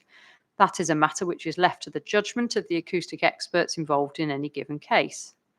BS 8233 is referred to in the supporting text to D14, but only to explain that it provides guidance on how to achieve good acoustic design inside buildings. That it can offer such guidance in appropriate cases is not in dispute. Similarly, although EQ5 refers to ensuring mitigation is delivered in accordance with BS 8223 as appropriate, that recognises that that standard may not always be the appropriate measure. This view is reinforced by the reference to the notes to the policy, which make clear that both BS 8233 and 4142 should inform noise assessments. Moreover, the policy does not preclude reference to any other metrics in production of noise assessments. Finally, in relation to EQ5, Mr. Leach agreed in cross-examination that in cases where new plant is being proposed, noise generated by that plant will normally be required to be 10 decibels below background noise levels. This aspect of the policy has been applied and is secured in relation to the plant required as part of the appeal proposal in draft condition 37. The reason for this is to ensure that such plant is not audible above the background noise level, and although not directly applicable to noise from existing plant, the existence of the policy is considered to indicate an in-principle need to ensure that plant does not contribute to an unacceptable noise climate for development. The policy contained in MPPF 187 relating to agent of change is also an important material consideration in the determination of this appeal. Again, the significance of that policy and how it's considered to apply in this case has been addressed in the Council submissions, and the Gurdwara endorses the views expressed. The Gurdwara particularly emphasises, though, the unreasonable nature of the suggestion by the appellant's advocate that it should be obligated to play its ceremonial instruments at or below a particular sound pressure level, so as to avoid significant effects identified at SPLs recorded as having been achieved as a matter of fact by the Council's noise witness, Mr. Scrivener. This would be wholly impractical. The music being played at these events is not amplified, and so it is not possible to adopt a model whereby the amplification cuts the sound at a certain level. The drummers and other musicians would not themselves be able to determine the SPL at which they were playing. And although sound monitoring equipment could be purchased and operated, Mr. Tickle rightly conceded, under cross-examination regarding unreasonable restrictions, that it would not be reasonable to expect the Gurdwara to do this. It is also worth noting that adopting a lower SPL of 106 would not change the characterful nature of the noise generated by the Nagara, which is not captured using the BS 8233 assessments, in which the sound power levels of 106 and 115 have been deployed, and which is the principal area of dispute between the appellant and the other party's experts. In the foregoing circumstances, regardless of the sound power level, but even where sound power level of 106 is adopted, there would remain a risk of noise levels being generated at Block A, including in internal areas, that were at a level that would expose the Gurdwara to the risk of statutory nuisance proceedings. And so I'll go on to outline those assessments in a moment. In this circumstance, there is a risk of an abatement notice being issued, which the local authority would be required to do if they determined that a statutory nuisance existed or was likely to occur or recur, or of private proceedings being instituted. This would have an unacceptable adverse effect upon the Gurdwara by virtue not only of it potentially having to become involved in litigation with attendant reputational and resourcing impacts, but also because there's no certainty as to any steps that the local authority might require in order to ensure the nuisance was abated. There is therefore every possibility that this could involve curtailment or restriction of its ceremonial activities. Again, Mr. Tickle rightly accepted in cross-examination that it would be an unreasonable restriction upon the Gurdwara if the frequency or duration of its external events were subject to such curtailment or restriction.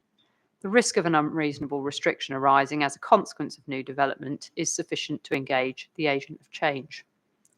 Indeed, this is precisely the sort of risk that the agent of change principle was intended to avoid. It is not for the Gurdwara to adjust its activity to suit the new development. The new development should be cited and designed to avoid that need arising. So in terms of the approach to the applicable standards, as set out in the Council's closing submissions, it's common ground that there's no specific method applicable to the assessment of noise under the relevant development plan or national policies. The choice is a matter of judgment, and as explained by Mr. Duncan, it's appropriate in a case like the present to utilise a range of assessment methods to obtain a full picture of the likely effects. In the present case, the principal battle lines between the appellant on the one hand and the Council and Gurdwara on the other relate to the appropriateness of the use of BS 8233 versus the use of BS 4142, neither of which is directly applicable on the precise wording and scope of those standards. Mr. Duncan's clear view is that BS 4142 provides a better representation of the likely response of those subjected to noise because it accounts for the characterful nature of that noise. Again, the Gurdwara has seen and adopts the Council's submissions as to the issues arising from the application of BS 8233 and the explanation as to why BS 4142 is to be preferred, all of which is consistent with Mr. Duncan's evidence to the inquiry. In addition to 4142, Mr. Duncan has relied upon the Code of Practice for Environmental Noise Control at Concerts, COP 95, which is a long-established standard that provides guidance as to how disturbance and annoyance from music event noise can be minimised. At the outset of Mr. Leach's cross-examination, he agreed that the only issue between him and Mr. Duncan in relation to COP 95 was whether it's applicable in principle to music other than amplified music. He accepted that COP 95 had been and could be applied to assess the likely noise effects upon new development, rather than just existing development, in other planning decisions, notably the Old Trafford cricket decision referred to in his own proof and that you've just heard about in the Council's closing submissions. By the end of his cross-examination, Mr. Leach had agreed that COP 95 could be applied to non-amplified music, provided that that music fell within the definition of a music event as set out in COP 95's glossary. Although he then shifted his position to suggest that the Nagara noise did not satisfy this definition, such a shift was misplaced. The definition of a music event engaging COP 95 in its glossary is a concert or similar event where live or recorded music is performed, whether by solo or by group, before an audience. Both the events or locations of events at which the Nagara is played in the ceremonial area and as part of the Gatka are a concert or similar in nature to a concert commonly bearing the dictionary definition of being a musical performance given in public, which the playing of the Nagara plainly is, or at the very least is similar to. The music that is played is live music, drumming, and may be either by a soloist or as part of a group together with other musical instruments. Finally, that performance takes place in front of an audience of hundreds or sometimes even thousands. Of these points, Mr. Leach only disputed that the playing of the Nagara at the Gurdwara was a concert or similar event, a view which you're invited, sir, to reject, having regard to both the foregoing explanation as to what a concert is and common sense. COP 95 is therefore considered to provide useful guidance as to when noise from events in the ceremonial areas are likely to be disturbing or annoying. Where COP 95 is engaged, the guideline music noise levels it suggests should not be exceeded at noise sensitive premises between 9 AM and 11 PM are set out in Table 1. For occasions where the 4 to 12 events per annum are held at a venue, as is at least the case here, the music noise level should not exceed the background noise level by more than 15 decibels over a 15-minute period, a level of discord between event noise and background which is comparable to the indicative significant adverse effect level under BS 4142. Even the less onerous level applicable where there are just 1 to 3 events per annum at a venue, which is not considered to apply, given both the 15 instances at which the Nagara is played as a matter of fact and the likely inability for affected residents to distinguish between those events, it requires that the event music noise level should not exceed 65 decibels over a 15-minute period. In the above circumstances, you, sir, are invited to follow the approach of your colleague inspector in the Old Trafford appeal, to find that COP 95 is applicable and relevant to new development, and to note the support it provides for the Gurdwara's view that the noise from external events involving the Nagara are likely to involve disturbance and/or annoyance, contrary to those guidelines. In terms of the noise levels that falling for consideration, under BS 4142, the noise levels falling for consideration are subject of agreement and set out in Table 5 to the Noise Statement of Common Ground Addendum. In respect of BS 8233, as you'll be aware, sir, there is a live dispute as to the appropriate sound power output, sound power level or SPL, against which the impact on the internal and external areas of Block A fall to be assessed for the purposes of the BS 8233 assessment. The two possibilities are an SPL of 106 decibels or 115. That's the SPL 106 and 115 that I've referred to date. The former SPL 106 is relied upon by Mr. Leach and latterly by Mr. Scrivener, whereas the latter 115 is relied upon by Mr. Duncan. SPL 106 reflects the measurements undertaken by Sol Acoustics on a festival day in April 2023. These were described by the Appellant's Counsel as the best evidence available to the inquiry of the likely or representative level at which the Nagara will be played, not being, as he described it, tainted by bias. This is not the case. As explored with and accepted by Mr. Leach in cross-examination, on the single occasion that he measured SPL 106, firstly, the Nagara was in an unusual position, being present on the balcony rather than in the ceremonial area, the first time Mr. Adan had ever known the drum to be played in that location. It was not raining, but had been raining, a matter which Mr. Duncan also noted in chief might have had the potential to affect the noise generated because of impacts on the drum skin. Also, although Mr. Leach initially asserted that the drummer did not appear restricted by his position, he accepted that he could not know if he was constrained, having observed from behind a wall whilst looking through a wire fence, as seen in the video shown to the inquiry. And finally, as a consequence of all of the above, it was not therefore a typical event. Although Mr. Leach went on to say that the SPL obtained was equivalent to other typical events measured by Clear Acoustic Design, these were measurements he had previously been highly critical of, and he also accepted that there was a margin for error with them. This attempt on his part to have his cake and eat it where it suits his case should be rejected. Added to these matters, it now also appears that the drummer recorded on that occasion was a teenage boy. As Mr. Robinson indicated, he had viewed a video in evidence in chief, and that reinforces the Gurdwara's concern that on occasions where the Nagara is played by an adult male, the SPL produced may well be greater. All of those factors should lead you to exercise caution and not treat SPL 106 as being representative of the typical or likely noise generated by the Nagara. There is no dispute between any of the parties to the inquiry that the Nagara is, as a matter of fact, capable of being played at SPL 115. The assessment by Mr. Scrivener that led to that noise measurement was undertaken with the Nagara in a typical location and accompanying a typical event, the Gatka. It was a real sound power level measured in relation to an event that takes place frequently, with no issue being taken as to the method of measurement, and frankly, Mr. Scrivener was simply wrong to concede this point. There is no reason to believe that SPL 115 will not be achieved on any given day, and you, sir, would risk materially underestimating the adverse noise effects of the appeal proposal if you do not apply it. And so I just want to divert from the text there to make a small point about the evidence of Mr. Scrivener. So you have heard the evidence that was given, you heard the concessions that were made by him, but it is your role and judgment to determine what weight you ought to afford to those. And so I'm going to invite you, when you're considering what weight to afford to Mr. Scrivener's oral evidence, to consider whether you think, based on the testimony that he gave, that the responses that he gave and concessions he made were real considered responses reflecting his true professional view, or whether, as appears to have been the case to some of us in this room, that he simply collapsed under the pressure of cross-examination.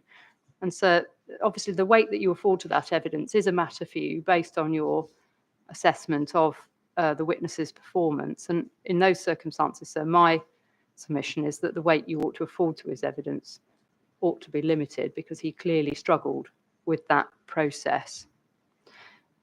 Moving on then just to COP95, the COP95 assessment can utilise the agreed background sound level of 49 decibels and the predicted music noise levels are set out in Mr. Duncan's proof. In terms of the results of the assessment, or the assessments, the external noise levels have been measured by all three methods before the inquiry.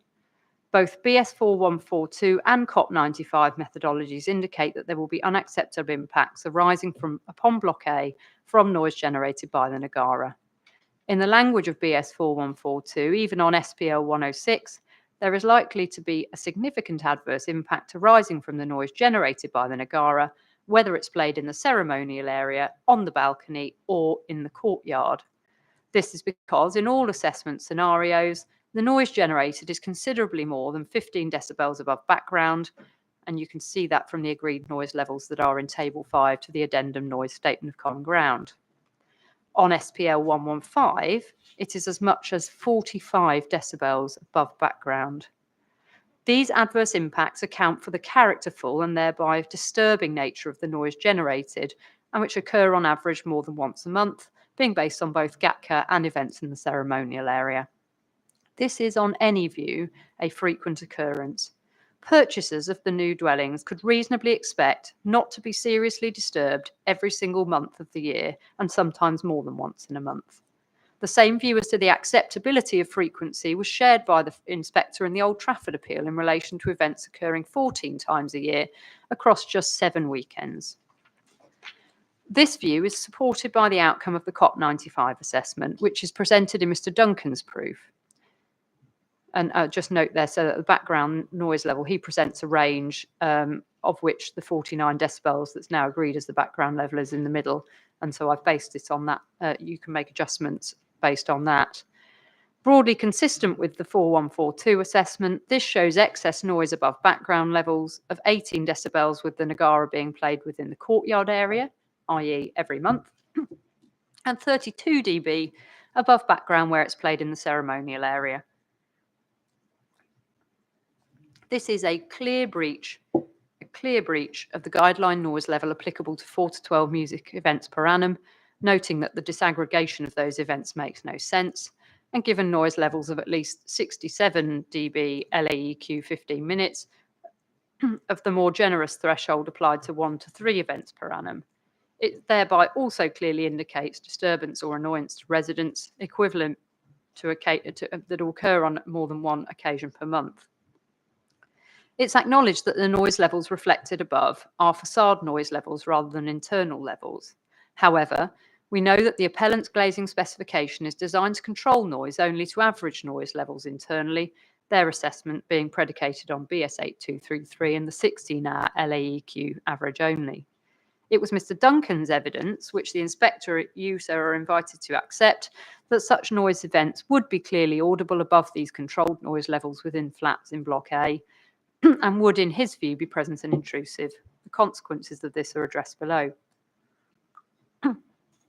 As to BS 8233, the agreed outputs of the assessment on both SPL 106 and SPL 115 are set out in Table 4 to the Addendum Noise Statement of Common Ground, which so I know you have and the other parties have marked up to show the 16-hour averages in the external event noise column by deducting 12 decibels from the printed versions. On the basis of the 16-hour averages included within that assessment, SPL 106 would result in acceptable internal noise levels on construction alternatives 1 and 2, and noise levels above the 55 decibel level at which serious annoyance is likely to arise when the Nagara is played in the ceremonial area. If SPL 115 is adopted, the assessment identifies acceptable internal noise levels on construction 2, albeit that 2 readings are at or just over the level at which moderate annoyance is likely to arise, and on construction 1, provided that the Nagara is in the courtyard. Unacceptable internal noise levels on construction 1 where the Nagara is played in the car park or on the balcony, and noise levels which are at or which materially exceed the 55 decibel level, which result in the onset for serious annoyance on the balconies in all playing locations. So the temptation that you may feel may be to look at the SPL 106 outputs and conclude that any harm is limited. You should not, however, be led into that trap. For all the reasons explained in the Council's closing submissions adopted here, the reason this demonstrates on SPL 106 an impact which is broadly compliant with the BS 8233 or WHO standards is solely because of the effect of averaging over 16 hours, that smooths out the peaky and disruptive nature of the event noise that will give rise to the disturbance. Assessments reflecting the duration of the event far more accurately reflect the impact likely to be experienced and should be preferred. In any event, from a planning policy perspective, mere compliance with the technical standards is not the end of the matter. It's common ground, as agreed with Mr. Tickle, that planning policies expect private amenity spaces to be of a particular quality. And of course, the same is also true of internal areas, albeit I didn't put that point to Mr. Tickle. I would be surprised if he disagreed with it, particularly in relation to the external amenity areas by reference to usability and offering a good standard of amenity. The thresholds set out in the World Health Organization guidelines relate to the onset of moderate or serious annoyance and sleep disturbance. As a matter of principle, the provision of a good standard of amenity will require something better than avoiding the onset of moderate or serious annoyance or sleep disturbance. And where noise levels are present or intrusive, present and intrusive or greater, i.e. are observed adverse effect levels or significant observed adverse effect levels for the purposes of the MPPG, then during those noise events, there will not be a good standard of amenity. Whether noise levels are regarded as present and intrusive or present and disruptive if above SOL depends on the noise levels that USER accept as likely to arise. In our submission, this ought to be the 1 hour/15 minute noise levels identified in BS 4142 and the COP95 assessment that Mr. Dunn concluded would be at least present and intrusive. In the event that USER agree, contrary to the Council and the Gurdwara's position, that the 16-hour average levels are the relevant ones, then this should be based on SPL 115, and those that are present and intrusive would be those identified in the paragraphs that I've just read out above. Given that in all those scenarios, or given that all these scenarios include present and intrusive or greater noise events arising from the playing of the Nagara both in the courtyard and the ceremonial area or on the balcony, that is considered to be a regular and unacceptable noise impact, which has not been mitigated or minimised, as the Council has described, and which leads to breaches of policies D13, 14, EQ5 and MPPF 187. Dealing then with the kitchen extract fan noise, there's no dispute that noise from plants is capable of causing disturbance or annoyance to residential receptors. As a matter of principle, such disturbance or annoyance has the capacity to affect both internal residential receptors and external residential receptors. When assessing whether the acoustic environment in new residential development is acceptable, it's therefore necessary to take account of the impact of any existing plant being utilised by neighbouring premises. This is in itself an aspect of the agent of change. If an existing business or community facility needs plant to operate, complaints with regard to that plant risk compromising its continued operation, and the risk of being required to cease using such plant or to otherwise control its use would be contrary to the agent of change. In the present case, the existing plant serving the Gurdwara includes kitchen extract fans serving the Langar, the community kitchen, a facility which provides free meals to anyone in the community and which provides more than 7,500 meals per week. As well as being a valuable community resource for the Sikh community attending the Gurdwara, the Langar helps serve food to the poorest and most vulnerable in society. The kitchen further has a spiritual significance, the Guru Langar being God's kitchen, through assisting Sikhs in Vanchakna, sharing with the needy, being one of the 3 pillars of faith. Although the operation of the Langar is now common ground between the parties to the inquiry, Mr. Mannering admitted in cross-examination that he was not aware of it at the pre-application stage, and consequently it cannot have been taken into account during the design stage. Having regard to the spiritual and practical significance of the Langar, it would not be reasonable for its operation at the Gurdwara to be curtailed through the risk of nuisance proceedings, a matter that was agreed by Mr. Leach in cross-examination. One of the kitchen extract fans is located on the eastern side of the Phase 1 main building, as shown in Mr. Duncan's proof. The unchallenged evidence on behalf of the Gurdwara is that this kitchen extract fan operates constantly between 4 and 8 p.m, 365 days a year. That's 4 a.m. and 8 p.m. Mr. Leach further agreed in cross-examination that there are no existing residential receptors nor external amenity areas that are as close to this fan as the proposed Block D.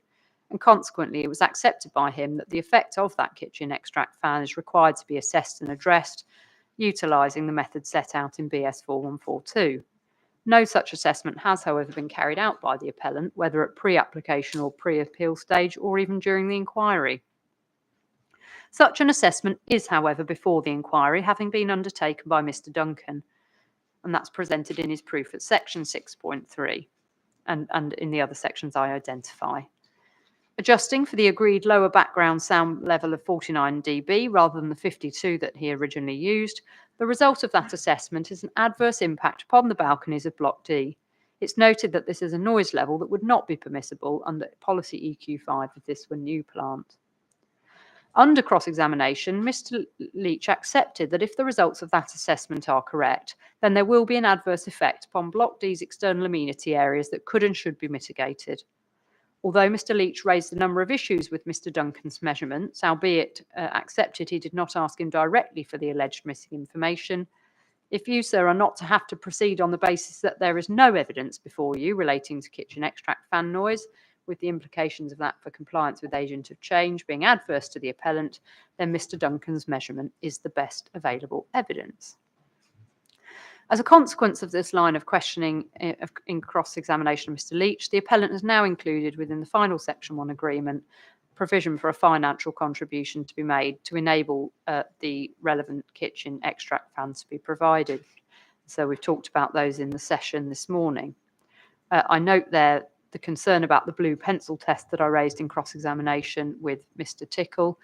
And in my submission, sir, in view of Thomas Leach's concession and in the absence of any other information demonstrating any substantive inaccuracy in that assessment, that approach is not an appropriate one. And although Mr. Tickle tried very hard in cross-examination to avoid conceding this point, he did say that his advice to you would be that he was happy to see that mitigation included. So it should be.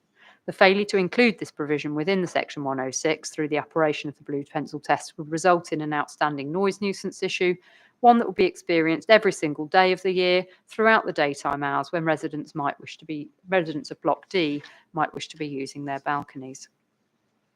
In the circumstances, you, sir, are invited to make clear that the provision made in the Section 106 is necessary if a further issue with agent of change is to be avoided. Turning then to other nuisance generating activity, it's common ground with the appellant that noise is not the only matter covered by the agent of change principle, CD 13. That principle also includes other nuisance generating activities, including lighting. It's further common ground that the Gurdwara is a building that's externally lit, and that lighting takes two forms. First, the functional flood lighting, which lights up the ceremonial area and car park on a nightly basis, and second, the festive lighting that's used to adorn the building during festivals such as Diwali. The lighting that's used by the Gurdwara, and so just pause on that, just in case you have undertaken a site visit at night at the moment, you'll notice that perhaps the building was not as brightly lit as you might expect for Diwali. And that's because, unfortunately, the lights have tripped the fuse. They have been, I believe they've been fixed now, but the current Diwali lighting that you would see, unless you go close to the building where you can actually see the very large sort of strip lights that go down the building, it's not all operational, but that's because of a technical issue. Now, the lighting that's used by the Gurdwara has been reported by Mr. Robinson to be very bright. The potential for the same to cause disturbance to the new residents was therefore consistently raised by the Gurdwara in its letters of objection to the application, and I've identified them there, and again in its statement of case for this appeal. Such lighting will be in very close proximity to the new Block A, the facade of which is just over 5 metres from the boundary to the Gurdwara's ceremonial area, where the flood lighting is placed, and in direct view of the front elevation of the Gurdwara upon which the festive lighting is placed. In spite of this obvious issue, the appellant has failed to undertake any substantive assessment of any impacts arising from this lighting. In fact, and very significantly in my view, Mr. Tickle confirmed that neither he nor any of the applicant team had undertaken a nighttime site visit prior to the making of the application, nor at any time, nor had they instructed their appointed lighting consultant in relation to it. Any views he expresses as to the absence of any issue cannot therefore be based upon any personal judgment derived from direct experience of the issue, or from any expert assessment undertaken. There is therefore no technical or other similar material available to the inquiry upon which you, sir, can base your judgment. The position adopted is nothing more than mere bold assertion. Mr. Tickle's basis for rebutting this issue in his proof was that there are existing properties in proximity to this lighting which are not reported as having made any complaints. And there are two responses to be made to that, which are a complete answer to the submission. First, those properties, 231 to 235 Hanworth Road, are owned by and therefore connected to the Gurdwara. Those living in them have a connection to the Gurdwara, which makes them less likely to complain about this. The ownership of those properties is plainly relevant in this regard. Second, and most importantly, the approach is one that fundamentally conflicts with the purpose of agent of change. Agent of change is not concerned about how existing neighbours, who may be more distant or who may have become habituated, it's not concerned about how they respond to a particular impact, but how new neighbours may respond to an impact. The most that can be said about the response of existing neighbours is that they may provide some indication as to how others will respond. As above, however, factors that would also have to be taken into account include the different relationship between existing and proposed buildings and the nuisance generating use, and any other reasons why objections may not have been forthcoming in the existing scenario, for example, relationships such as those described above. It cannot obviate the need for an assessment to be undertaken. The consequences of the appellant's failure in this regard is a breach of London Plan Policy D13 in relation to agent of change. In respect of that policy, the breach arises because the failure to even assess the implications